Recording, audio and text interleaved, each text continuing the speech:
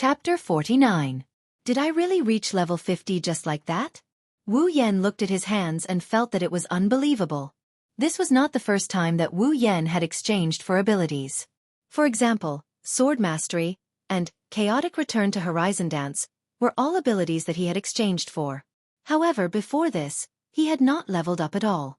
Why would a level 4 ability suddenly level up when he obtained it? System, can I level up when I exchange for abilities? Wu Yan immediately asked the system. User, if you only exchange for abilities, there is no way to level up. No way to level up? Wu Yan was puzzled. Then why would he level up? Also, what did only mean? In other words, it was not only that he could level up. Wu Yan's head was about to explode when he heard the system's professional jargon. Then why would a level 4 ability suddenly level up when I obtained it? User, this is an exception. An exception? Some powerful abilities have requirements for the user's level. When the user's level meets the requirements of the ability, the user can then exchange for the ability. If the user does not meet the requirements of the ability will undergo feedback and forcibly raise the user's level until the user meets the requirements of the ability. Hearing this, Wu Yan was a little enlightened and then became excited. Then, if I can exchange for a super powerful ability with a high level requirement, then I can level up quickly. That's right. If the ability's requirements were high and Wu Yan did not meet the requirements, then his level would be forcibly raised. If the level requirement was too high, then it would also help Wu Yan raise his level to a very high level. As long as he obtained enough ability points and exchanged for an ability with a celestial level requirement, then he would become a god. At this time, Wu Yan had already started to think about how to earn ability points. Unfortunately, this was just a fantasy. When Wu Yan's fantasy reached its peak, the system poured a basin of cold water on him. Reminder to the user. The user has exchanged for an overly powerful ability. When receiving the feedback of the ability, if the user's body cannot withstand the feedback of the ability, the user's body will disintegrate and die. Wu Yan's smirking face suddenly froze, and then he smiled as if nothing had happened. If the body can't withstand the energy feedback, it will die. Is that what you want to say? Yes. As if it did not notice the dark aura behind Wu Yan, the system's mechanical and emotionless voice revealed the cruel truth. Wu Yan was angry. He jumped up and shouted, "If that's the case, why didn't you remind me? You have to know that I just received the feedback of an ability. What if I couldn't withstand it and died?" Ah! As he stomped his feet, Wu Yan patted his chest in fear. No wonder his body was in so much pain after receiving a tenth of Mikoto's ability. It was the body's ability feedback. If he wasn't able to take it. Wu Yan shuddered. His eyes that were filled with rage also showed signs of weeping, but no tears came out. A system that doesn't cheat people isn't called a system. Sure enough, all the systems in history are cheating people. When the user can't withstand the energy feedback, the system will automatically remind the user and forcibly stop the ability. This is the system's setting. Then why didn't you remind me? You don't say. When a person is angry, the system's calm voice is like oil. It makes the person who heard it even angrier. The current Wu Yan was in such a mood. The level requirement for a LV4 ability is level 50, and the user was level 49 at that time. He was only a bit away from level 50. The feedback of the ability was not high. According to the system's judgment, the user's body is strong enough to withstand the energy feedback. There is no danger of death. It is within the system's permissible range. There is no need to remind the user. Resisting the urge to perish together with the system, he leapt back onto the bed. The background is dark, the aura of death is all over him, and his heart is cold. It was within the system's permissible range? The feedback was not high. What the hell? The pain just now was so intense that he wanted to die. You call that not high? It was within the permissible range? Bringing bad luck to me in a situation where my life is not in danger. This is within the permissible range. How can this be, coach? I want to appeal. Just forcibly leveling up one level caused his body to suffer so much pain. If it wasn't for the fact that he successfully leveled up, his body would probably be so tired that he couldn't move. If he leveled up too much, wouldn't he be dead meat? Looks like I have to be more careful when exchanging for abilities in the future. The next morning, Wu Yan got out of bed. After stretching, Wu Yan walked out of his room. After sleeping for an entire day, it's time to leave this world and return to the spallier world. At this time, the sun had just risen. Chuju's mother hasn't woken up yet. Thus, Wu Yan walked directly to Chuju's room. Mikoto and Chuju are sleeping in the same room. Yuri's intention is clear. Without knocking, Wu Yan opened the door and walked in. With Mikoto's ability, it's a lot more convenient to open locks. Of course, the chances to enjoy benefits have also increased. Maintaining the position of opening the door, Wu Yan looked at the two sleeping girls on the bed. After thinking for 0.1 seconds, he walked in. Of course, he still eliminated the sound of his footsteps. Closing the door behind him, Wu Yan found a chair and sat down. He couldn't wait to look at the bed. From time to time, he would nod in satisfaction. For some unknown reason, the two women, who had to wear pajamas to sleep, were now completely naked. Well, it can't be said that they are naked. The lower half of their bodies are still wearing the little cuties that Wu Yan put on them. It can be considered as not having a full body. But it's almost there. Although he doesn't know what kind of fun game they played last night, that's why they aren't wearing pajamas. But of course, he can't miss this opportunity. Thus, Wu Yan almost instantly used perfect memory to record this scene in his mind. Glancing at Chuju and Mikoto's small breasts, Wu Yan couldn't help but sigh. They still haven't grown much. If I knew earlier, I would have helped them develop a bit more when I helped them bathe last time. Perhaps because Wu Yan's gaze was too unrestrained, the sleeping Mikoto couldn't help but wake up. As a level 69 Mikoto, how could she not notice someone intruding while she was sleeping? If it wasn't for the fact that she was in a safe place and that she was too tired yesterday, she would have already woken up. Opening her eyes, Mikoto vigilantly looked at Wu Yan's direction. When she saw that the person in question was Wu Yan, she couldn't help but be stunned. Then she frowned. "What are you doing here? Also, you're very rude. You didn't even wake me up." Seeing Mikoto talk to him so calmly, completely ignoring her severely exposed body, Wu Yan was stunned. After a while, Wu Yan knew that things were bad. Last time when he helped Mikoto take a bath, Wu Yan still remembered how Mikoto dealt with him. This time, he's really going to die again. Wu Yan's heart was starting to feel a bit scared. Since he's half dead, Wu Yan prepared to persuade Mikoto to at least not wake Kaisha-sama up. Wu Yan looked at Mikoto seriously and said, "Mikoto, you must listen to me, you must not be impulsive." Mikoto yawned and sat up. Just like that, her beautiful body was exposed in front of Wu Yan. But Wu Yan wasn't in the mood to continue admiring it, because Mikoto's yawn suddenly stopped halfway. She felt her body become cold. She finally remembered what state she was in. Her eyes slightly protruding, Mikoto stared blankly at Wu Yan. Feeling her body become colder and colder, her face finally changed. "Shit!" Seeing Mikoto's face slowly turning into one of fear and her mouth starting to move, he quickly jumped in front of her and covered her mouth with his hand. "Mikoto, it's my fault. It's all my fault. But don't scream, at least don't let Hinajika wake up. Otherwise, everyone in the neighborhood will know that I've seen you naked." Being shocked by Wu Yan's actions, Mikoto's face started to brighten up. Shame? Shyness? In short, Mikoto's head started to emit sparks. If it was before, Wu Yan would have started praying for himself in the face of being electrocuted. But now, he has the same ability as Mikoto. Even though he's only at LV4, which is equivalent to 1/10 of Mikoto's level, just electrocution alone can't do anything to him.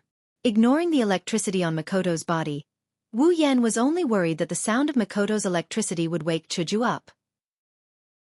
If that happens, he'll be dead for sure. Compared to the powerful Mikoto, for some reason, Wu Yan is more afraid of Kaisha-sama.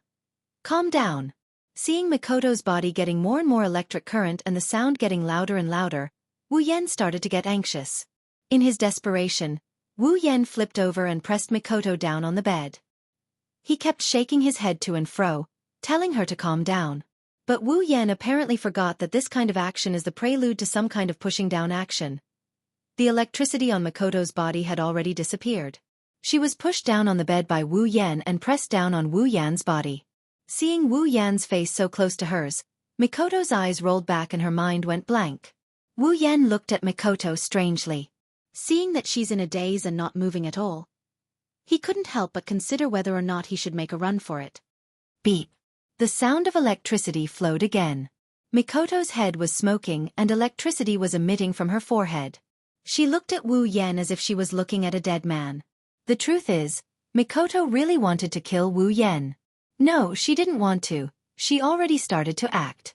In a flash, Mikoto directed all the electricity to Wu Yan's body, trying to electrocute Wu Yan to death. The sudden electricity made Wu Yan gasp for breath. But in the blink of an eye, he returned to normal. Mikoto was obviously holding back. The electricity she released wasn't enough to hurt anyone. Thus, Wu Yan, who also had the ability to electrocute, took it all. He didn't receive any damage at all. Not even a strand of his hair stood up. Hee, little girl. Your ability is useless against me. It's better if you listen to me obediently. Feeling that Mikoto was no longer a threat to him, Wu Yan was pleased. Mikoto looked at Wu Yan in surprise.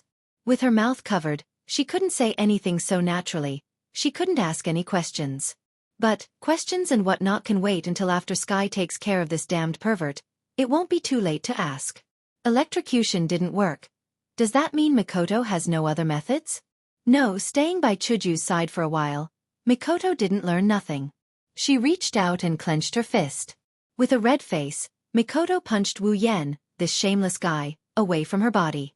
Then she quickly pulled the blanket over her body and buried her head in it. When did One-sama have such strength?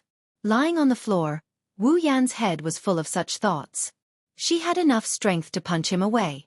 Why did that Yuri girl Shiroi Kuriko touch his body when he overused his ability and ran out of electricity?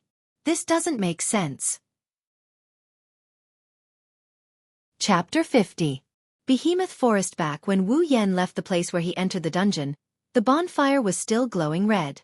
There were still some sparks in it that were not completely extinguished. No demons came here either. It was still the same as before Wu Yan entered the dungeon. Of course. Although Wu Yan had stayed in Butler Whirlwind's dungeon for a month, under the 100:1 time ratio, not even a day had passed in the Spalier world. Wu Yan chose to return. Naturally, he returned to his original place. Two figures appeared out of thin air beside the bonfire. There was no warning at all. Wu Yan patted his clothes calmly and stepped on the bonfire to extinguish it. It was as if he had been here all along and had never left. Mikoto looked around curiously. She looked left and right as if she wanted to find out what was different about this place. However, it was obvious that she was disappointed. Putting aside the demons, Behemoth Forest was just a huge forest. It was no different from a normal forest. Mikoto turned her head away and said disappointedly, "What? Isn't it just a normal forest? I thought there was something different about it." Wu Yan tilted his head and laughed. "So that's what you thought? Then, I'll give you a surprise later." Mikoto looked at him without saying anything. Lightning flashed across her forehead. She humphed and said, "Then I'm really looking forward to it." Waving his hands, he decided to ignore her. This girl is still holding a grudge against him for what happened this morning. She clearly punched him in the face, seriously. "What are you waiting for? Hurry up and summon Chuju." Mikoto couldn't help but give him a big slap on the back when she saw him trying to act like he's deep in thought. This girl is definitely doing it on purpose. Wu Yan almost fell to the ground from Sis Cannon's slap.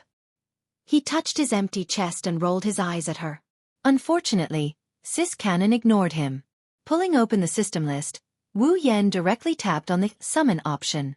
After casually stretching it a few times, Wu Yan quickly found the option for Chuju. Gue Chuju, a character from Butler Whirlwind, the student council president of the White Emperor College. 5,000 summoning points. That's right, 5,000 points. The guild leader was just that cheap. Even if she had a lot of love, she was only level 18 at the end of the day. Of course it wouldn't be that expensive. Summoning Chuju was a piece of cake for Wu Yan. Even after summoning Mikoto, he only had 11,000 summoning points left. Wu Yan solemnly tapped on the summon option. Soon, the scene of him summoning Mikoto appeared in front of him. A ray of light flashed. Wu Yan and Mikoto couldn't help but raise their hands to shield their eyes. Chuju was drawn in the light.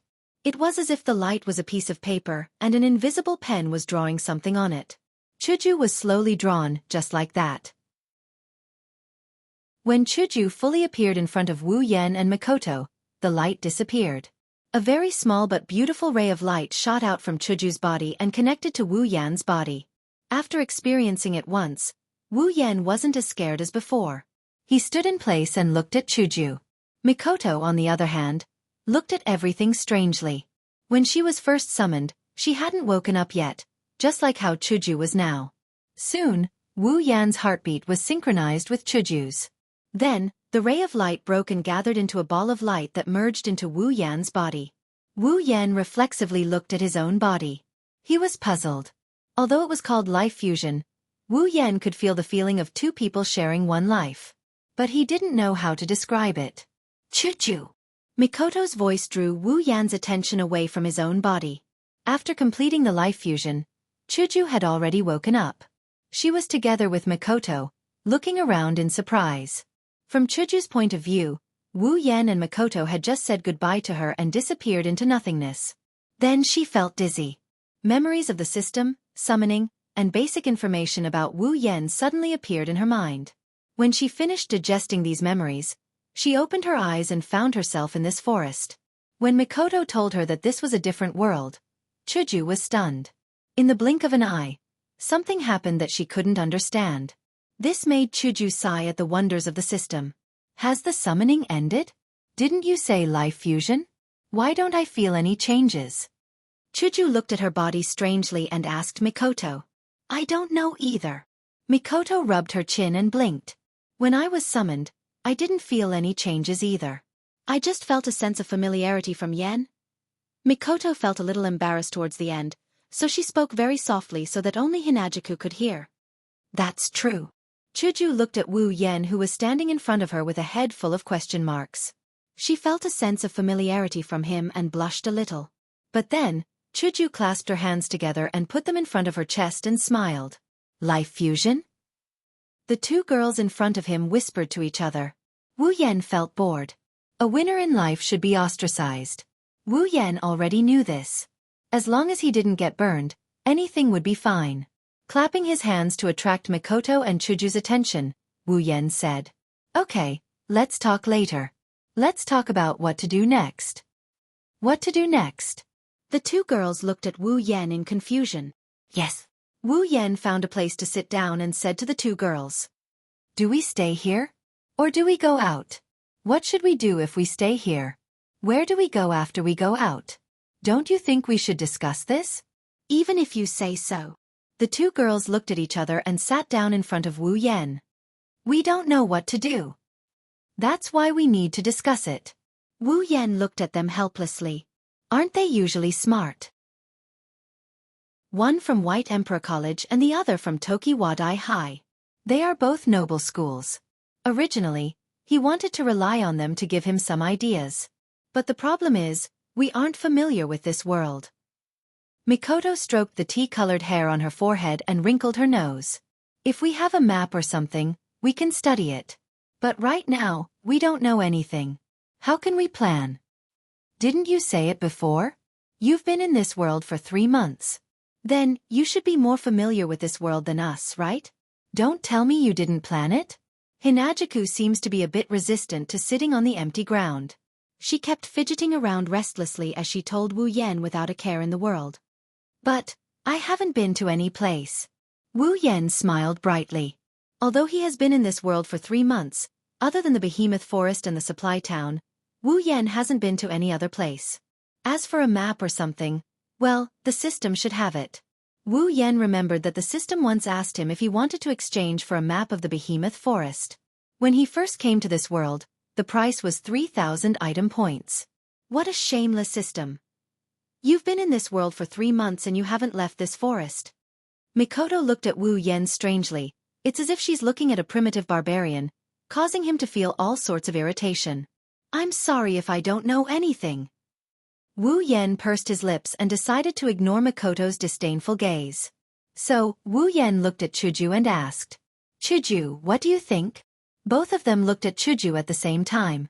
Chuju pondered for a moment and suddenly said, Yan, you said that people who are fused with your life can increase their strength through fighting monsters in the game, right? Hearing Chuju's question, Wu Yan paused for a moment and then nodded. Yes, to be exact. It should be to increase your level. As long as you keep fighting and defeating enemies, you can gain experience and level up. Hearing Wu Yan's words, Chuju smiled and looked at Wu Yan and Mikoto. She said seriously, "Then Yan Mikoto, I want to level up." "You want to level up?" Wu Yan and Mikoto were surprised. But after a while, Mikoto understood. Wu Yan was a bit confused. In Wu Yan's mind, Kaisha-sama wasn't someone who cared about strength. Although she was a bit competitive, she always had a vague attitude towards strength. Her usual exercise was just purely because she liked to exercise. In the original work, after meeting the main character, she hated herself for being strong.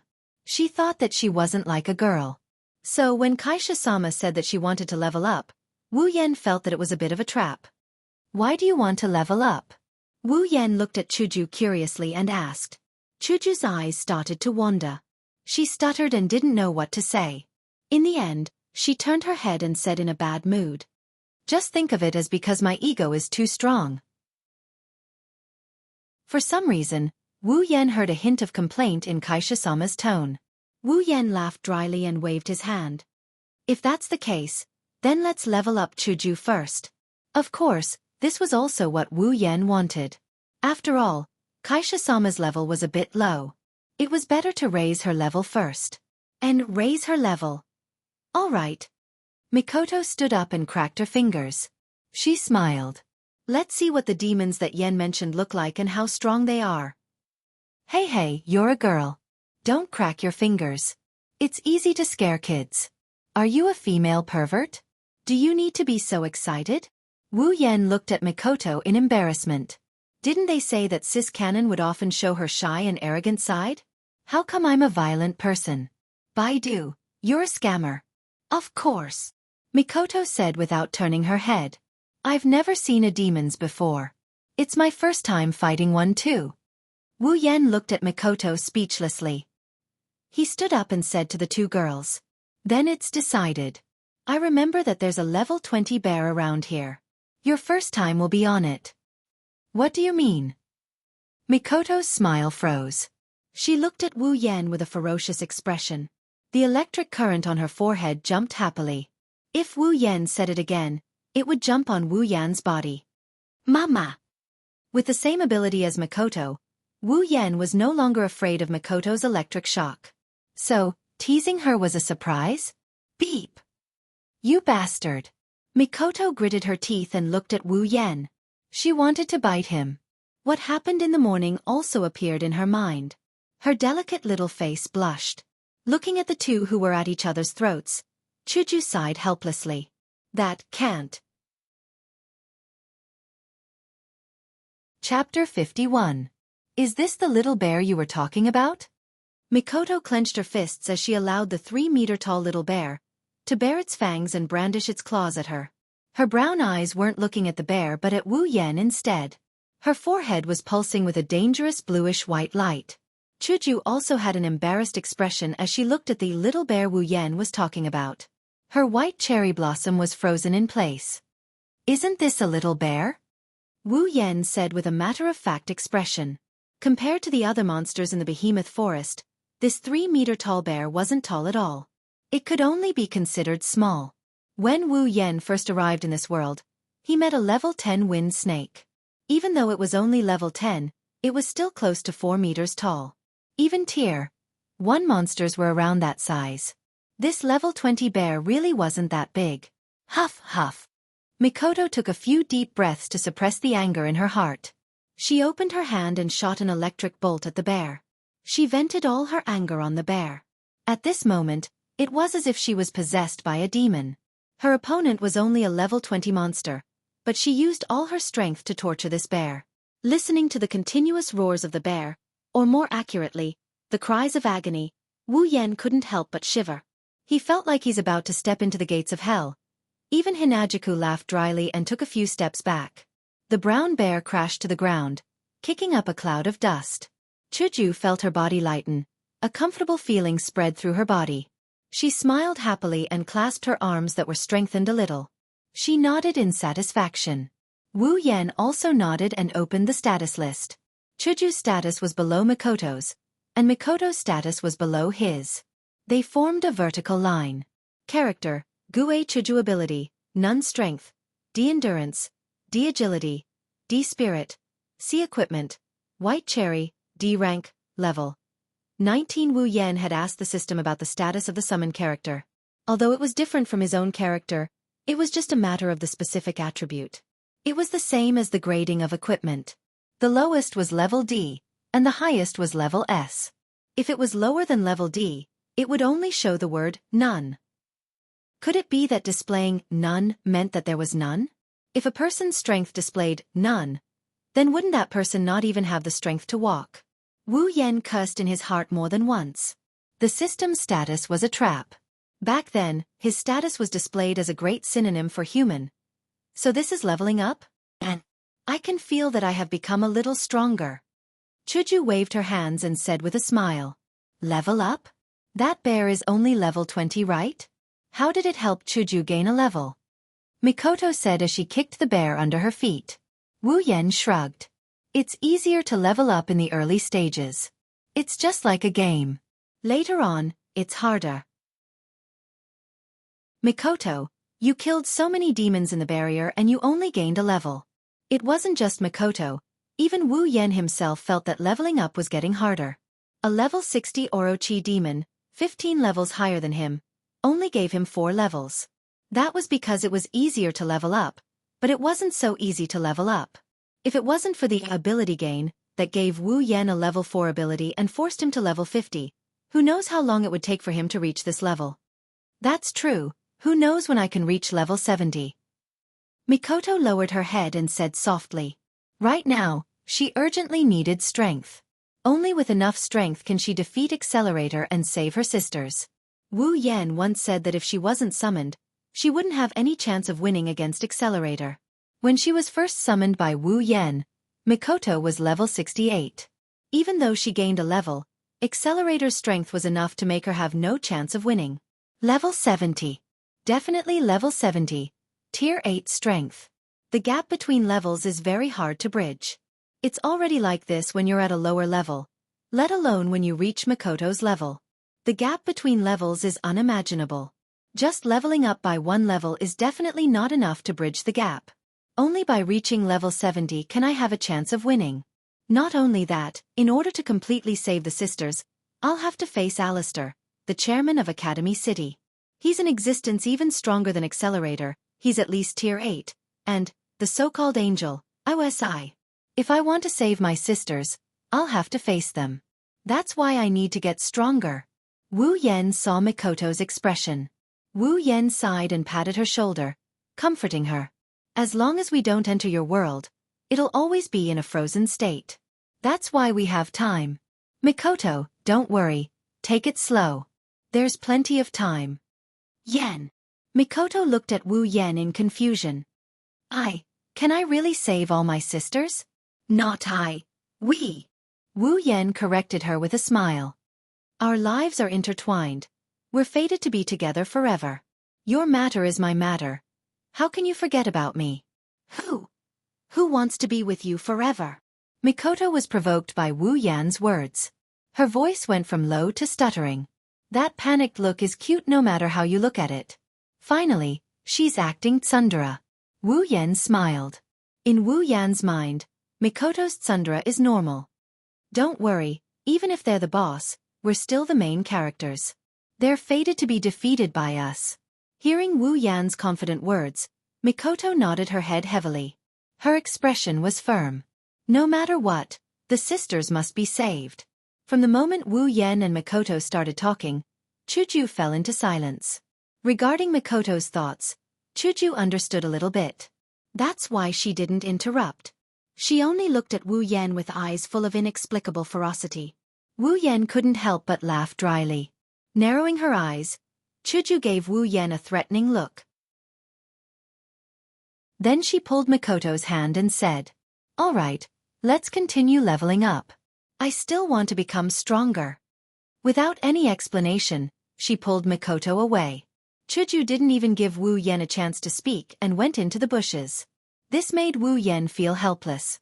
The Crystal Palace. Sure enough, it's not easy to open. Where are we going, Chuju? Mikoto tilted her head and looked at Chuju. They don't know the way in the behemoth forest. Without Wu Yan leading the way, the probability of getting lost is as high as 99%. Let's just look around and see if there are any demonic beasts. If you walk around like this, will you really meet any demonic beasts? I'm a real man. Didn't Yen say that there aren't many things here, but demonic beasts are? I think we should be able to meet them if we walk around. F***ck. I did say that. But demonic beasts aren't something you can meet just by walking around in the bushes. Do you think they're insects? Ah, demonic beasts. Hee hee, like I said, we'll meet them if we walk around. See, isn't this it? Yeah, but this demonic beast looks like... Hearing the sound from the bushes, Wu Yen felt awkward. Alright, there are demonic beasts that like to walk around in the bushes. With Mikoto around, Wu Yen wasn't afraid that the two girls would encounter any danger. After all, this is just the outer edge of the behemoth forest. The highest level demonic beast Wu Yen has seen is only level 30. Beep. A special event has been detected. Sudden mission issued. Sudden mission. Rescue. Mission 1. Kill all saber-tooth hounds in the vicinity. Current progress, 0. 20 mission reward. Equipment points, item points, ability points, summoning points 3000. Mission 2. Kill all Iron Dog mercenary group members in the vicinity. Current progress, 0. 20 mission reward. Equipment points, item points, ability points, summoning points 7000. Mission 3. Rescue the kidnapped Liren and kill the vice leader of the Iron Dog mercenary group. Mission reward, equipment points, item points, ability points, summoning points 10,000. The system's voice surprised Wu Yen. Sudden mission? Rescue.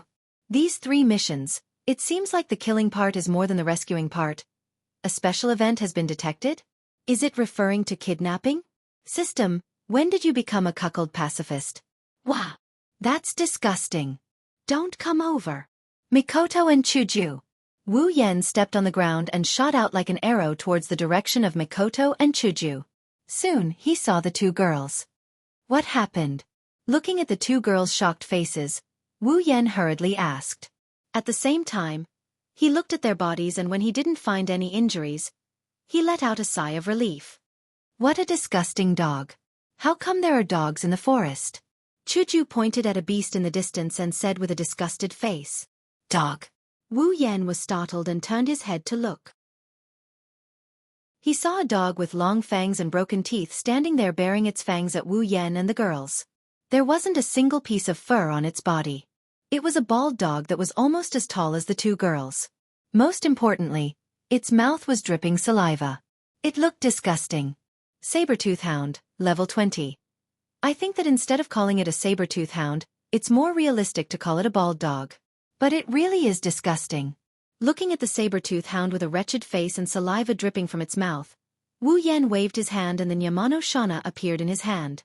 Without even drawing his sword, Wu Yen raised the Nyamano Shana and flashed in front of the saber-tooth hound. He smashed the Nyamano Shana into the dog's face. Woo! The saber-tooth hound flew up high and landed heavily on the ground. It let out a whimper and its face caved in as it kicked on the ground. Wu Yen rubbed the Nyamano Shana's scabbard on the ground in disgust. Fortunately, the scabbard wasn't stained with the dog's saliva. Otherwise, Wu Yen would have to consider changing the scabbard. Yen. Mikoto and Hinajuku couldn't help but flinch at the sudden turn of events. They didn't understand why Wu Yen sent the dog flying without saying anything. By the time they regained their senses, Wu Yen had already kicked the dog's body and the dog stopped moving. Wu Yen walked over to the 2 girls and he frowned as he told them. The system just sent me a quest. A quest? Mikoto and Chuju looked at each other. What quest? Take a look for yourselves. Wu Yen shared the quest with the 2 girls. This was a function that only Wu Yan's summons could use. Is it the same type of dog that we killed? So there are 19 of them. Chuju twisted her face as if she was disgusted. Saber-tooth hound. Iron Hound mercenary group. Mikoto pondered. It seems like this Iron Hound mercenary group is raising these disgusting dogs. Yes, it should be. Wu Yen nodded. Also, they seem to have kidnapped someone called Li Lin. Kidnapping? How tasteless. Mikoto said angrily. Living on the bright side of Academy City and having a discipline committee junior sister, Mikoto didn't see these kinds of people. She also abnormally hated them. This is the so-called sense of justice. Chapter 52. So, our mission is to kill everyone in this mercenary group and rescue this person called Liren? Chuju looked at the mission details again and asked Wu Yan. Yeah, the quest also said that they are nearby, so it saved us a lot of effort. Wu Yan looked around and he waved the Niatono Shana around with a smile. Kill everyone. Mikoto frowned, her delicate little face wrinkled like a bitter gourd, as if she was struggling with something. Killing people, wouldn't it be too? Chuju's face was also a bit unnatural. In the end, these two girls are very resistant to killing people. Wu Yan of course knows that it's impossible to ask them to kill people. If that's the case, they won't be the Chuju and Mikoto he knows. Wu Yan just smiled and knocked their heads with the hilt of his sword. I didn't ask you to kill people, don't worry, I will do it myself. At the same time, they covered their forehead with their hands. Chuju and Mikoto glared at Wu Yan, then nodded, but their faces are still a bit ugly. Wu Yan sighed. I say, for this kind of mercenary group that likes to kidnap people, you won't have pity on them, right? Without waiting for Mikoto and Chuju to answer, Wu Yan directly said, This world isn't as beautiful as you think. In this world where strength is everything, there will be some people who rely on their strength to do whatever they want. These people shouldn't be pitied. Hinajiku and Mikoto paused for a moment before falling silent. The two girls are smart enough to know that the phenomenon Wu Yan is talking about is real. Wu Yan tilted his head and raised his sword. I won't ask you to do things you don't want to do, because if you do, you won't be you anymore, but I hope that you don't bring unnecessary mercy into this world. It's a bit unrealistic. It's more than unrealistic. If not, it will harm others and themselves. Of course, Wu Yan didn't want to say it in such a cruel way, in front of these two girls. I know. Chuju snorted with dissatisfaction, then said in a small voice, At most, I won't look later. Mikoto pulled herself together and lifted her chin. She wasn't an unreasonable person. Ever since she found out about her sisters, she was prepared to accept the darkness. Of course, accepting it didn't mean accepting it. She just needed to recognize the reality. As for the darkness, looking at Wu Yan's back, Mikoto muttered, He is shouldering it for me. On the other hand, Chuju was more open-minded. Since you did something wrong, you have to bear the consequences. This is the righteous Kaisha-sama's thought. Well, the punishment is a bit heavy. Wu Yan stood there, waiting for the two girls to mentally prepare themselves. Even though Wu Yan himself hasn't killed anyone, but in his heart, there's nothing he can't get over. He's not as weak as before, otherwise, he wouldn't have chopped off Slime's hand. If that's the case, Yen, I'll leave that mercenary group to you. As for those sharp-fanged hounds. Chuju placed White Cherry in front of her and touched her, then smiled. Leave it to me. Leave the dogs to you? Wu Yan looked at Chuju unsure. After all, those dogs are level 20 monsters. Chuju is only level 19. Leaving the dogs to her isn't a good idea. Don't look down on me. Wu Yan's eyes told Chuju what he's thinking. Chuju was a bit stubborn. Even if they're a level higher than me, I won't necessarily lose. Wu Yan was a bit hesitant. I know level doesn't mean everything, but you're not dealing with one, you're dealing with a pack. Hey, did you forget about me? Mikoto stood on her tiptoes and looked like she's ready to go. These dogs may be a little low class, but they're more than a little disgusting. I, Misaka Mikoto, don't have the heart to do anything to them. All right. It seems that if he doesn't get their help, they won't be satisfied. Wu Yan could only nod in agreement. Leave the people to me and the dogs to you. After you're done with them, go rescue that person called Liren. Let's find the people from that mercenary group first. Mikoto raised her hand. The mission said that they're around here. Chuju looked around for a while, but other than bushes, there's more bushes.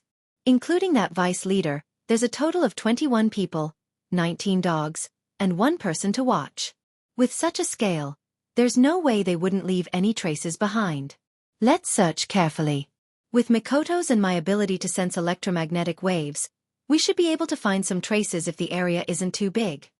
Wu Yan closed his eyes, and a trace of electricity flashed through his hair. Mikoto did the same, and a blue and white light flashed on her forehead. Chuju had heard that Wu Yan could use Mikoto's ability, so she wasn't surprised. But here, she couldn't help much. She could only helplessly stay at the side and prevent the dogs from sneaking up on them. Got it! Mikoto suddenly opened her eyes. Hearing Mikoto's voice, Wu Yan also quickly opened his eyes and looked at her with Chuju. Mikoto pointed in a direction and said to the two, "In that direction, I can feel the existence of electricity. It looks like static electricity, and there's a lot of it. It should be in that direction." "You can even feel static electricity?" Chuju looked at Mikoto with a bit of surprise. Static electricity, although it's also electricity, but is it something that can be sensed by humans? Because the distance isn't too far, and there's no power plant, electrical appliances, or electrical wires to interfere with electricity, so I can more or less sense it. Mikoto tapped her chin and smiled at Chuju. "Is it in this direction?" Wu Yan looked into the distance, and then turned around. "Then let's go. We don't know if they'll do anything to harm Liren, so it's better to hurry." Chuju and Mikoto nodded, and then went into the forest with Wu Yan, rushing in a certain direction. After a while, some small sounds entered the ears of the three. Wu Yan knew that the person should be in that direction, so he slowed down his pace and signaled Chuju and Mikoto. The three crept forward. They stopped behind a tree that was big enough to block the three of them. Wu Yan peeked out an eye and looked out. A group of armored mercenaries were either standing or sitting next to a bonfire. These mercenaries were vigilantly looking around with weapons in their hands as they patrolled the area. There was also a group of sharp-toothed hounds walking around. Each of the sharp-toothed hounds had a ferocious face and saliva dripped from their mouths. They looked very disgusting. The sharp-toothed hounds were all level 20, and the mercenaries were between level 20 and 30. They looked like Tier 3 warriors. Seeing this, Wu Yan couldn't help but furrow his brows. Tier 3 warriors looked low-level, but they weren't cabbages.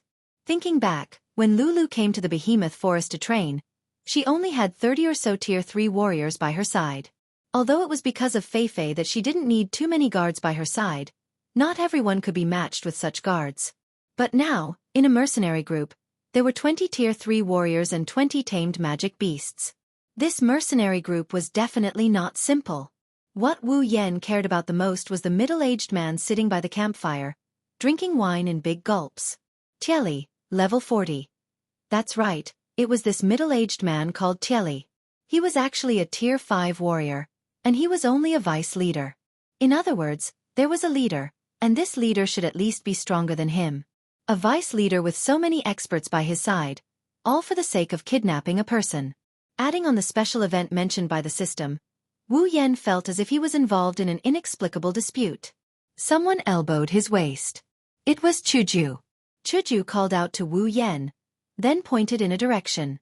Wu Yan looked over and was stunned. In front of a tree, a little blonde girl around 10 years old was tied up and lying on the ground. Her face was delicate and pretty. Even if she was compared to a small Misaka, she wouldn't lose out. At this time, there were still tears hanging from the corners of her eyes. Looking at the mercenaries surrounding her, her face was full of fear. Seeing this, if Wu Yan still didn't know that the person called Liren was the one who was kidnapped, Wu Yan should find a mental hospital for the elderly and hide in it. What he didn't expect was that the person who was kidnapped was actually a little lowly, and a very cute one at that. As a veteran Lelicon, Wu Yan. No, I'm not a Lelicon. Wu Yan, who was already starting to lose his mind and shout that he wasn't a Lelicon in his heart, didn't realize that there were already two half-lowly beside him that had just passed their sell-by date. "Vice Leader, when are we leaving the behemoth forest?" A mercenary who looked more experienced came to Tieli's side and asked in a low voice. Tieli fiercely gulped down a mouthful of wine and exclaimed loudly. He then turned to look at the mercenary and said casually, Soon. After a while, when the news from Big Brother comes, we can leave the behemoth forest." "That's good. After staying here for so long, I'm about to grow hair all over my body." Tieli disdainfully turned his face away and said while drinking wine, "Aren't you just thinking about women? You can't hide that from me." After being seen through by Tieli, the mercenary who asked the question didn't feel ashamed at all. Instead, he smiled and said, "Of course, how can I hide my thoughts from Vice Leader? I really can't stand it in this forest where there isn't even a single woman. Just you." Tai Li shook the empty bottle and picked up another bottle from the ground. With a light pinch, the bottle cap flew out on its own. Tai Li swallowed a mouthful and laughed out loud. Even if I let you go out, you still wouldn't be able to find anything good. Yet, you are still willing to put in effort on that kind of trash. Truly useless. Vice Leader, how can my taste compare to yours? Besides, it's already good enough that there is one. I'm just afraid that there isn't. The mercenary looked at Tieli with a fawning expression, looking like a lackey. If you want a woman, it's easy. Tieli looked at the little lowly Liren and grinned with a perverted expression. When Big Brother doesn't need this girl anymore, I'll play with her once. At that time, if you like her, I'll reward her to you. The mercenary looked at Tieli with a surprised expression. Thank you, Vice Leader. Then the two of them burst out laughing. Those two bastards, Mikoto said with hatred.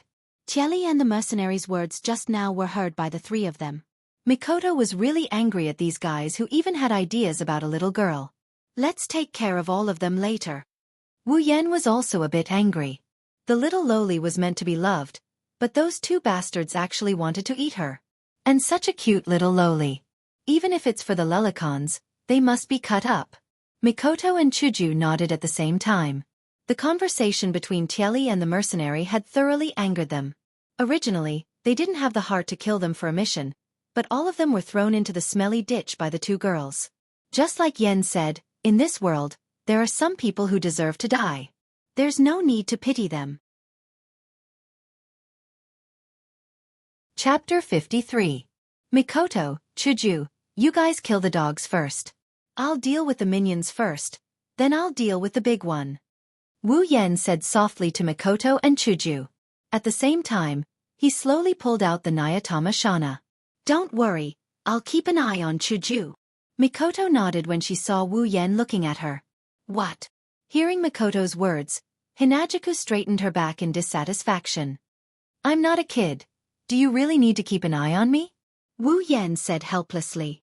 I say, Kaisha-sama, this is for your own good. Your level is still low. Wait until your level is higher, then you can do whatever you want. For now, be a good girl and cooperate with Mikoto. I know, it's not like I don't understand. Chuju walked to Mikoto's side and said angrily. At least leave me one, I want to help too. Wu Yan and Mikoto looked at each other and nodded after a while. Alright, Chuju, you deal with one, it'll be good for you to increase your combat experience. Against one, with Hinajuku's ability, she should be able to do it. Although it's a battle of a higher rank, but the difference between rank 2 and rank 3 isn't that big, and the dog isn't as cunning as a human, so the battle should be much easier. He casually traded 100,000 item points for a bottle of resplendent breath. He brought it in front of Hinajuku and told her in a serious tone. If you encounter any danger, drink this, don't take any risks. It's fine, Be good. Wu Yan forcefully shoved the bottle into Chuju's hands. He looked straight into Chuju's yellow-green eyes and said word by word. To me, you're much more precious than that stupid potion. Don't even talk about 100,000 item points. Even if it's 100 times or 1,000 times more, it's still not worth a drop of your blood. Looking at Wu Yan's serious face, Chuju's face reddened. She took the bottle and held it tightly in her hand. Mikoto was also shocked by Wu Yan's words. She's only 14 years old. When did she ever hear such mushy words? She felt a little shy and a little envious. She looked at Wu Yan with a little warmth and dissatisfaction. Woof, woof. Suddenly, a dog barked urgently, startling Wu Yan and the other two who were hiding in the dark. Following this dog barking, a series of dog barks followed. At this moment, a pack of sharp-toothed hounds were barking at Wu Yan and the other two. They were barking while running towards Wu Yan and the other two. They were drooling all the way, looking extremely sloppy. Seeing their own dogs barking, the mercenaries raised their weapons and pointed them at Wu Yan and the other two. Tai Li was also shocked. After he reacted, he smashed the bottle in his hand on the ground and ran to Liren's side. He ignored her struggling and held her under his armpit. He looked at the tree where Wu Yan and the other two were hiding. Facing the incoming sloppy hounds, Wu Yan almost cursed out loud.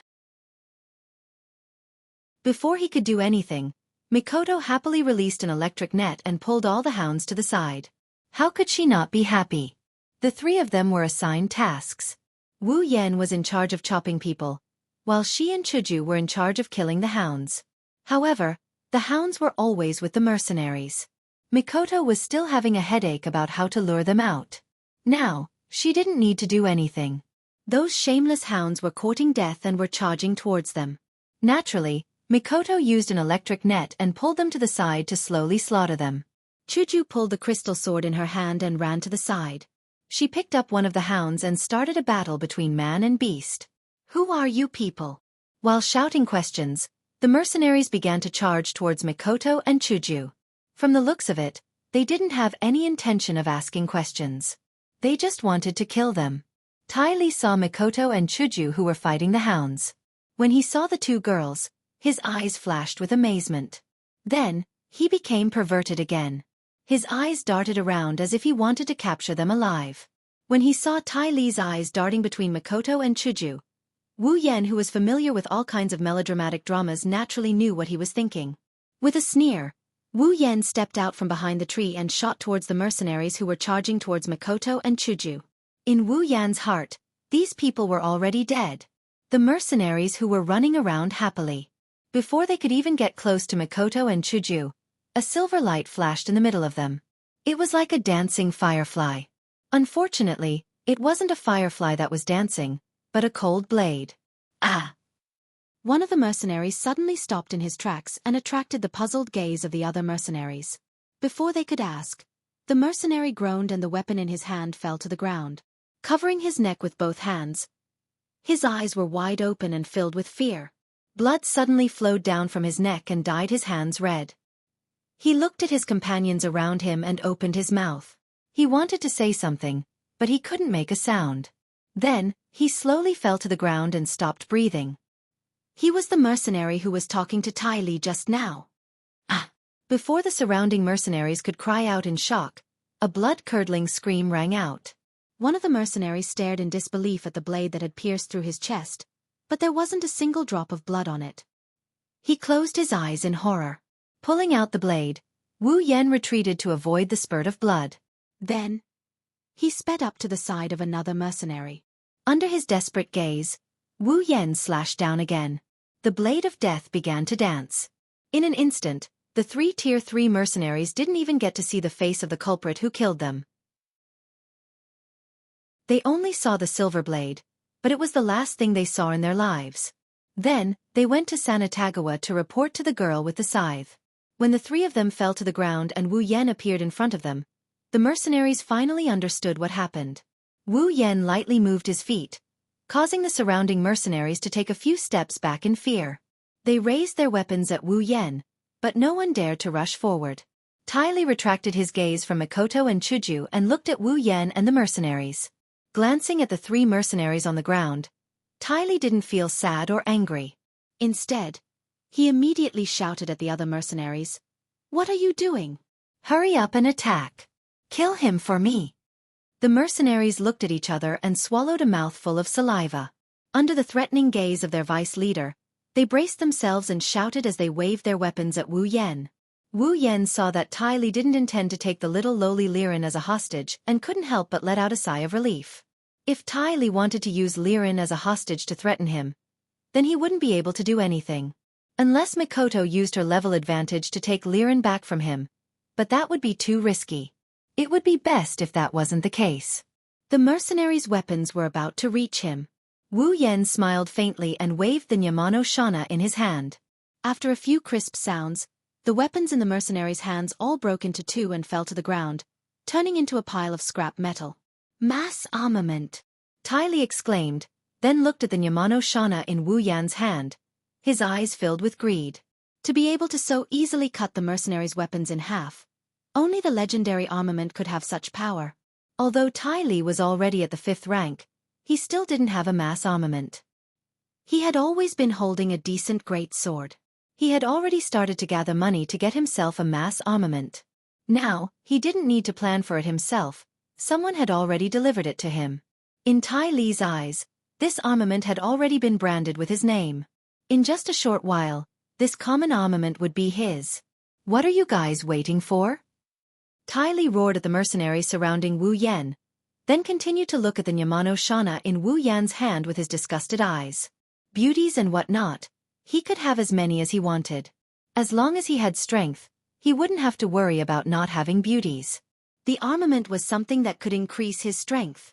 What's more, now that the armament was here, and so were the beauties, Ty Lee felt that today was his lucky day. As long as he got rid of that man, everything would be in his pocket.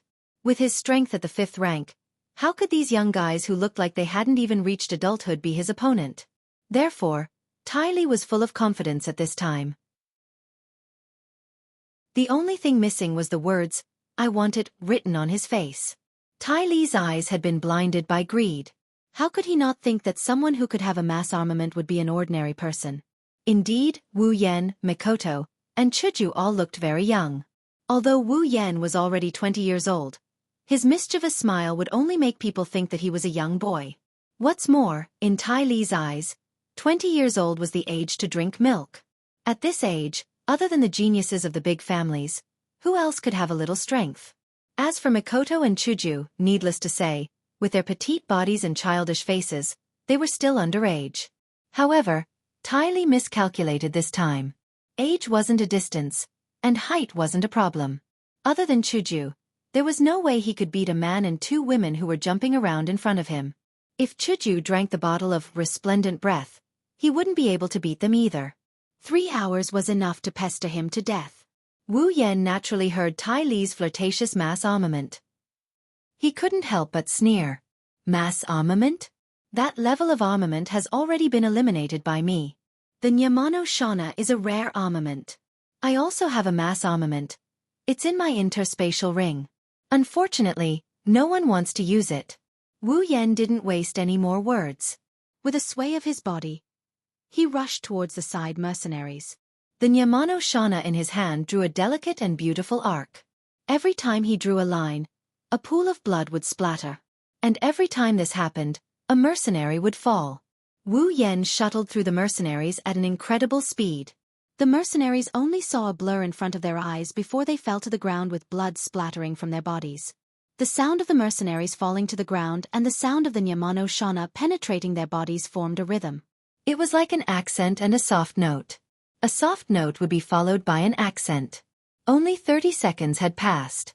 30 seconds later, all the mercenaries were lying on the ground, unable to stand up again. Ding!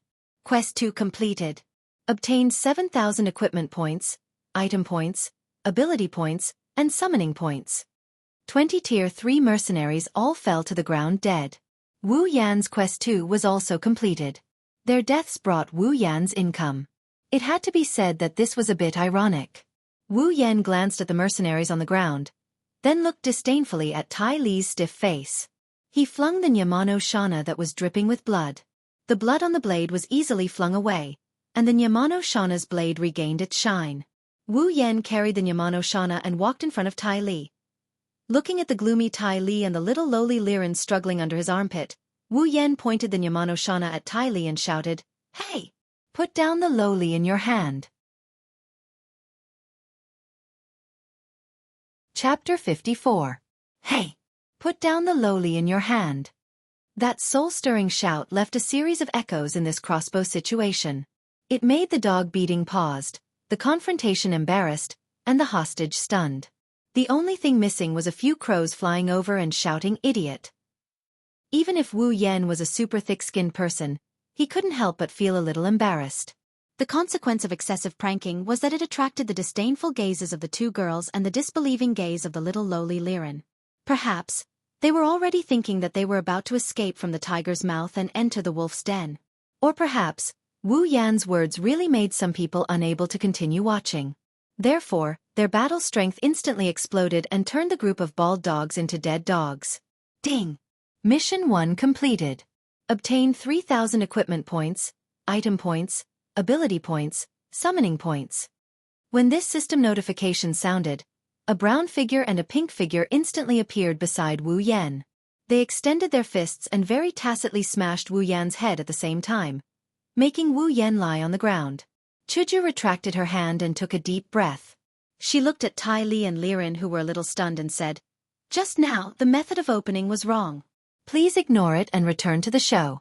Put down the little girl in your hand. Hearing Chuju's words, Liren regained her senses and began a new round of struggle. Tai Li's face was a little ugly. He felt like he was being played. Tai Li snorted coldly and tightened his grip on Liren. His rat-like eyes swept back and forth between Chuju and Mikoto. After a while he smiled and said, "Sure, as long as you obey me, I'll let her go."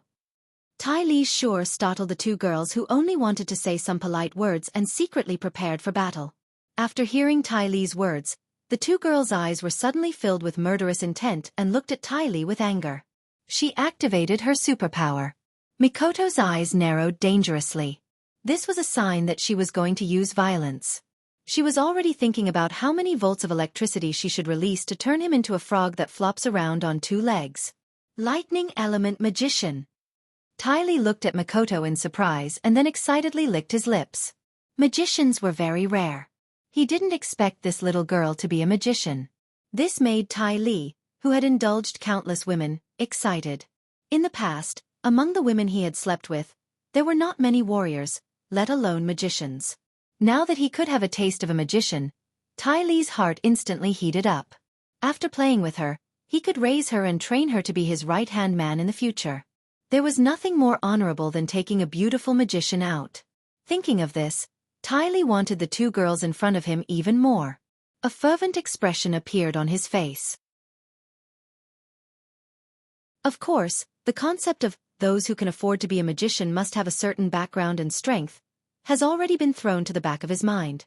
Arrogance and greed can really make a person unable to open his eyes. Not only Mikoto, but even Chuju was disgusted by Tai Li's disgusting expression.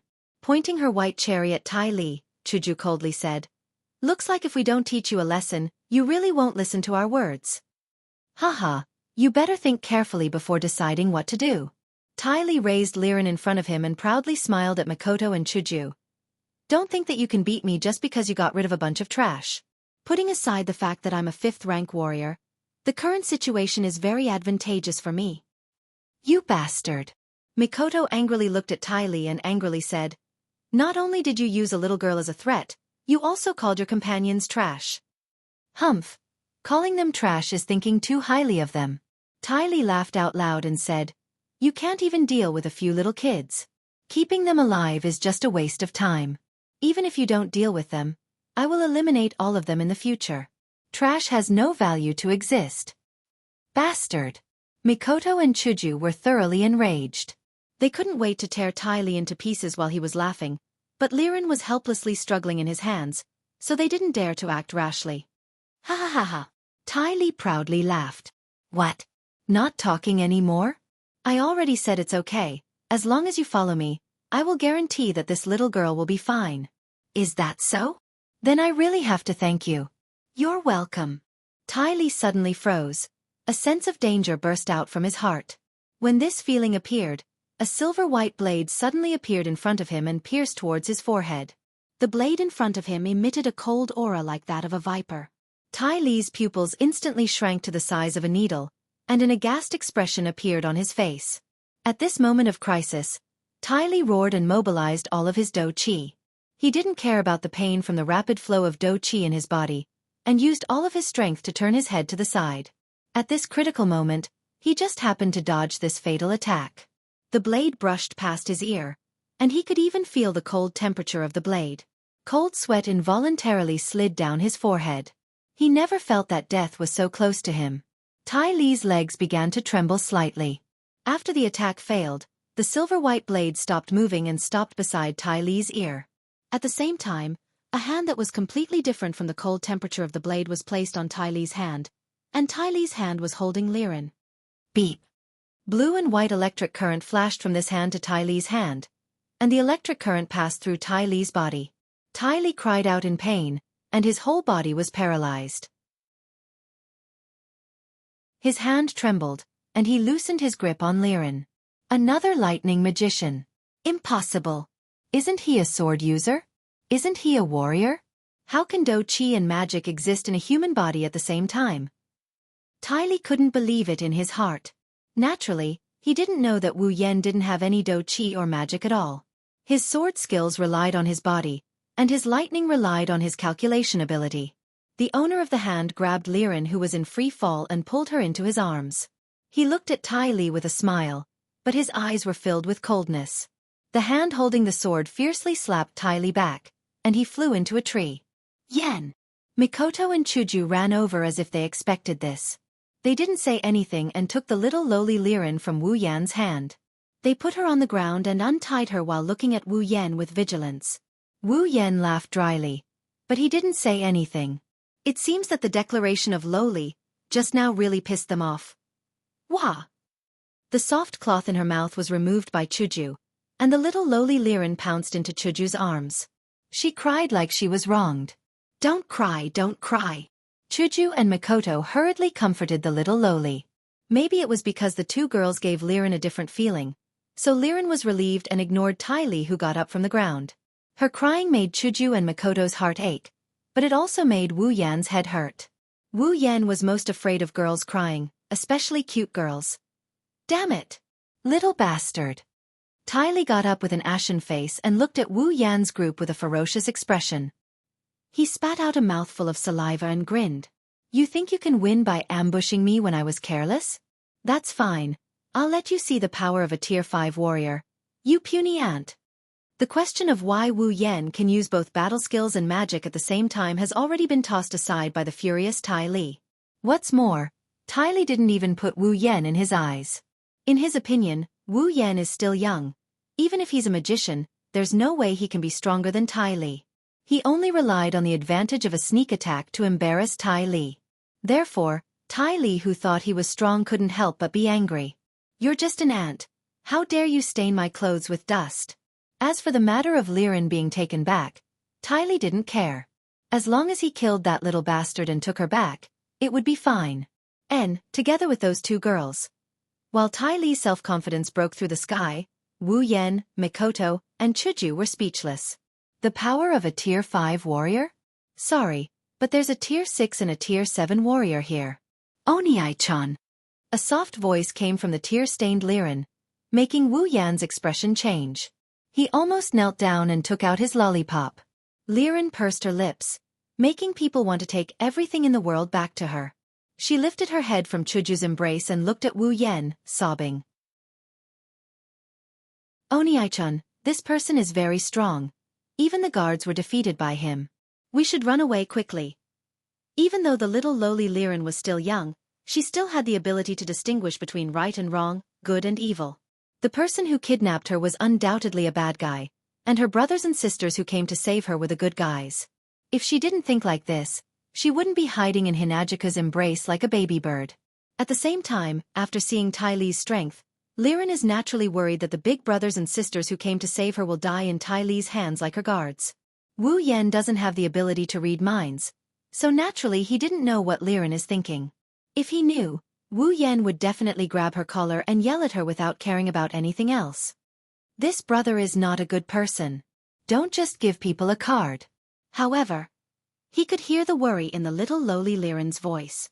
Thus, he gave her a comforting smile and waved the Nyetan Shana in his hand.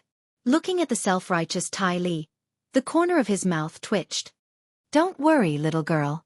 This self-righteous fat pig thinks that he's a powerhouse just because he's wearing armor. I'll slowly teach him the consequences of having designs on other people's women. Not for anything else, even if it wasn't for the mission, and not for my hatred for this pig, but for your sweet, Oni-chan. I will help you kill this fat pig that makes you cry today. What did you say? Tai Li was taken aback. When he heard Wu Yan's words, more anger surged from his heart. He glared at Wu Yan and with a roar, he released all of his do chi. Unfortunately, his self-made performance was ignored by the people present. Wu Yan's words made Tai Li excited, but it also made Mikoto and Chuju put a thick layer of pink on their faces. The two girls looked at Wu Yan and stuttered. Who is your woman? Of course, Wu Yan has automatically set the arrogance in his heart as a tacit agreement. He wasn't afraid of the chopper at all. Ha ha ha ha. Tai Li suddenly laughed out loud. He laughed so hard that tears almost flowed out. But in the end, he didn't because there were no tears in his eyes. There was only monstrous anger and killing intent. Little bastard. Since you are in a hurry to die, I will fulfill your wish. I will gladly take your woman and armament. Ha ha ha ha. Chapter 55. His whole body surged with Do Qi. Tai Li pulled out the great sword at his waist and swung it up high. With a force that could split Mount Hua, he rushed towards Wu Yan. Take care of yourself, and take care of that little girl. Wu Yan casually waved his hand and looked at Tai Li, who was charging towards him like a bull with contempt. In the past, it was always others who used their level to suppress him. This time, it was finally his turn. Chuju and Mikoto took the little lowly and retreated. Tai Li not only ignored them, he even smiled happily. Fortunately, they knew how to appreciate favors and knew how to escape. Otherwise, if this uncle's strength was too strong and accidentally affected them, that would be bad. It's fine if they were injured, but if they were killed, it would be a waste. I haven't enjoyed it yet. Tai Li laughed and raised the great sword in his hand. With a suppressive wind whistling sound, he slashed towards Wu Yan. Not far away, Mikoto and Chuju, who were watching the battle, unblinkingly looked at Wu Yan. The little lowly Liren worriedly raised her head and said to Chuju and Mikoto, "Sister, is it okay if we don't help Big Brother? That big guy is very strong. He killed all of Liren's guards." Liren's face turned pale when she thought of the miserable state her guards were killed. She trembled in fear and squeezed into Chuju's embrace. Her eyes started to turn red again. Hinajiku reached out her hand and rubbed Liren's long blonde hair. Her eyes are still on Wu Yan. Hearing Liren's words, she lovingly replied, "It's okay, Oni-chan can handle this." Don't be fooled by Oni-chan's frivolous face. He's actually very strong. Very strong. Liren couldn't help but turn her head and look at Wu Yan. She doubtfully said, "Stronger than that big guy?" Ah. This time it was Mikoto who spoke. She squatted down and smiled at the little lowly. She gently said, "He's much stronger than that annoying big guy." "Is it really that powerful?" Li Lin innocently raised her small face and said in a childish voice, "Then, can Big Brother beat that bad guy?" "We'll definitely win," Mikoto and Chuju said in unison. There was an indescribable trust in their tone, as if they were the ones fighting. Liren curiously looked at Wu Yan and muttered, "Do your best. Die, little bastard." Tai Li, who roared and mercilessly swung down the great sword in his hand. Do Qi surrounded the great sword and blew up Wu Yan's hair. One could see how powerful this strike was. However, Wu Yan did not care about this powerful attack at all. The difference between rank 5 and rank 6 was already relatively high. The difference between rank 5 and rank 6 was not comparable to the difference between rank 2 and rank 3 when Chuju fought the saber-tooth hound. What's more, Chuju was only 1 rank lower than the saber-tooth hound, while Tai Li Hu was 10 ranks lower than Wu Yan. A whole rank difference. Thus, Wu Yan lazily raised the Yamano Shana in his hand and collided with the incoming greatsword. With a clang, the greatsword's momentum was stopped by Wu Yan. "Oh, not bad. No wonder you dared to provoke me. Seems like you have some skills." Tai Li Hu looked at Wu Yan in surprise and then laughed again. He swung his great sword and turned it into a windmill. Tai Li Hu slashed at Wu Yan's body like a berserker. "Then let's see how many moves you can take from me." Listening to Tai Li Hu's arrogant words, Wu Yan only casually waved the Yamano Shana in response to Tai Li Hu's storm-like attacks.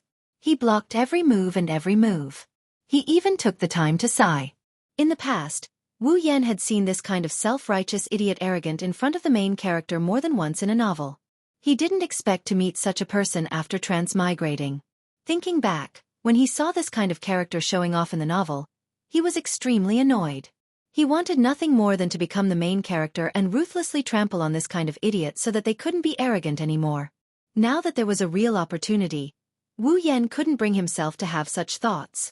This was because this kind of person was too much like a clown. Apart from bringing a bit of fun to him and the others, he was a complete piece of trash. He didn't know that he had become a laughingstock in the eyes of others and was still acting self-righteously in front of him. It made people want to teach him a lesson, but they couldn't even bring themselves to do so. Although this kind of performance polluted the air a bit and was a bit disgusting. Under Tai Li Hu's powerful attacks, the wind stirred up dust.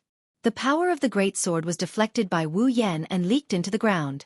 For a moment, the place where Wu Yan and Tai Li Hu were fighting was filled with dust and gravel. The two people continuously clashed their weapons, causing the surroundings to become a mess. Hit, hit, hit, hit, hit, hit. Damn it! Why can't I hit? Tai Lihu continuously swung his great sword and continuously attacked Wu Yan. In his imagination, he would only need 1 or 2 rounds to chop this little bastard in front of him into meat paste. Then, he would be able to enjoy the beauty in front of him. But let's not talk about 1 or 2 rounds, he's already clashed with Wu Yan for hundreds of rounds. Yet, the little bastard in front of him didn't get chopped into minced meat. Instead, the little bastard leisurely stepped around his sword and waved his seemingly weak blade around to neutralize all of his attacks. Tai Lihu felt that he was going crazy. He had already squandered more than half of his battle chi, but this little bastard in front of him didn't even sweat, let alone battle chi. It was as if he was taking a leisurely stroll, changing his posture under his sword. Tai Lihu's attacks were actually useless. What kind of joke was this? I'm a 5th-step warrior. A 5th-step warrior's attack was actually useless against a little brat. This daddy absolutely doesn't believe it. Tai Lihu crazily roared. His battle chi was increased by a bit, and his attacks were also increased by a bit, causing Wu Yan to finally feel a bit of pressure. Oh, not bad. You finally made me feel a bit of pressure. Once again blocking Tai Lihu's greatsword, Wu Yan finally laughed when he felt a not weak force coming from his own Ni Jian Zana. Pulling the Ni Jian Zana outwards, Wu Yan pushed Tai Lihu's greatsword away, and retreated a few steps. Looking at Tai Lihu, Wu Yan said with a smile, obviously, there's only a difference of 1 step in strength. Although the difference is a bit big, if you can't even bring a bit of pressure, then you're really too weak. Hearing Wu Yan's words, Tai Lihu was momentarily stunned. Then he frowned and said, so that's how it is. Only 1 step away? So you're a 4th-step warrior, and you were able to survive under the attack just now. It seems that you've reached the peak of the 4th step. No wonder you could kill that group of useless trash. Tai Lihu's words almost made Wu Yan laugh out loud. Calling him a pig was really too appropriate. The words had already been said, and the fight had been fought for so long, yet he could still understand it like this. He was really a godly person, no, a godly pig. Seeing that Wu Yan was speechless, Tai Lihu's brows relaxed. He sneered and said, to be able to cultivate to the 4th step at your age, and to the peak at that, you can be considered a genius. Unfortunately, the 4th step and the 5th step can't be mentioned in the same breath. The difference between the 2 steps isn't something you can challenge. Even if you're at the peak of the 4th step as a 5th step, killing you will only take a bit of effort. Wu Yan laughed. He laughed out of happiness. He really couldn't hold it in anymore, so he laughed out loud. Resisting the urge to burst out laughing, Wu Yan nodded seriously.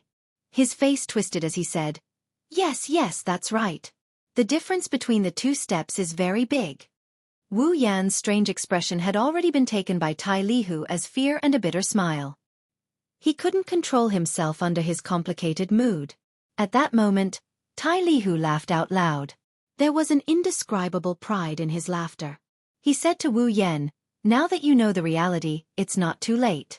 As long as you obediently surrender and offer those 3 little girls to me, I'll spare your life and let you be my bodyguard. Indeed, Tai Lihu was speaking the truth. He was really moved, that's why he said that. In his opinion, Wu Yan's talent must be pretty good to be able to become a peak of the 4th-step warrior at this age. He could even be compared to some of the children of some big families. In the future, Wu Yan might break through to the 5th step, or even the 6th step. If he took him in, when he became a real powerhouse, he could do whatever he wanted. As for the question of loyalty, Tai Lihu didn't consider it at all. In the eyes of this idiot, surrender meant submission, and he would always be under his control. But Tai Lihu didn't know that he had once again touched a landmine. Hearing Tai Lihu's words, now that you know the reality, it's not too late. As long as you obediently surrender, Wu Yan still had a smile on his face. But when Tai Lihu said, offer those 3 little girls to me, Wu Yan's face instantly turned cold. Mikoto! Chiju! Wu Yan shouted loudly, startling everyone present. What's wrong? Do you need help? Mikoto took 2 steps forward and said to Wu Yan. Mikoto Chiju. Wu Yan's face was gloomy as he said softly, you too, close your eyes together with that little girl. Close our eyes? Chuju, Mikoto, and Liren couldn't help but stare blankly. Why do we have to close our eyes? Because what's going to happen next is a bit inappropriate for children. Wu Yan's words entered the ears of the two girls. They immediately understood Wu Yan's meaning and quickly hugged each other and closed their eyes. Incidentally, they also blocked Liren's curious gaze.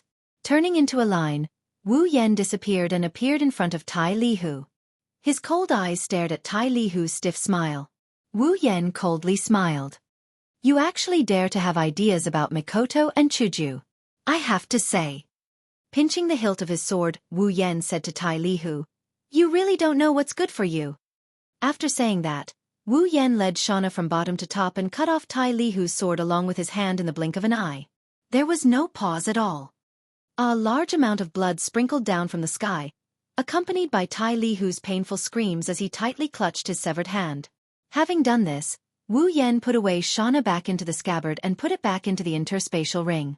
Standing in front of the screaming Tai Lihu, Wu Yan said in a low and powerful voice, You won't die if you don't seek death.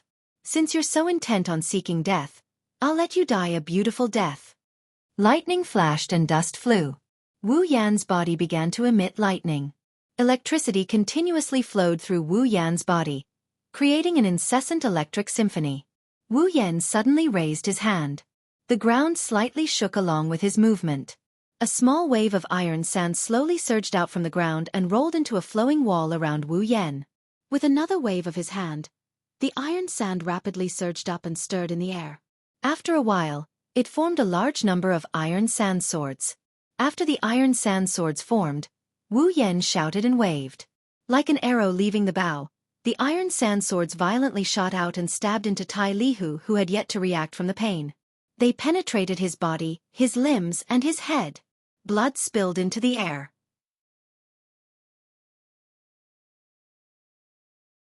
Chapter 56. Bang! Following the sound of his body falling to the ground, Tai Li slowly closed his eyes. Perhaps, even in his next life, the scene of countless black swords flying in the air will become a nightmare for him. Ding! Mission 3 completed. Obtain 10,000 equipment points, item points, ability points, and summoning points. Ugh! A wave of painful dizziness spread out from the depths of Wu Yan's mind. Wu Yan painfully held his head. His mouth couldn't help but groan. His eyes were bloodshot. He knelt on one knee on the ground and slowly shook his head. After the dizziness subsided a little, Wu Yan bitterly smiled. This is a phenomenon caused by overusing his superpower. His computing power is insufficient. When he was fighting against the Orochi, Mikoto could use this level of iron sand sword at will. She could use it whenever she wanted, and she could retract it whenever she wanted. This made Wu Yan subconsciously think that it would be easy to do this. Facts have proven that there are differences between people. You can't do what others can do. At least, you can't do it now. Mikoto can use her superpower freely, but when it comes to him, he has to bear with some side effects after using it just once. It's really infuriating to compare oneself to others. Actually, this is normal. After all, Mikoto's superpower level is already LV5, and Wu Yan is only LV4. Forcefully using a LV5 superpower, how could it be easy? If it wasn't for the fact that Wu Yan is a master swordsman, his body is strong, and his mind is strong, he might have collapsed to the ground from the headache before he could even use his superpower. In the superpower list, a LV5 superpower is 10 times more expensive than a LV4 superpower. From this, it can be seen how big the gap between the two levels is. Why is there no sound?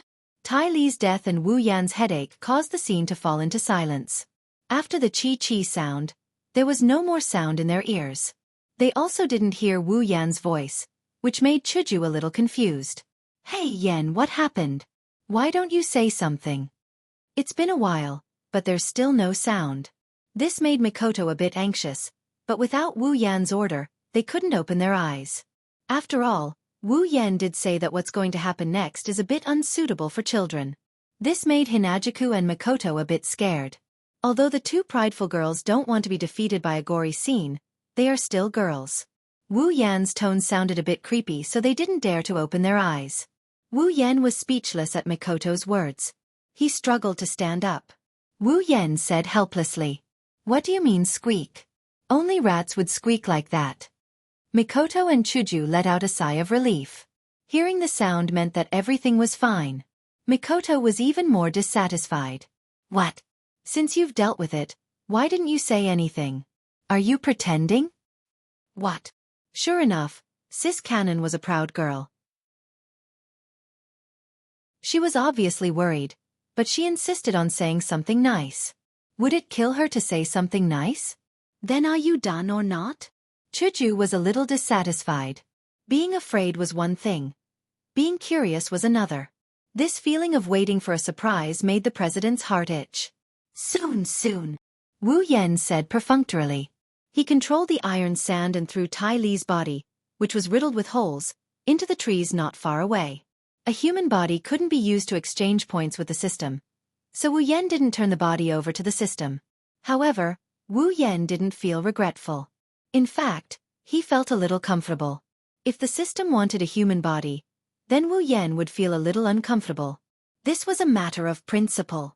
Wu Yen didn't even care about the other mercenaries' bodies. The two girls had already seen it.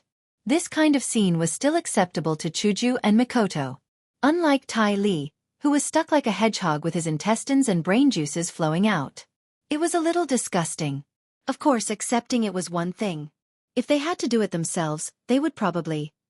Well, they were 14 or 15 years old girls after all. Long live understanding. Done. As soon as Wu Yen shouted, the two girls couldn't wait to open their eyes. It was as if they were afraid of being taken advantage of. This made Wu Yen speechless. When she saw the blood vessels in Wu Yan's eyes, Chuju was shocked. She quickly asked, "Why are your eyes so red?" Mikoto was also stunned for a moment. Then, as if she remembered something, she directly said, "Did you use your superpower too much?" Looking at Mikoto's fixated eyes, he laughed sheepishly. "Just a little. Do you want to become an idiot?" Mikoto raised her voice. She was a little angry as she shouted at Wu Yen. "Are you an idiot? Didn't I tell you that if you use your superpower too much, it will lead to insufficient computing power? If it's serious, it will burn your brain." Burn your brain? Chuju looked at Wu Yen in shock. Then, her eyes gradually became dangerous. How would I know? Under the two girls' urgent gaze, Wu Yen retreated a little. He said in a low voice, "When Mikoto used it before, it was very easy. I'm already LV5. You're LV4, how can you compare?" Hearing Wu Yan's retort, Mikoto was so angry that her teeth itched. She wanted to rush up and bite him to let him know the pain. Okay. There won't be a next time. Moreover, once is enough. Indeed, such an overpowered skill, to be able to use it once is no regret. The scene of hundreds of black swords piercing through the air can only be described as overpowered. If it wasn't for the fact that he didn't recognize the familiarity of the scene, Wu Yen might have added the word bastard when he threw out the iron sand swords. It's as domineering as Golden Sparkle. It's just that Golden Sparkle used a variety of noble phantoms, while Wu Yen used a single black iron sword. If he had to do it again, Wu Yen would still choose to use it once. Well, it's a bit of a suicide mission. But since he's already used it, Wu Yen doesn't plan to use it again before he reaches LV5. After all, the value of a player's life is even higher. Although Wu Yen already said that there won't be a next time, Mikoto and Chuju didn't seem to have any intention of letting him go.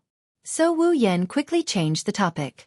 Alright, after this battle, Chuju, your level should have increased a lot, right? Wu Yen looked at Chuju and said. Before the battle, Chuju was LV19. After killing 19 rank 3 saber-tooth hounds, 20 rank 3 mercenaries, and a rank 5 mercenary vice leader, Chuju's level should have increased a lot. After all, her level is still low, leveling up should be easier.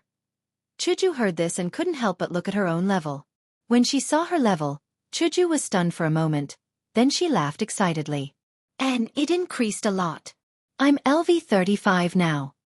LV35, huh? Not bad, or else all those monsters would have been for nothing.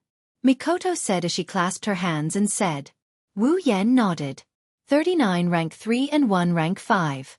Chuju was still a rank 2 at the time, and the experience gained was quite a lot. Character, Wu Yen abilities, sword mastery, cooking mastery, complete memory, Chaotic Return to Horizon Dance, Electromaster, LV4. Equipment: Shauna of the Golden Temple, C rank. Dragon Armor, C rank. Summons: Misaka Makoto, Gue Chuju. Equipment points: 21,000 item points. 81700000 ability points. 101000 summoning points. 26,000 level. 50. Character: Misaka Makoto. Ability: Electromancer, LV5. Strength: C endurance, C agility, B spirit, A equipment. None level. 69. Character: Gue Chuju. Ability: None strength, C endurance, D agility, C spirit, C equipment. White Cherry, D rank. Level: 35. After closing the system list, Wu Yan smiled with satisfaction. Right now, their party had a rank 4, a rank 6, and a rank 7. With this kind of strength, it would be a fool's dream to say that they could do whatever they wanted in the Spalier world. However, it was enough for them to take a stroll around the area. Chuju was already level 35. There was no need for her to level up in the Behemoth Forest. She wouldn't be able to gain much experience either, unless Wu Yan and the rest wanted to go deeper into the forest. However, who knew how strong the monsters in the depths of the Behemoth Forest were? If a level 80 monster managed to sneak out, it wouldn't be Wu Yan and the rest who killed it would be the monsters that killed them. Liren, who had been silent since the beginning of Wu Yan and the rest's conversation, finally raised her head. She looked at Wu Yan and the rest with her jewel-like eyes. She asked curiously, "What's a level? What's a level up?" The lowly's voice brought the three back to their senses. They looked at each other in confusion because they had forgotten about this lowly just now. Hinajiku awkwardly turned her head away. It's understandable that Wu Yan and Makoto forgot about Liren but not Hinajiku. Liren is the little lowly, she's always in her arms. It's nothing, little girl. You heard wrong. Wu Yan laughed as he tried to bluff his way out of this. Let's see if the lowly has a natural attribute or not. They absolutely couldn't let other people know about the system. Otherwise, not to mention whether or not the system would attract explorers, even if they used their identity as transmigrators, they would still be dragged away for dissection. Is that so? Fortunately, Wu Yan's gamble was half right. Although Liren didn't have a natural attribute, she was still a little confused and naive.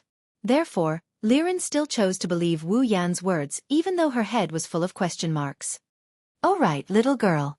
How did you get kidnapped by those bastards?" Hinajiku patted Liren's back and doubtfully said. She was starting to realize that Liren wasn't an ordinary person. Ordinary people don't have guards, and Liren said that her guard was killed by Tai Li. Liren's cheeks puffed up when Chuju mentioned it. She said a little angrily, "Liren doesn't know. Liren just came out for a stroll and that bastard tied me up. He even killed my guard and brought me here. There's no bed, no food. Liren is so pitiful." Liren used her little lowly's voice and puffed-up expression to explain what she understood to Wu Yan's group. Wu Yan didn't know how Chuju and Makoto felt, but Wu Yan had a thought that he couldn't help but shout out. Too cute, of course. He could only shout it in his heart. If he really shouted it out, Wu Yan would definitely be hit with a hatchet and an electric shock. "Then do you know where your home is?" Makoto leaned over and asked Liren. She was still very gentle towards children. "And Liren nodded her little head and shouted, Liren knows the way home." Good girl, she already knows the way with just this little bit. She's not like me when I transmigrated. Forget it, don't mention it, it's a shame. "Yen, what should we do?" Chuju said to Wu Yan. But from her yellow-green eyes, Wu Yan could clearly see that she has made a decision. Looking at Makoto, who had the same expression, Wu Yan was speechless and shrugged. "Didn't you guys already make a decision? Why are you asking me?" "If that's the case." Makoto stood in front of everyone and pointed in a direction in high spirits. "Let's go. Send the little girl home." Looking at Makoto's actions, Wu Yan really wanted to ask, "Are you sure it's that way?"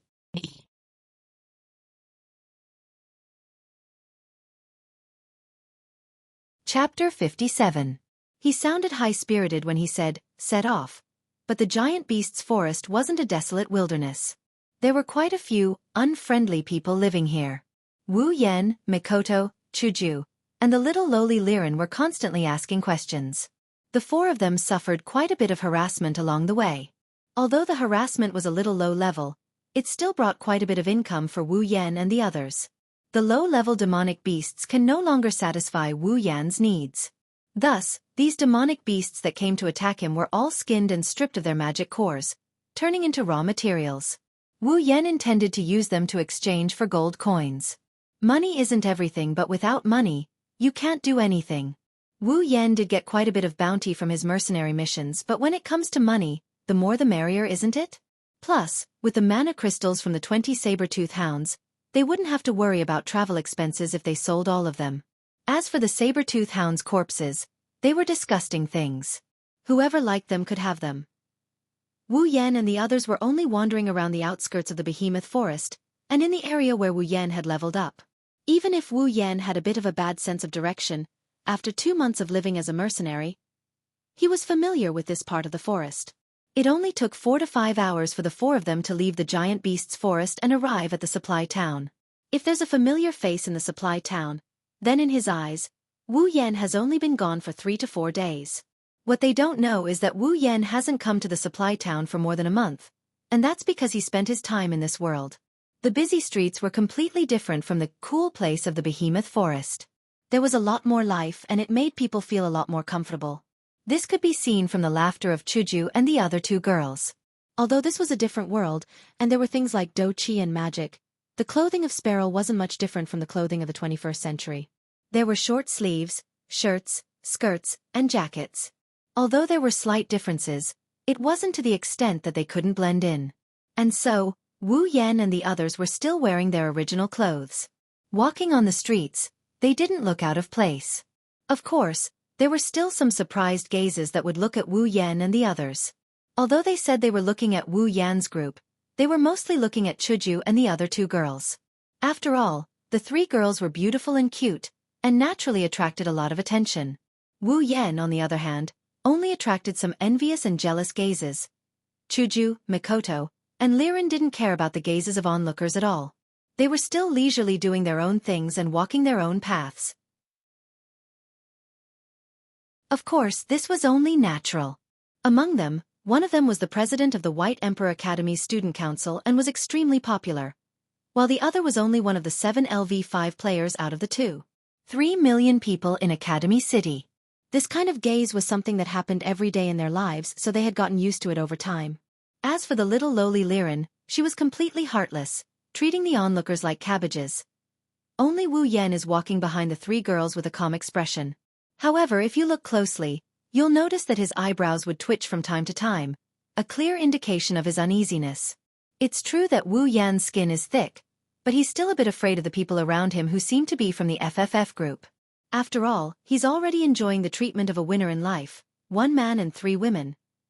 Under these gazes, Wu Yan's group of 4 arrived at a relatively large store. Of course, they came here to sell magic crystals and monster body materials. The items here are relatively complete, whether it's weapons, equipment, magic crystals, or ingredients, you can find them all here. Of course, they're relatively low level.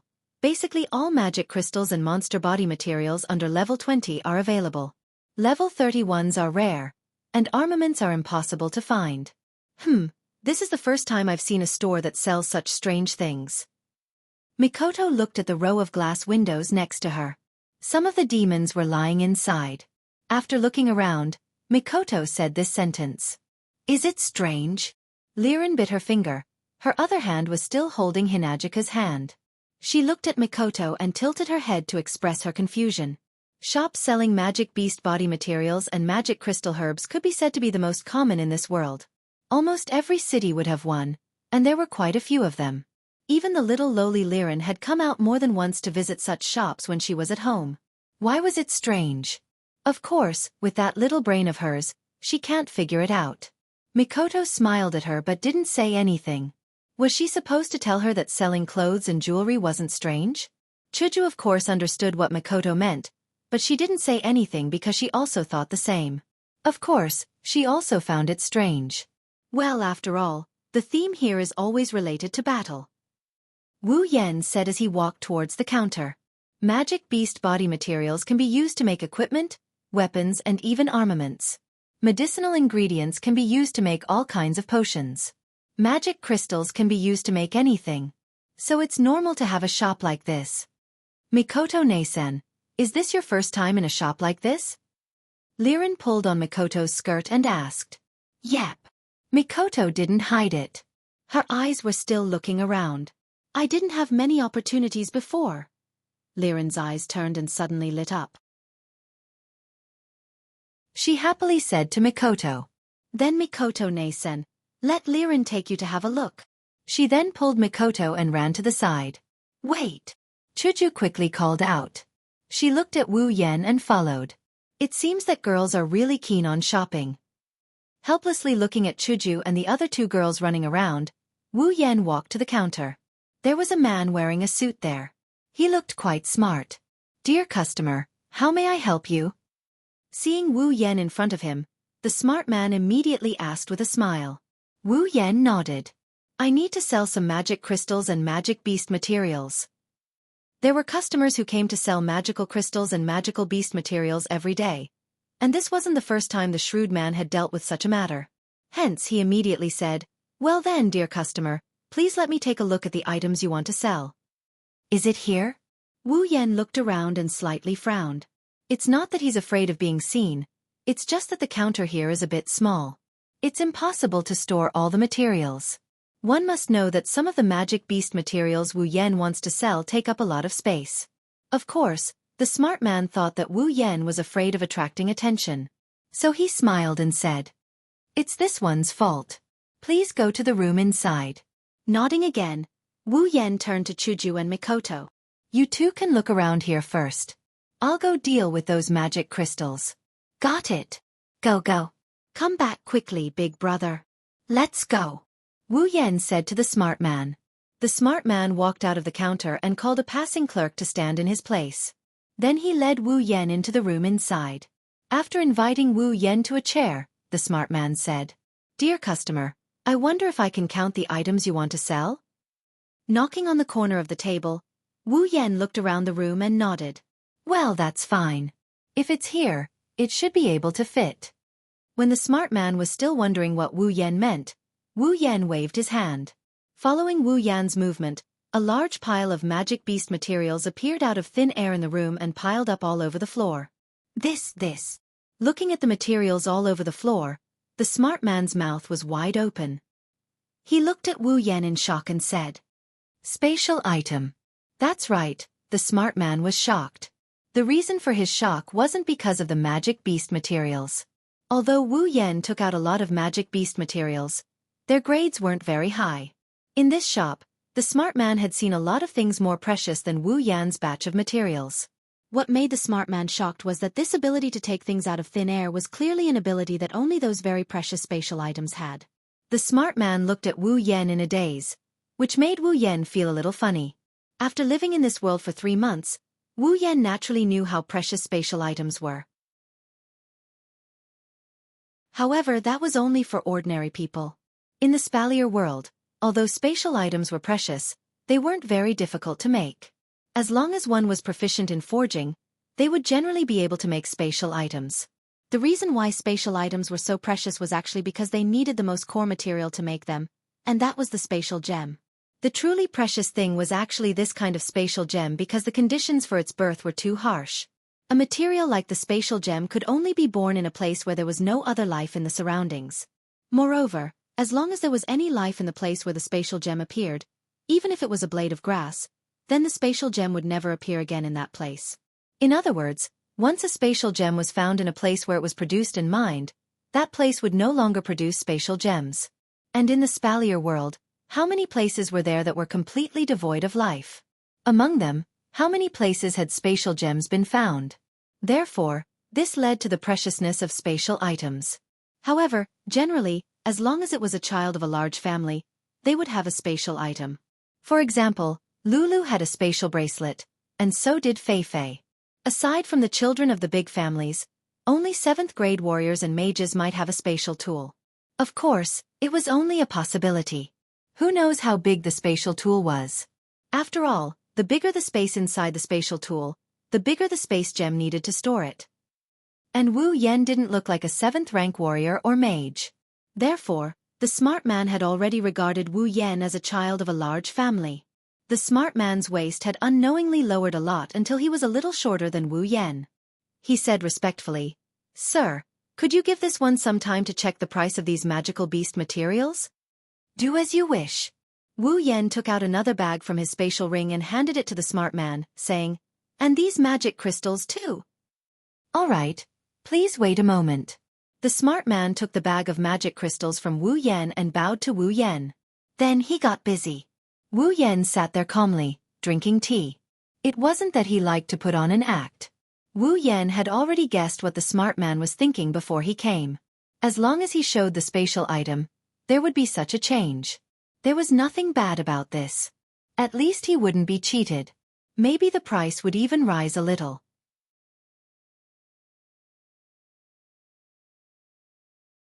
Chapter 58. Time passed as the shrewd man counted and Wu Yan sipped his tea. There was no helping it. Although the magical beast materials Wu Yan brought were of a lower grade, there were still too many of them. It would take some time to count them all. Well, Wu Yan wasn't in a hurry anyway. Chuju and the others were probably still immersed in their girls' time. "My lord!" At a certain moment, the shrewd man finally finished counting all the magical beast materials. He wiped the sweat from his forehead and came to Wu Yan's side. He lowered his head and said, "This one has finished counting. Your materials and magical crystals are worth a total of 199,500 gold coins. If my lord thinks it's okay, we can round it up and charge you 200,000 gold coins. What do you think? 200,000 gold coins, huh?" Wu Yan pondered for a moment. This price was about the same as what he understood, and it was even slightly higher. Thus, Wu Yan directly nodded in agreement. "All right, let's do it like that." The shrewd man immediately smiled and apologized to Wu Yan before walking out. Not long after, he pushed open the door and came back in with a golden card in his hand. He presented it to Wu Yan with both hands. "My lord, here are 200,000 gold coins. Please take a look and see if it's correct." Taking the golden card from the shrewd man, Wu Yan looked at the number displayed on it. He nodded in satisfaction and put it away in his spatial ring. Naturally, he couldn't bring all 200,000 gold coins to him. Not to mention 200,000, even 10,000 gold coins would be enough to pile up quite a bit. Not everyone was like Wu Yan, who had a spatial item. Thus, there was a place similar to a bank in the world of Silveria. It was just that it was called the Gold Bank. This golden card was equivalent to a credit card. Carrying a golden card like this was no doubt much easier than carrying a whole pile of gold coins. When it's time to pay, all you have to do is let the other party count it. It's very convenient. There's even a column that displays the amount. It's considered a little magic. Although Wu Yan hasn't seen Kaneko yet, he did ask around about Kaneko. That's why there's no awkward situation where he doesn't recognize Kaneko. He doesn't want to be treated as a country bumpkin. At least country bumpkins know about Kaneko. After dealing with the magical crystals and magical beast materials, Wu Yan thought for a moment and asked the shrewd man, "All right, are you guys collecting armaments?" In the Whirlwind Butler dungeon world, Wu Yan's level increased by quite a bit. Towards the end, he is no longer a level that the level 20 plus Wu Yan can match up to. Naturally, he had to exchange for new equipment, 2 C-grade rare armaments. As for the D-grade Kusanagi sword, it was naturally discarded. Originally, Wu Yan wanted to give it to Chuju. What he didn't expect was that Chuju already has the same grade white cherry. Thus, the Kusanagi sword became idle in Wu Yan's spatial ring. Originally, Wu Yan wanted to keep it. After all, this was the first equipment he exchanged for after coming to this world. It was also from that moment on that his life changed completely. Later Wu Yan thought about it. There was more than one D-grade equipment worth remembering.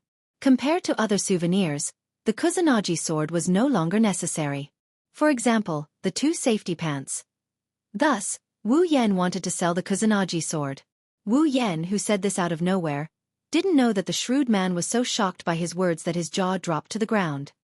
He looked at Wu Yan and stuttered, My lord.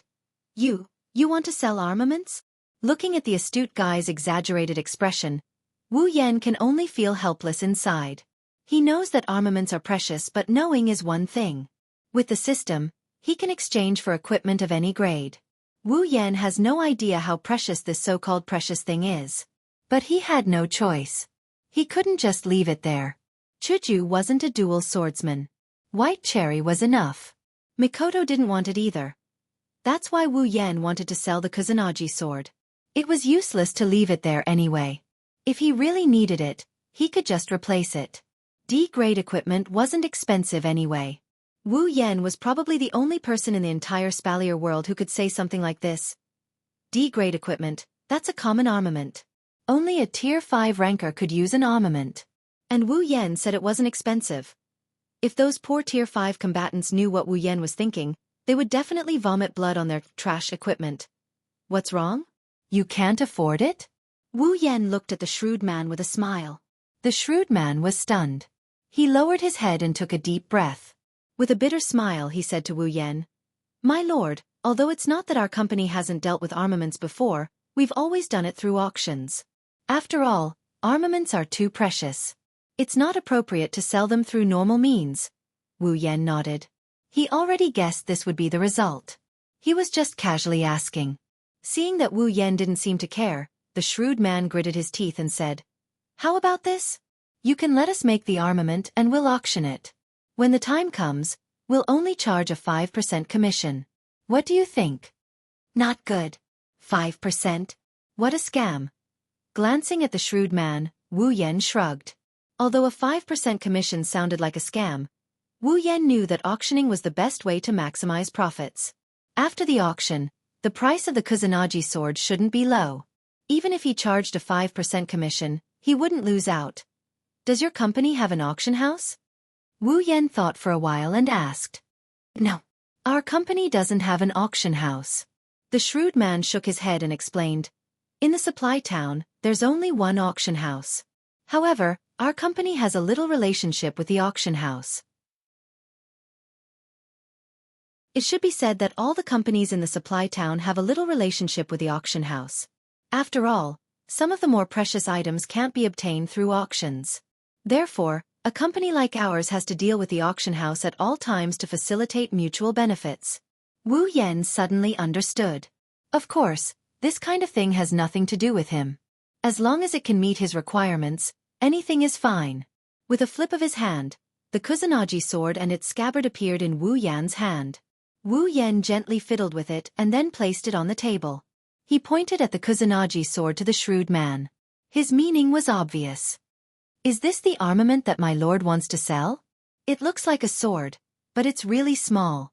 The shrewd man carefully held the Kusanagi sword with both hands as if he was holding his own son. He carefully pulled out a section of the sword and put his eyes in front of the sword. He twisted his head around to look at it. He had the potential to be a thief. Then, he awkwardly scratched his head and laughed. "I'm really sorry, this one has never seen an armament before, so I can't appraise what grade it is. But since it was brought here by Sir, I believe it can't be fake." After that, the shrewd man handed Wu Yan a card. "My lord, there will be an auction tonight. Your armament should be displayed at that time. This is the auction house's VIP card. With this card, you can directly go to the auction house to watch. If you see something you like, you can even bid for it." Oh. Although Wu Yan has heard of auctions, he has never seen one before, let alone participate in it. At that moment, Wu Yan couldn't help but feel a little interested. He reached out and took the VIP card. Wu Yan put it in his infinite space ring. "I understand. I'll be there when the time comes. When the auction is over, this one will look for you in your VIP room and bring the proceeds of the auction to you."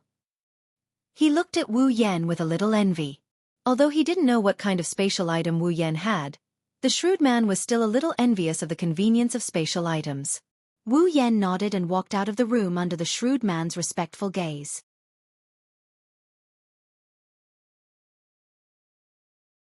Chapter 59.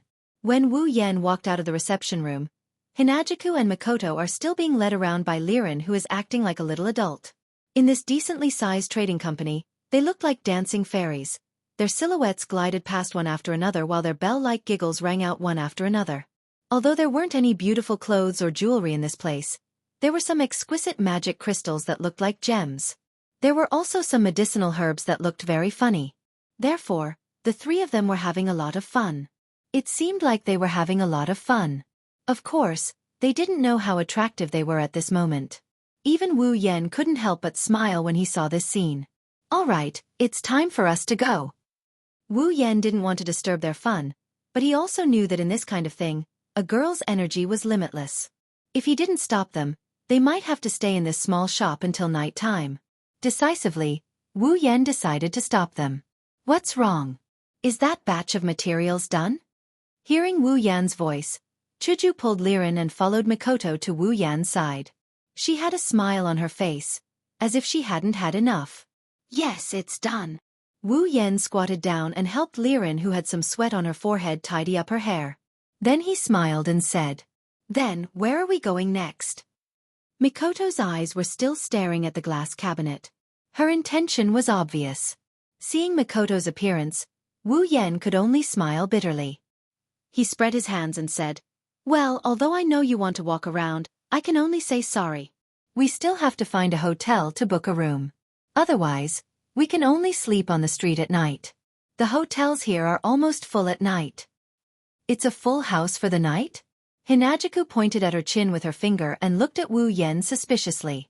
The four of them came to the supply town for a few hours, but along the way, although there were a lot of people, Chuju could see that most of these people were the town's locals. She could tell from their casual attire. The town's locals, no matter what, should have a house. They can't be staying in a hotel, right? Why would the hotel be full? Perhaps she wanted to continue shopping. Thus, when she thought of something, Kaisha-sama rubbed her nose and asked Wu Yan her question. Hearing Hinajika's words, Mikoto, who is beside her, is also confused. Kaisha-sama and Liren are staring at Wu Yan with 6 pairs of eyes. It seems like they won't give up until he gives an explanation. This situation at the same time made Wu Yan speechless. He was also very emotional. Almost every girl had the habit of shopping. Even the 2 Tsundra girls, who had always been boyish, couldn't help but be vulgar. "Girls. That's because you don't understand yet." Rubbing Liren's head, Wu Yan ignored her dissatisfaction and a bit of enjoyment, he explained. During the day, the people going in and out of the supply town are the locals. However, this is the supply town of the Behemoth Forest, the only place in the Spalier world that produces magical beasts. How could there only be normal people going in and out of this place? After Wu Yan's reminder, Hinajiku and Mikoto suddenly thought of something and came to a realization. The 2 smart girls also understood why Wu Yan said the hotel would be full at night. Seeing the 2 girls' expression, Wu Yan smiled and continued, "That's right, during the day, warriors or magicians, those with a bit of strength, would go to the Behemoth Forest to hunt magical beasts or gather rare herbs. At night, those who are closer to the supply town, perhaps because they have found something, would return to the supply town one after another. After all, no one wants to sleep in the wild, so at night, the hotel would be full." "Is that so?" Chuju nodded in understanding and smiled at Wu Yan. Her charming smile made Wu Yan's heart skip a beat. Resisting the urge to rub Kaisha-sama's cheeks, Wu Yan took a deep breath and continued with a fake smile. "Ma, I didn't think of that at first. That's why we ended up in a tragedy. To prevent another tragedy from happening, it's better that we find a hotel first." Don't think that Wu Yan was joking. Thinking back to when he was on a mercenary mission, Wu Yan was too lazy and always wandered around until he was tired at night, then went to find a hotel. In the end, he could only tragically wander the streets for an entire night. Although wandering the streets with Kaisha-sama and Sis Cannon for an entire night was a good choice, and perhaps something interesting would happen, when he recalled the night he bathed the 2 girls, Wu Yan felt a chill run down his spine and quickly gave up on the tempting idea. "Is that so?" Hearing Wu Yan's words, Mikoto could only look away, a little disappointed. Wu Yan naturally saw Mikoto's disappointed look and blinked. Wu Yan smiled and said, "Don't look like an abandoned puppy, it's almost night. After we book a room, there will be more fun things at night." "More fun things?" Mikoto, Chuju and Liren froze at the same time. Then Liren grabbed Wu Yan's hand and looked at Wu Yan expectantly. She said sweetly, "Big brother, fun things? What is it? Can you tell, Liren?" When she heard something fun, Liren stuck close to Wu Yan. She looked at Hinajiku and Mikoto, Her eyes are also filled with curiosity and anticipation. Wu Yan said in an annoyed tone. Fine, it seems to me that something fun is more important than a place to stay for you girls.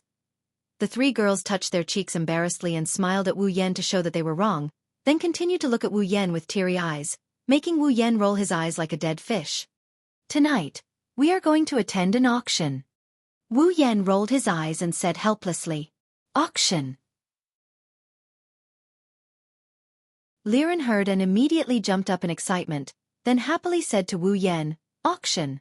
Big brother, the kind where there is an uncle standing on the stage with a wooden mallet, shouting that he wants to sell his first time? Wu Yan felt awkward. He looked at the excited lowly Liren with an awkward expression. He expressed that he was struck by lightning. He couldn't keep his cool at all. Hinajiku and Mikoto were also stunned when they heard this before they started giggling. They didn't look happy at all. What's wrong? Did Liren say something wrong? Seeing Chuju and Mikoto laughing so hard that their backs were bent, Wu Yan was embarrassed. Liren tilted her head, a few question marks appeared on her face, and cutely stuck out her tongue. Chuju coughed twice, walked in front of Liren, squatted down, her face was serious, but her eyes were full of smiles. She rubbed Liren's head and said with a smile, Liren, an auction is a place where many people buy things. The host doesn't have to be an uncle, it can be a beautiful big sister. Also, if someone wants to buy something, after shouting the price, the host has to shout 3 times before the deal is done. It's not selling your first time. Oh? He didn't know if she understood, but the little lowly Liren nodded her head seriously. Then she cheered and said, Then are we going to that place tonight to buy things? It doesn't have to be shopping. Mikoto stopped laughing, looked at Liren and said, But it's very lively there. It's very lively. Liren suddenly became excited. She turned in front of Wu Yan and cheered loudly. Big brother, I wanna go to that very lively auction. Okay, I got it. Silently mourning for those uncles who hosted the auction, Wu Yan pulled Liren's hand and walked towards the door. Let's go, let's find a hotel first. The 4 of them walked out of the shop together and headed towards the hotel.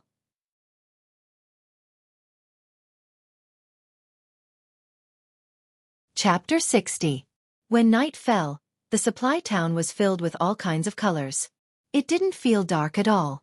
The whole town didn't look like a supply town, but a carnival town.